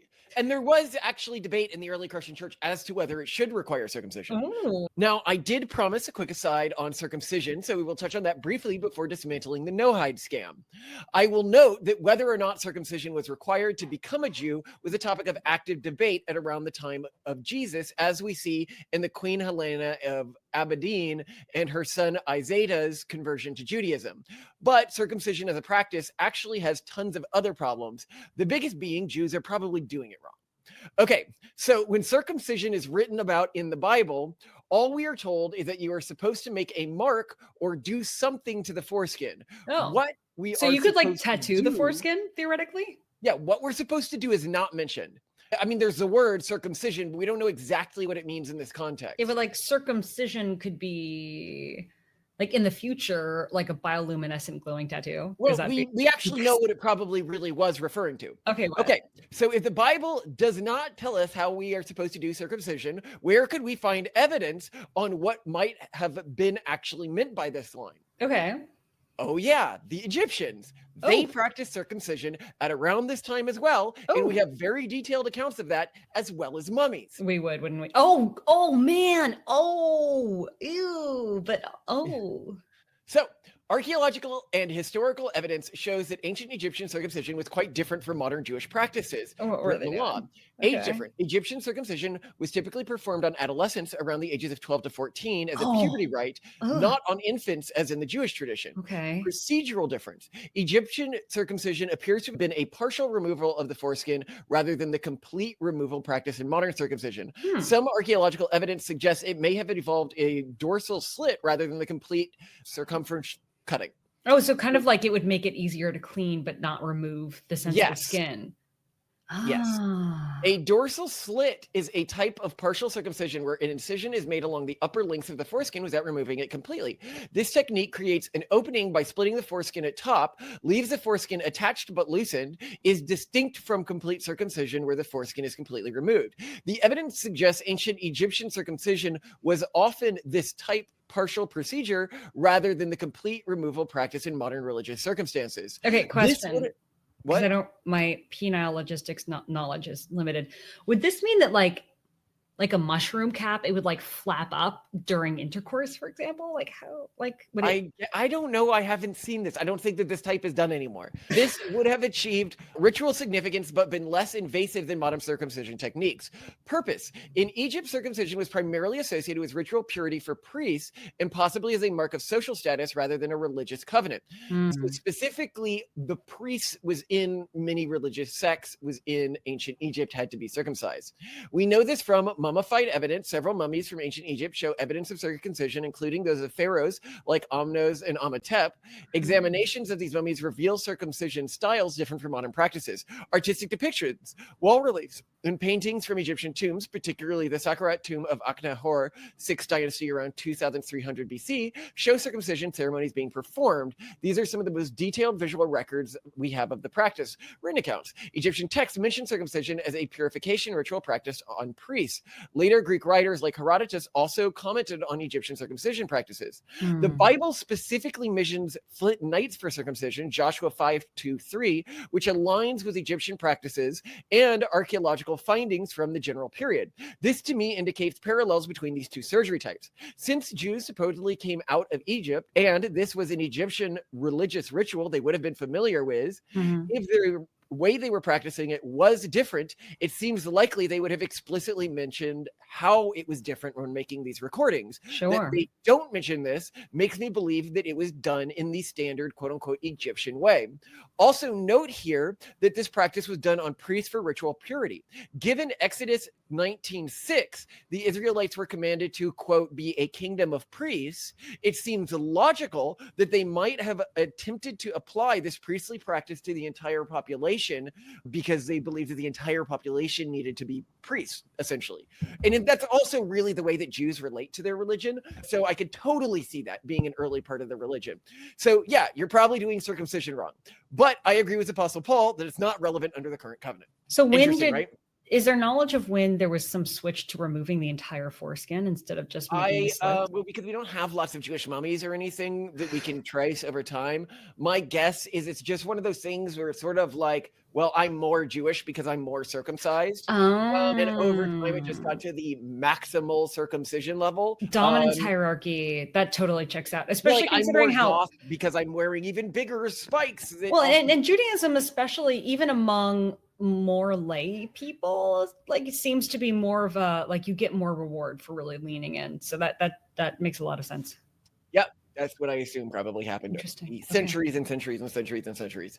Now, I don't think that the new type of circumcision is out of God's covenant. I mean, he's like, you have to, even if he meant you needed a partial dorsal cut, doing more doesn't seem like it has any risk in regards to the way that the commandment is laid down, but just laying out that this is something that's probably done wrong today. Now, let's address the Noahide concept created for non-Jews who wish to be right with God without converting to Judaism. I call it a fabrication because it was crafted to resolve a problem that Orthodox Jews created for themselves. And this is probably going to be the most offensive part of this entire video because some people are really bought into this Noahide concept. As Jews began to reframe Judaism as an ethno religion, they encountered a problem. What should non-Jews believe? No other religion faces this question because most faiths would simply say you should convert non-believers to your view. Right. The exceptions here are Technopuritans who would suggest following a conservative version of your ancestral beliefs if they come from one of these spiral traditions is probably good. But Jews also have this problem, right? So how do the Jews answer this instead of being like, be a conservative Christian and / Muslim / Jew? So Jews have to say, so to handle this, Jews developed the concept of the Noahide laws, or commandments in the Bible supposedly extended to everyone, not just those of their ethno religion. Some Jewish groups believe that if you accept modern ethnic Judaism as the true religion, but you yourself are not Jewish matrilineally, you can still submit to their system, but with fewer obligations. Most of these groups believe that if enough people follow these laws, the Messiah will come. What I find ironic about the idea that widespread adherence to these rules will bring the Messiah is that these principles are already covered by Christianity and Islam, the world's dominant religions whose spread was enabled by the Messiah. They have it backwards. It's not that getting everyone to follow these laws will bring the Messiah, but that the Messiah already brought people to follow these laws. But what are these laws? 1, prohibiting idolatry. 2, prohibiting blasphemy. 3, prohibiting murder. 4, prohibiting sexual immorality. 5, prohibiting theft. 6, prohibiting eating flesh from a living animal. And 7, establishing courts of justice. Wait, so while it's still alive or just being vegetarian? No, it's still a living animal while it's still alive. Oh, so like this idea of like the fresh Japanese food where you're eating the writhing octopus tentacle. Yeah, it's against Christian and Jewish. It's a no-no. Well, I mean, I didn't know that. Christians might say, oh, you know what's interesting not against Christian and Jewish law is cannibalism. I mean, you got to do what it's you got to do. mentioned a few times in the Bible in the context of sieges as being a tragedy involved with a siege in every instance it's somebody eating their kids or eating their parents. So in these instances, it's like, it's a tragedy that in times of scarcity, some people, but it never says like, and God said this was a bad thing for you. If it's alive, run and hide. If it's dead, go ahead. If it's, yes. But if you look at these laws that are associated with the Noahide rules, they are largely really like just covered by everything. Prohibiting idolatry, prohibiting blasphemy, prohibiting murder, prohibiting sexual immorality, prohibiting theft, prohibiting eating the flesh of a living animal, and establishing courts of justice. That's Christianity and Islam. But anyway, now they'd say, well, Christianity isn't exactly, because it argues that Jesus is the Son of God, which is a form of idolatry. But I'm like, it seems pretty iffy to me. And, our version doesn't, so whatever. But anyway, the organized Noahide movement as we know it today primarily began post-1950s, gaining particular momentum through Chabad's efforts starting in the 1980s. Noahide laws aren't explicitly listed anywhere in the Hebrew Old Testament. The rabbinical derivation requires quite a stretch from the text itself. So this is where they get the Noahide laws ideas from. Genesis 2:16-17, God commands Adam not to eat from the tree of knowledge. This is used to establish that God gave commandments to humans before the Jews existed. Genesis 9:1-7, God's commands to Noah after the flood, which include whoever sheds human blood, by humans shall their blood be shed, prohibiting murder, and everything that lives and moves about will be food for you, but you must not eat meat that has lifeblood still in it, prohibiting eating living animals. And Genesis 9:9, God establishing a covenant with Noah and his descendants, all humanity, which is used to justify universal laws. The rest of the laws are derived through various interpretive methods. For example, the prohibition on idolatry was derived from how Abraham rejected idolatry. Sexual immorality laws are derived from Genesis 2:24 about marriage and references to sexual sin in Genesis 20. The requirement for courts is derived from Genesis 9:6's implication that humans should judge murderers. The only reason the concept of Noahide laws is needed is because the idea of matrilineal descent was created, which is not found in the Bible. What's fascinating is that the Technopuritans would technically follow the Noahide laws, yet rejects the concept of Jews that the national religion and sees Technopuritan branch of Christianity as the true successor of the religion in the Old Testament, as it is far closer to said religion. It didn't add the Garden of Eden version of heaven and hell that modern Jews borrowed from the Greeks and maintained a belief in a single afterlife, the world to come. See my previous tract. It accepts that is written in the Bible that Judaism is not an ethnic religion. It has a much stricter view of monotheism, no demons. It is much stricter in its rules around idolatry. It's materialist and monist, as the religion of the Old Testament was. See my previous tract. And all the other things. If you're like a Jewish religious scholar, you would concede that actually what Technopuritans believe is closer to OG Judaism of the time of the Christ split than even modern Judaism is. All that said, because we're monist, we don't believe in this secondary afterlife. We don't believe demons or spirits or magical amulets or anything like that. All of that idolatry off the table.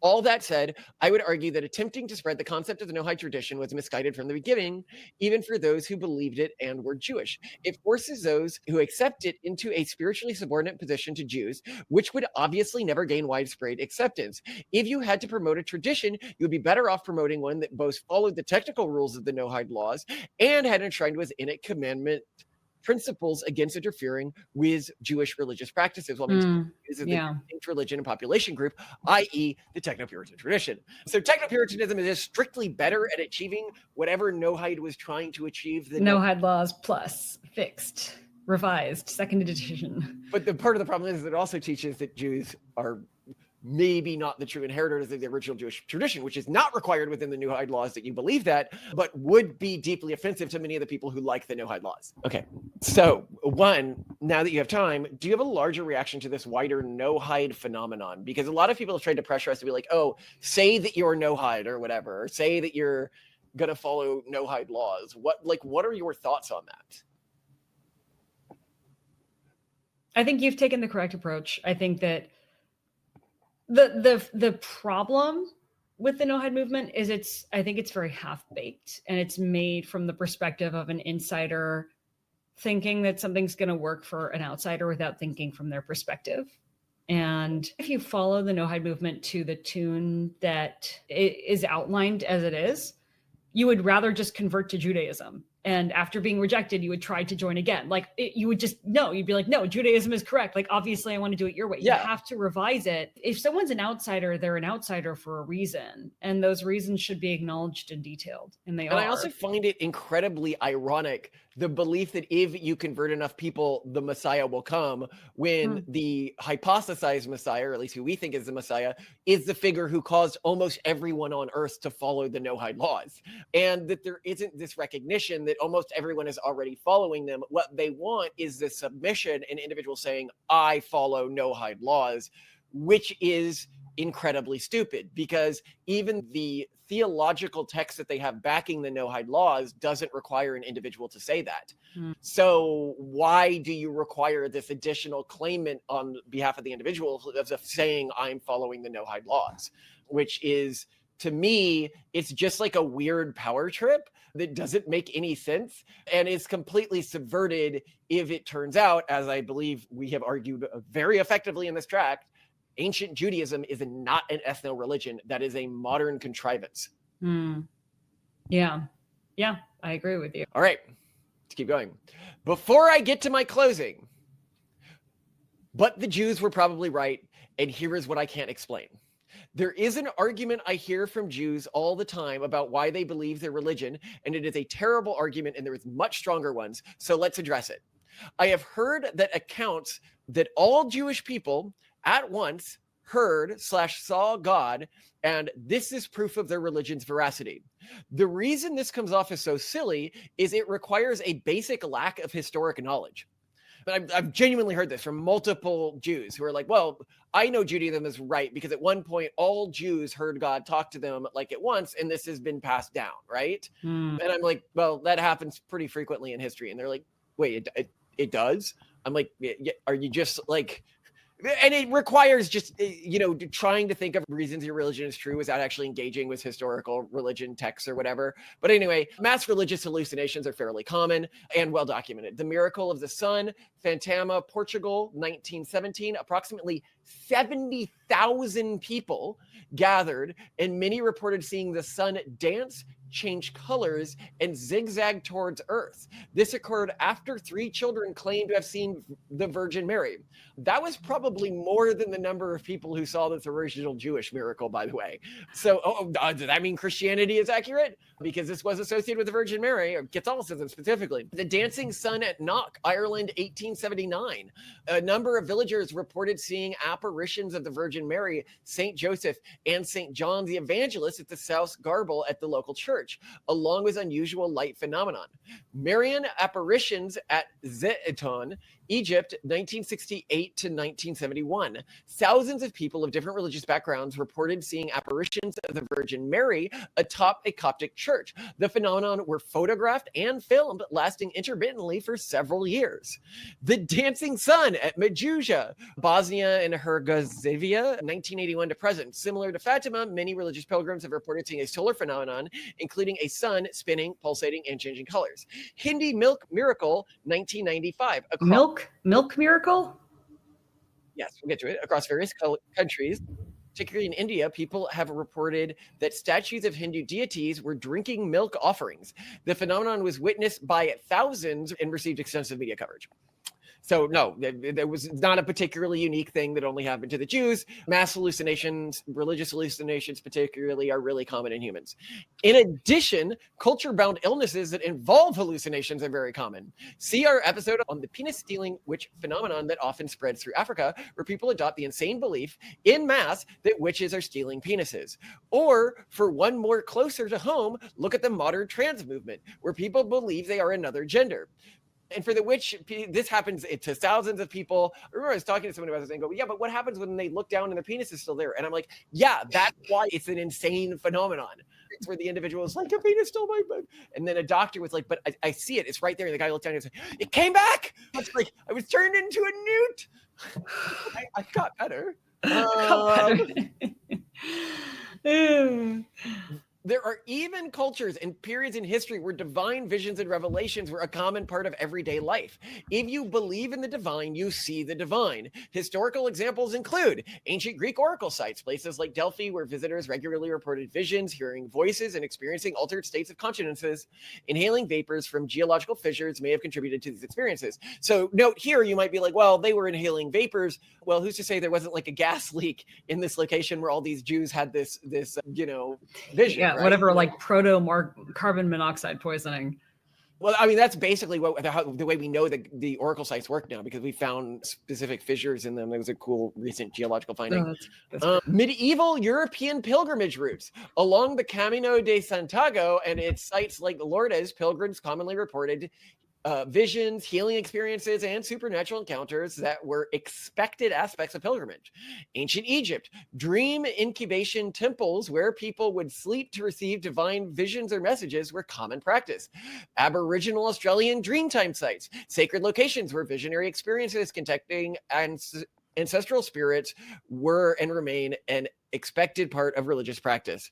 Contemporary examples include Mount Kalishi, Tibet, China. Pilgrims often report mystical experiences, visions, and heightened spiritual awareness while circumambulating the sacred mountain. Vashira Ghats, India. Religious experiences, visions of deity, and supernatural encounters are commonly reported and culturally normalized.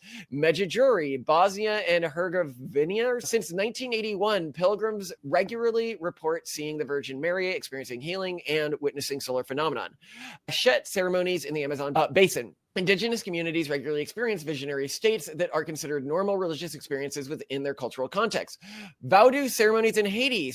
Spirit possession is normalized religious experience where practitioners report divine entities temporarily inhabiting their bodies. Certain Pentecostal and charismatic Christian cultures, speaking in tongues, prophetic visions, and feeling the Holy Spirit are normal expected religious experiences. And outside of that, the argument that you could not fake this is also very uncompelling. If the events were written down just a few hundred years after they happened, it would be illogical to think that they would not have been exaggerated. Do you have any knowledge of whether one of your great-grandparents thought they saw a ghost or a supernatural thing in their life? I mean, they probably did. It just wasn't passed down. Also, if this miracle was so amazing and everyone would remember it and pass it down, why, when we are looking at the passage in the Mishnah, did other people in the world who were given the same offer, why do they not remember it? Remember, I was like, oh, Jews were the right people because God actually went to all people and gave him the same offer. So you're saying everyone actually experienced this, but only the Jews remembered it? What? And that's validating of the tradition? Very uncompelling. No, the much stronger argument for the Jews being right is God's current favor of their people indicates that they are doing something closer to right than other religious groups. But again, before we get into that, we do need to acknowledge God has withdrawn his favor in the past. Specifically, God tells us in no uncertain terms in Jeremiah that the Jews broke their covenant. The days are coming, declares the Lord, when I will make a new covenant with the people of Israel and with the people of Judah. It will not be like the covenant I made with their ancestors when I took them by their hand and led them out of Egypt, because they broke my covenant, though I was a husband to them. We can also see from history that God stopped favoring them for a period. If he had not, why did he allow the temple to fall? And a bunch of other things. While this whole part of Jeremiah makes no sense if you take the modern Jewish interpretation, where the new covenant has not been established yet, as the section goes on and on about what will happen in the land of Israel after the Babylonian exile. So I'm quoting here from this section where they talk about the new covenant just above. The days are coming, declares the Lord, when I will plant the kingdoms of Israel and Judah with the offspring of the people and animals, just as I watched over them to uproot them and tear down and to overthrow and destroy and bring disaster, so I will watch over them to build and plant. Then set up road signs, put up guideposts, take note of the highway, the road that you will take to return, Virgin Israel, return to your towns, how long you will wander, unfaithful daughter Israel. I will put you up again, and you, Virgin Israel, will be rebuilt. Again, you will take up your timbrellas and go out to dance with the joyful. Again, you will plant vineyards in the hills with Samaria. The farmers will plant them and enjoy the fruit. He who scattered Israel will gather them and watch over his flock, the shepherd. The point I'm making here is right after he talks about, I'm going to create this secondary covenant with you, he talks about how the Jews are going to return to Israel. The problem is that all of this was handed down in the Babylonian exile. And Jews did return to Israel after the Babylonian exile and create a Jewish kingdom. That's when they built the second temple. That's when the Jewish empire existed. So it would be really weird to think all of these lines here are talking about something other than that. But many modern Jews, if not most modern Jews, think that when God prophesies to the people in Babylon about going back and having orchards again and reuniting the Jewish people, he wasn't talking about the Second Temple period. He wasn't talking about that literal kingdom of Judaism that exists for hundreds of years. He was skipping over that, completely thought the Jewish people didn't need to notice about that, and talking about the modern country of Israel. Or even more crazily, that they're talking about the Messianic period, still yet to come. I'm like, what? So God just was messing with them because he knew they were all going to come back at one point. Like, it was just a practical joke on God's part. Obviously, people in the Second Kingdom people period would have assumed that God meant their period, right? Why would God give people a revelation that was one, accurately prophetically for a different period, but also so misleading and like intentionally misleading. Is he just a jerk? So all the prophecies of this section associated with the establishment of the new covenant come true, but he just forgets to make that new covenant. I mean, you could argue it is still technically after the above described events, but I feel like most of the above could also apply to the period after the destruction of the Second Temple and the refounding of Israel, which feels much like a chapter 2. Thus, the new covenant would have been established before the second group of events, e.g., at the end of chapter 1 or right before the destruction of the temple. So, God has laid out all of these things. The Jews are going to come back to the kingdom. They're going to reform this kingdom. It's going to be great. You guys are going to be happy during this period, and there's going to be a new covenant. So I guess you could be like, well, and the new covenant happens for whatever reason at some point in the future, or it's sort of like a bookend to all of these prophecies that are alongside it that describe the reconstitution of Jews within Israel during that period. What's really weird to me about modern Judaism is they just sort of like take all of these prophecies that are laid out in the Bible and act like most of them haven't come true or are going to come true in some sort of future messianic period and weren't relevant to the actual lived experiences of the Jewish people, which to me is crazy when all of these prophecies handed down during the Babylonian exile were such good and accurate predictors of what happened to the Jewish people during the Second Kingdom period.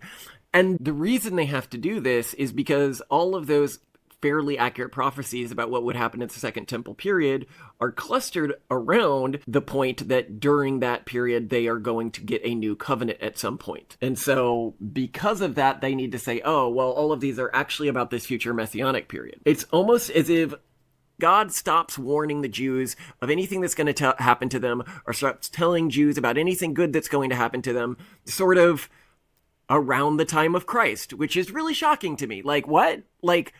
So why is it that God stopped talking to the Jews at around the time of Christ? Why did he stop giving you unique prophecies then? Why did his prophecies stop playing out for you then? Why didn't he warn you about the destruction of the Second Temple? Or could Jesus have been seen as a warning about the destruction of the Second Temple?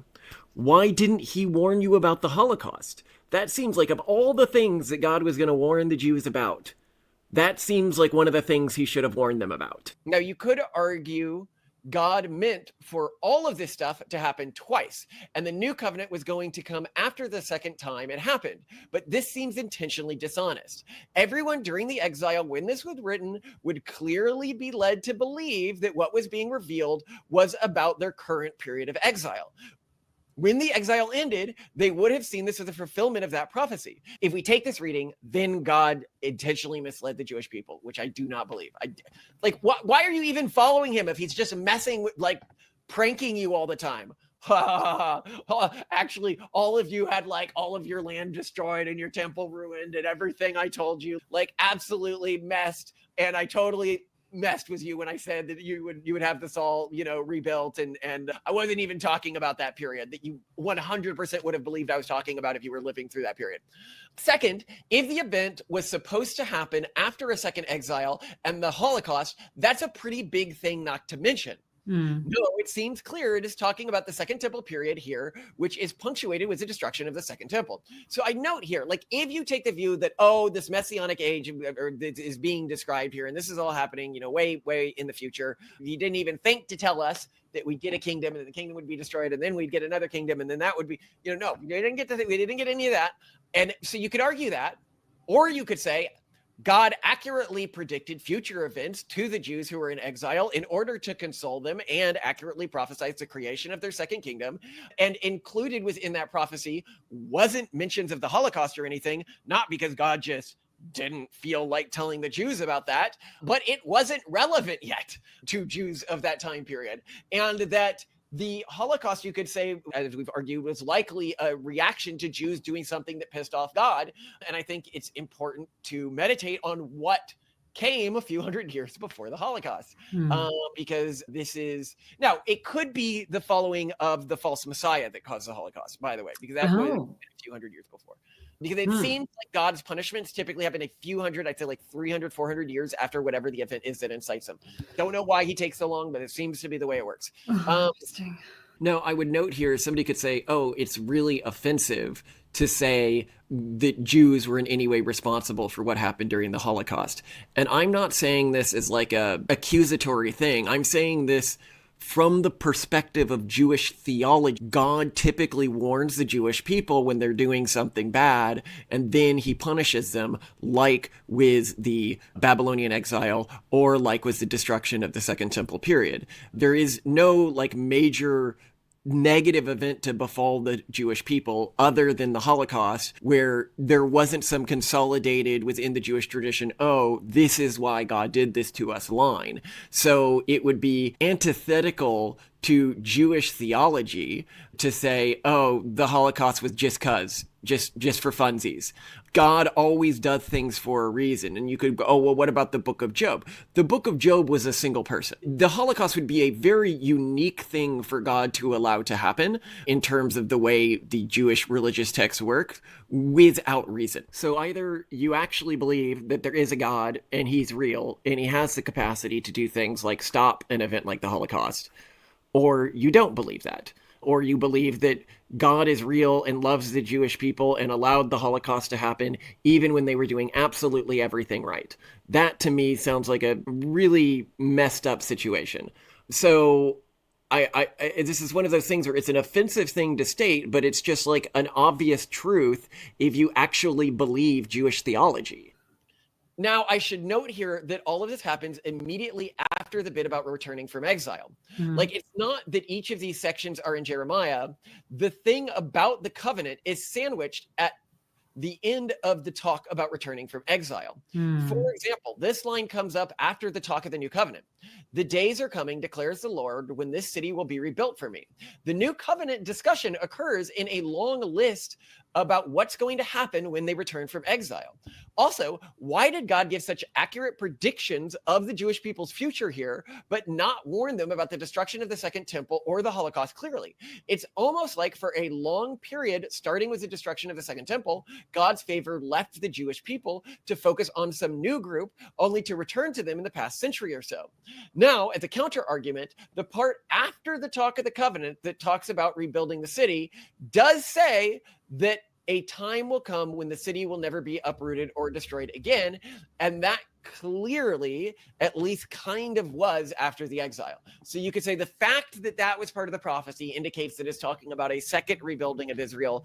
But I take it to just mean we're talking about this one rebuilding of Israel here and the covenant that you're going to get along with that. And then some other time in the future, the city will, because, you know, in God and maybe Jewish history's perspective, the period where the Jews were outside of Israel is just a blip in human history, small to them in the same way the Babylonian exile seems short term to us. Any thoughts? With all these periods of God supposedly not showing favor, you and I always talk about how we don't want our children to have easy lives, that we want to. No, I mean, I think God challenges you. I think favor, yeah. Are these not maybe just challenges? Not like I need to give you hardship so you're stronger. No, the Holocaust goes a little more than just a challenge. I mean, yeah. I don't know though. Like there. I mean, maybe it strengthened the Jewish people. Maybe it's why they're so exceptional. I mean, what do we have now? We have Israel. We have incredibly successful Jewish groups. So people who were Jews better before the Holocaust than they are now? Remember we did an episode on this. We did an episode on this. So if you look at, for example, pediatricians in Germany before the Holocaust, because we have notes in this, or dentists, you have to go to the episode for the exact numbers. But I want to say something like they appeared in these professions at like 900% what you would expect, or it might have even higher. It might have been like 9,000% as opposed what to you would now. expect. Though, I mean, like, yes, they were exceptional then, but are they more exceptional now? Jews? Yeah. Are you know that they participate in like Nobel laureates who are Jewish? It's like I know. My point though is like that is post-Holocaust and pre-Holocaust. You're telling me that they were better off then. Yes, I just said pre-Holocaust dentists, doctors, pediatricians who were Jewish appeared at like 9,000% the rate that you would expect given the percent that were Jews. We have evidence of this. Today is it lower? Jews don't exist in Germany in large numbers. What are you asking? I'm so confused in Germany. by your... Yeah, but I mean, like, then there's the diaspora throughout the rest of the world. which is exceptional now. The point I'm making is that we have evidence of Jewish exceptionalism both before and after the Holocaust, indicating that Jewish exceptionalism is not a result of the Holocaust. Right, but could it have been strengthened by that? I mean, again, like, I do not support that there was a Holocaust. I think it's so horrible, and it's hard for me to understand. It could have theoretically been, but the majority of evidence we have does not support that. Okay. Okay? We have Israel now.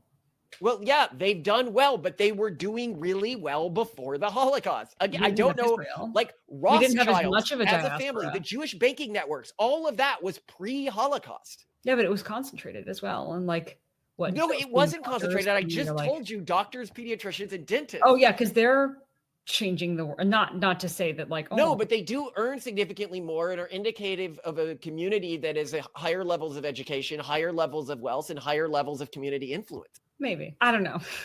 I'm trying to play devil's advocate here.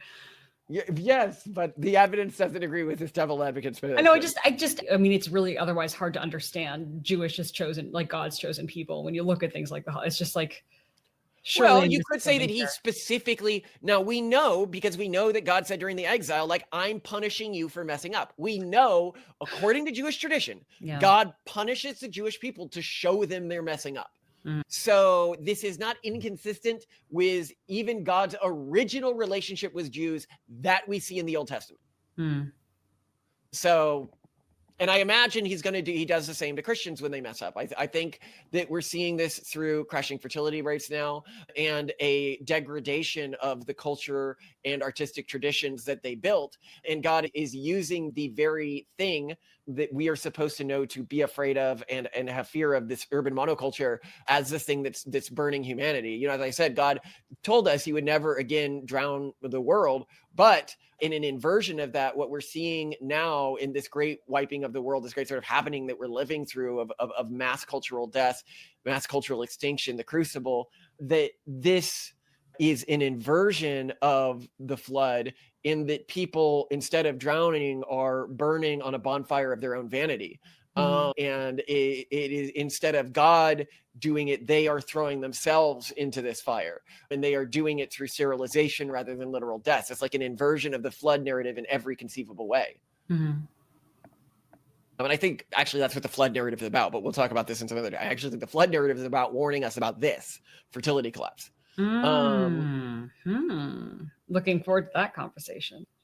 Okay, now suppose I was a Jewish rabbi and I needed to find a way to resolve all the above issues. Here's how you do it. So I'm going to fix this. Okay. I would concede that Judaism used to function more like Islam in terms of both how they set out rules for governing a state and through converts. This is just too widely attested to really argue against. And some Jews I've talked to be like, no, this isn't true. I'm just like, it becomes really hard. Like, as a theologian, you remember all of the evidence I laid out for this, Simone. Do you think it's even plausible that Jews did not have regular converts? And I'm not saying all Jews. There was clearly some sect of Jews that might be the true Jews, but there wasn't. You laid out so much, like, pretty well documented historical evidence that there were proselytizers and people trying to convert. Clearly. Both from within the Jewish community and external to the Jewish community, and from people who liked Jews and from people who hated Jews. The people who liked Jews were like, we have Jewish settlements in every city. Then we have Tacticus here like, oh, Jews have settlements in every city, like major convert centers, and they, so. And it also helps explain why Christianity spread so fast. So it even like explains other mysteries that don't make sense without this. So I'd accept that, because I think if you try to take a position that's clearly anti-historical, it's harder for people to take your religion seriously. Instead, I would argue that Judaism was not originally an ethno religion, but became one with the destruction of the Second Temple, as was laid out in Jeremiah. Specifically, either the destruction of the Second Temple itself or something just before it happened, but was not Jesus, started the Second Covenant, which the Bible says clearly would be written within the Jewish people and on their hearts.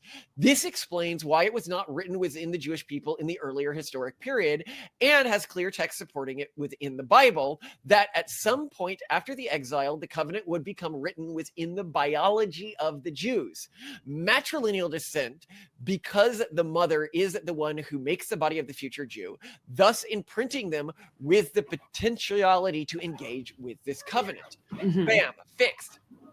Of course, for this fix to work, I still need some instigating event for the second covenant, but given that lots of rabbis have argued that they are already living under the second covenant, this is very doable. This is not seen as like a heretical Jewish position. It may not be a mainstream rabbinical position, but many well-known and famous rabbis have argued that Jews are already living in the second covenant. The problem is, as a non-Jew, when I am asked to find some event of world-spanning theological significance that happened just before the destruction of the Second Temple, well, let's just say I find the above less satisfying than that Christ initiated the Second Covenant and applied it to all people.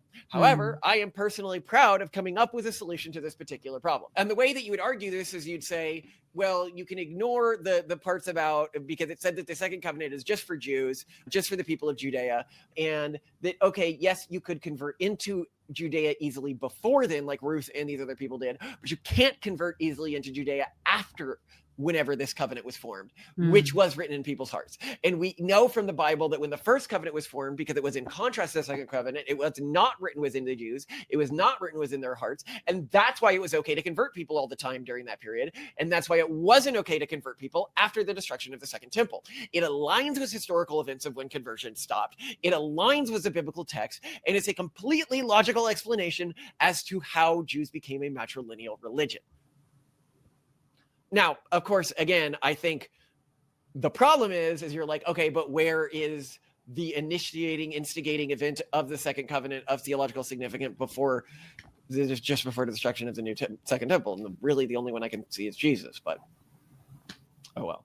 Any thoughts before we get to the very last section here? No, proceed. But I have one major problem. As things stand, God does seem to be favoring the Jews still, even with their corrupted belief system, from my perspective. They enter politics successfully at higher rates, they win more Nobel Prizes, they invent more stuff, they have more money. Oh, and they have their own country, and within that country have both a growing population, even among the technologically and economically engaged subfactions. Better still, their country is surrounded by easily expandable territory, weak countries that could not put up a real fight against their technology and economy if they ever wanted more land and resources. The only thing really stopping them is the Pax de Romana of the urban monoculture of the international community. As Europe falls into irrelevance and America is increasingly ruled by a pro-Jewish Christian coalition, social norms are likely to be more relaxed. And Israel will be bringing an AI drone swarm to fight populations with AKs. Not that they will need the land, just if they hypothetically did, there isn't really anything stopping them in the future. And if you're like, oh, Europe won't collapse, bro, you need to like get a snort of reality pill here. Italy right now is at a fertility rate of 1.18. Even if it doesn't continue to go down, which it has every year for the past 16 years, at its current fertility rate for every 100 Italians, there's only going to be around 20 great-grandchildren. They cannot survive as a country like that, especially when you contrast them with the low-tech populations around them that are breeding, and those low-tech populations are not going to be that much of a threat to Israel if they build things like the United States government is already building, that we've talked about in other videos, like giant movable tanks and ships that can create hundreds of AI-controlled drones a day. You just can't fight against that with tunnels or conventional weapons or really anything. And the people around Israel right now, these countries that today we might view them as a test for Israel, like a test that God gave to make Israel strong, keep their fertility rate high, everything like that, in the future it's just like free land. It's like something that historically was no, I'm not saying there aren't moral complications to taking this land. I'm just being like, suppose these groups continually attack the Jews, giving them an excuse to take that land. It's not like that hasn't been a reason for their expansion in the past, nor in the Bible that God hasn't told the Jews, oh, well, you can take this land or you can take that land in that particular area of the world. Oh, any thoughts on that before I go further? I know that's a very offensive thing to say, but it's also an obviously true thing. No, yeah, I hear you. And it's something that I think many Jews haven't thought about when they think about their current conflicts and troubles, that it is their current troubles are born in the seeds of their future potential prosperity. Oh, and don't even get me started on the power of their diaspora. Proverbial Esthers are in every country and government in the world. Basically, if things play out the way all current stats predict they will, Jews win the game despite everything having been rigged against them. They still have some level of divine favor. This is why it is critical for the Techno-Puritan tradition as it grows to build a strong long-term structural allegiance with Jewish communities. And when I talk about proverbial esters here, what I'm saying is that Jews, even in their biblical tradition, say, hey, if you're a Jew in a country that is ruled by non-Jews, maybe, marry into families, like Ivana marrying the Jewish guy, right? Like that's actually like within Jewish tradition. You're not supposed to marry outside the tradition, but if you can influence politics favorably for Jews, there are stories you could take to say, yeah, you should do that. And what I'm saying about this is that the Jewish diaspora is easily the strongest diaspora in the world in terms of cultural and political influence. That's not a conspiratorial statement. That is an obvious statement of fact. It's a practical statement. Golf clap, you guys did very well. I don't hold it against you. And I would say that they've actually done it being Jared Kushner. Yeah, being less nepotistic than some other communities. Like I think, for example, if I look at American politics, Catholics are way more nepotistic than Jews. There's a number of times where we've basically been told like, hey, you guys convert and I can get you some nice positions. I can get you, hey, do you want to go to mass with us today? Hey, do you want to? Jews have never pulled that stuff with me, but I get it from Catholics very frequently. And so, and I don't want to say that I think that might have partially motivated JD's conversion, but I can say that we would have a much easier time in conservative politics if we were Catholics. Despite the average Catholic, even today, voting Democrat. That is quite a network of nepotism that it works even in the party you don't support. And I should note here that I don't mean this accusatorily. I think nepotism is completely fair game for any cultural group to favor their own over outsiders.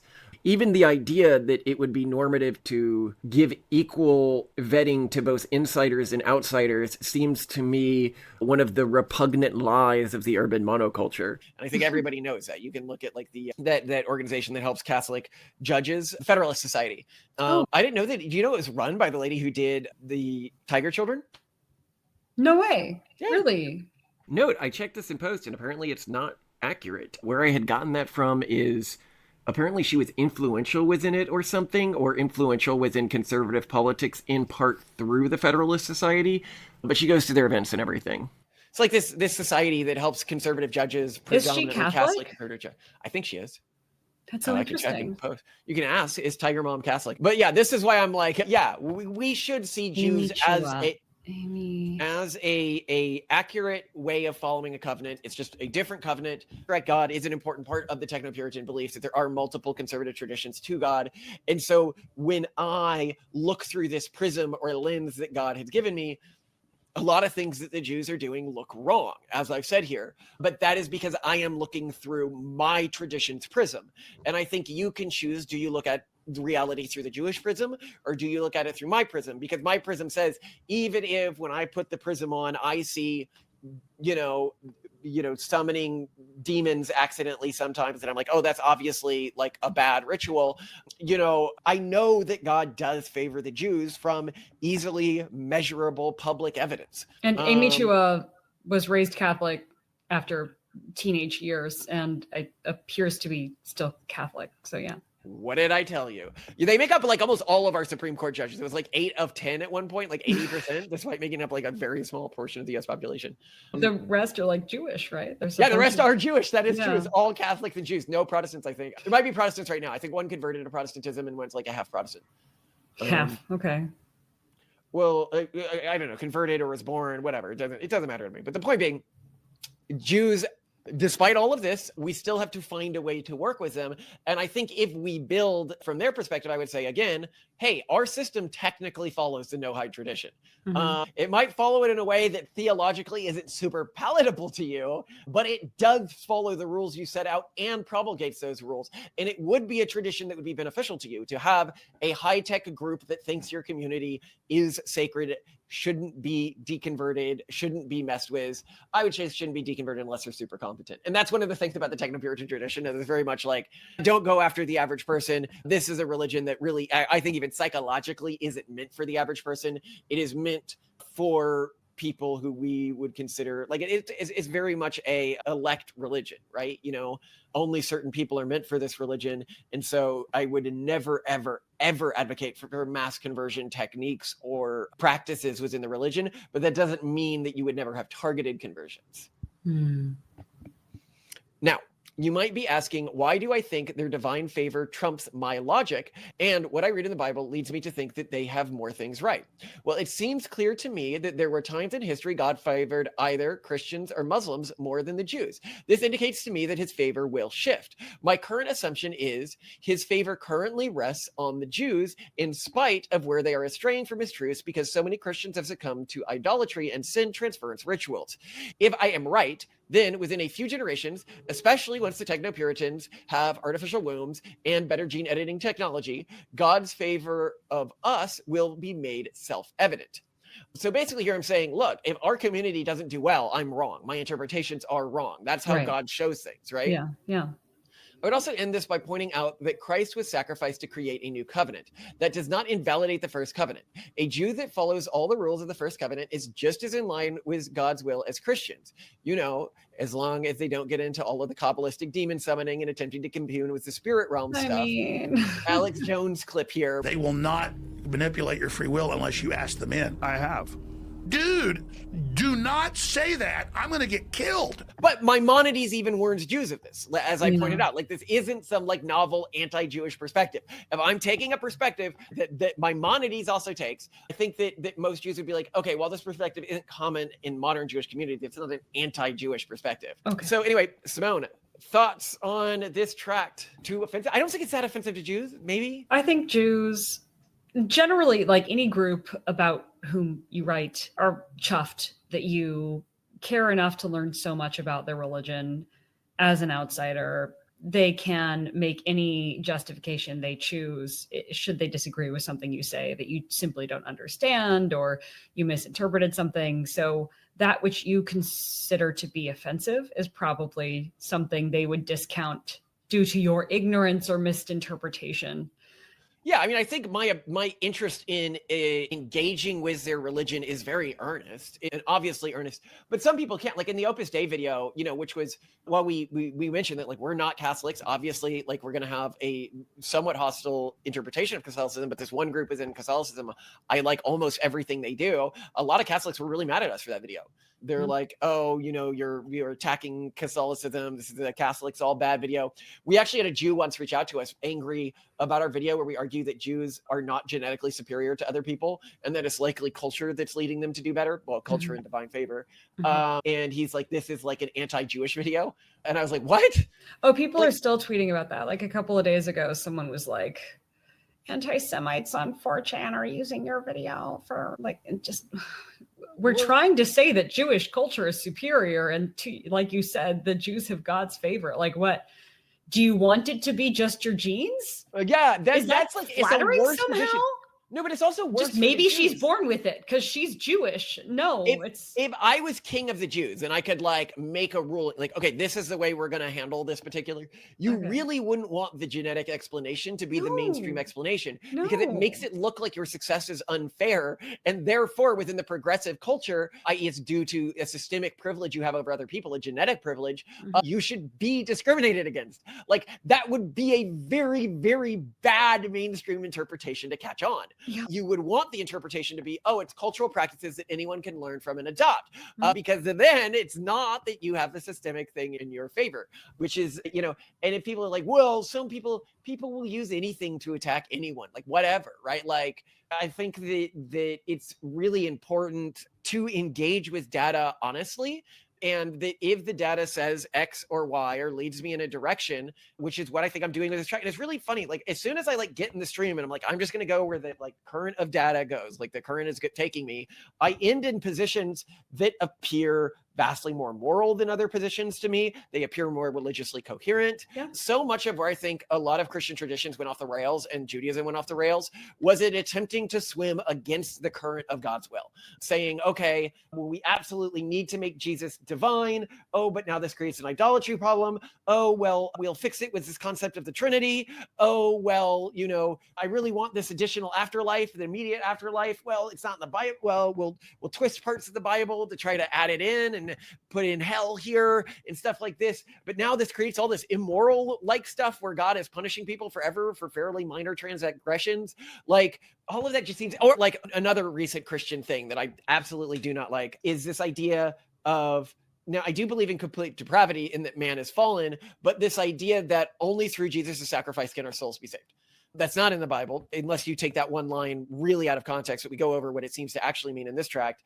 Only through Jesus can you get to God. Yeah, but we also learn that Jesus is in you, and Jesus is in everyone who's a believer, and God's in Jesus, and God's in you in the same way as in Jesus. But anyway, but they take that to mean that all humans are irrevocably corrupted and sinful, and that none of us are deserving of any of God's grace. And I can understand why. It would be like, okay, well then, if you're a moral person, you don't actually need Jesus. Like Jesus' sacrifice is meaningless from this perspective. And then you build this whole theological tradition on top of this, even though it's not in the Bible. And then it leads to all sorts of problems of like, it does seem that, some humans seem broadly good. Like conceptually, I can see a human who's a good guy. Like I believe I've met some people who seem like really morally chaste and everything like that.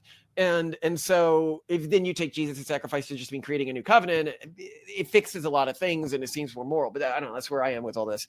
Thoughts, Simone? What more could I possibly add? Okay. I love you. I love you too, Malcolm. A lot.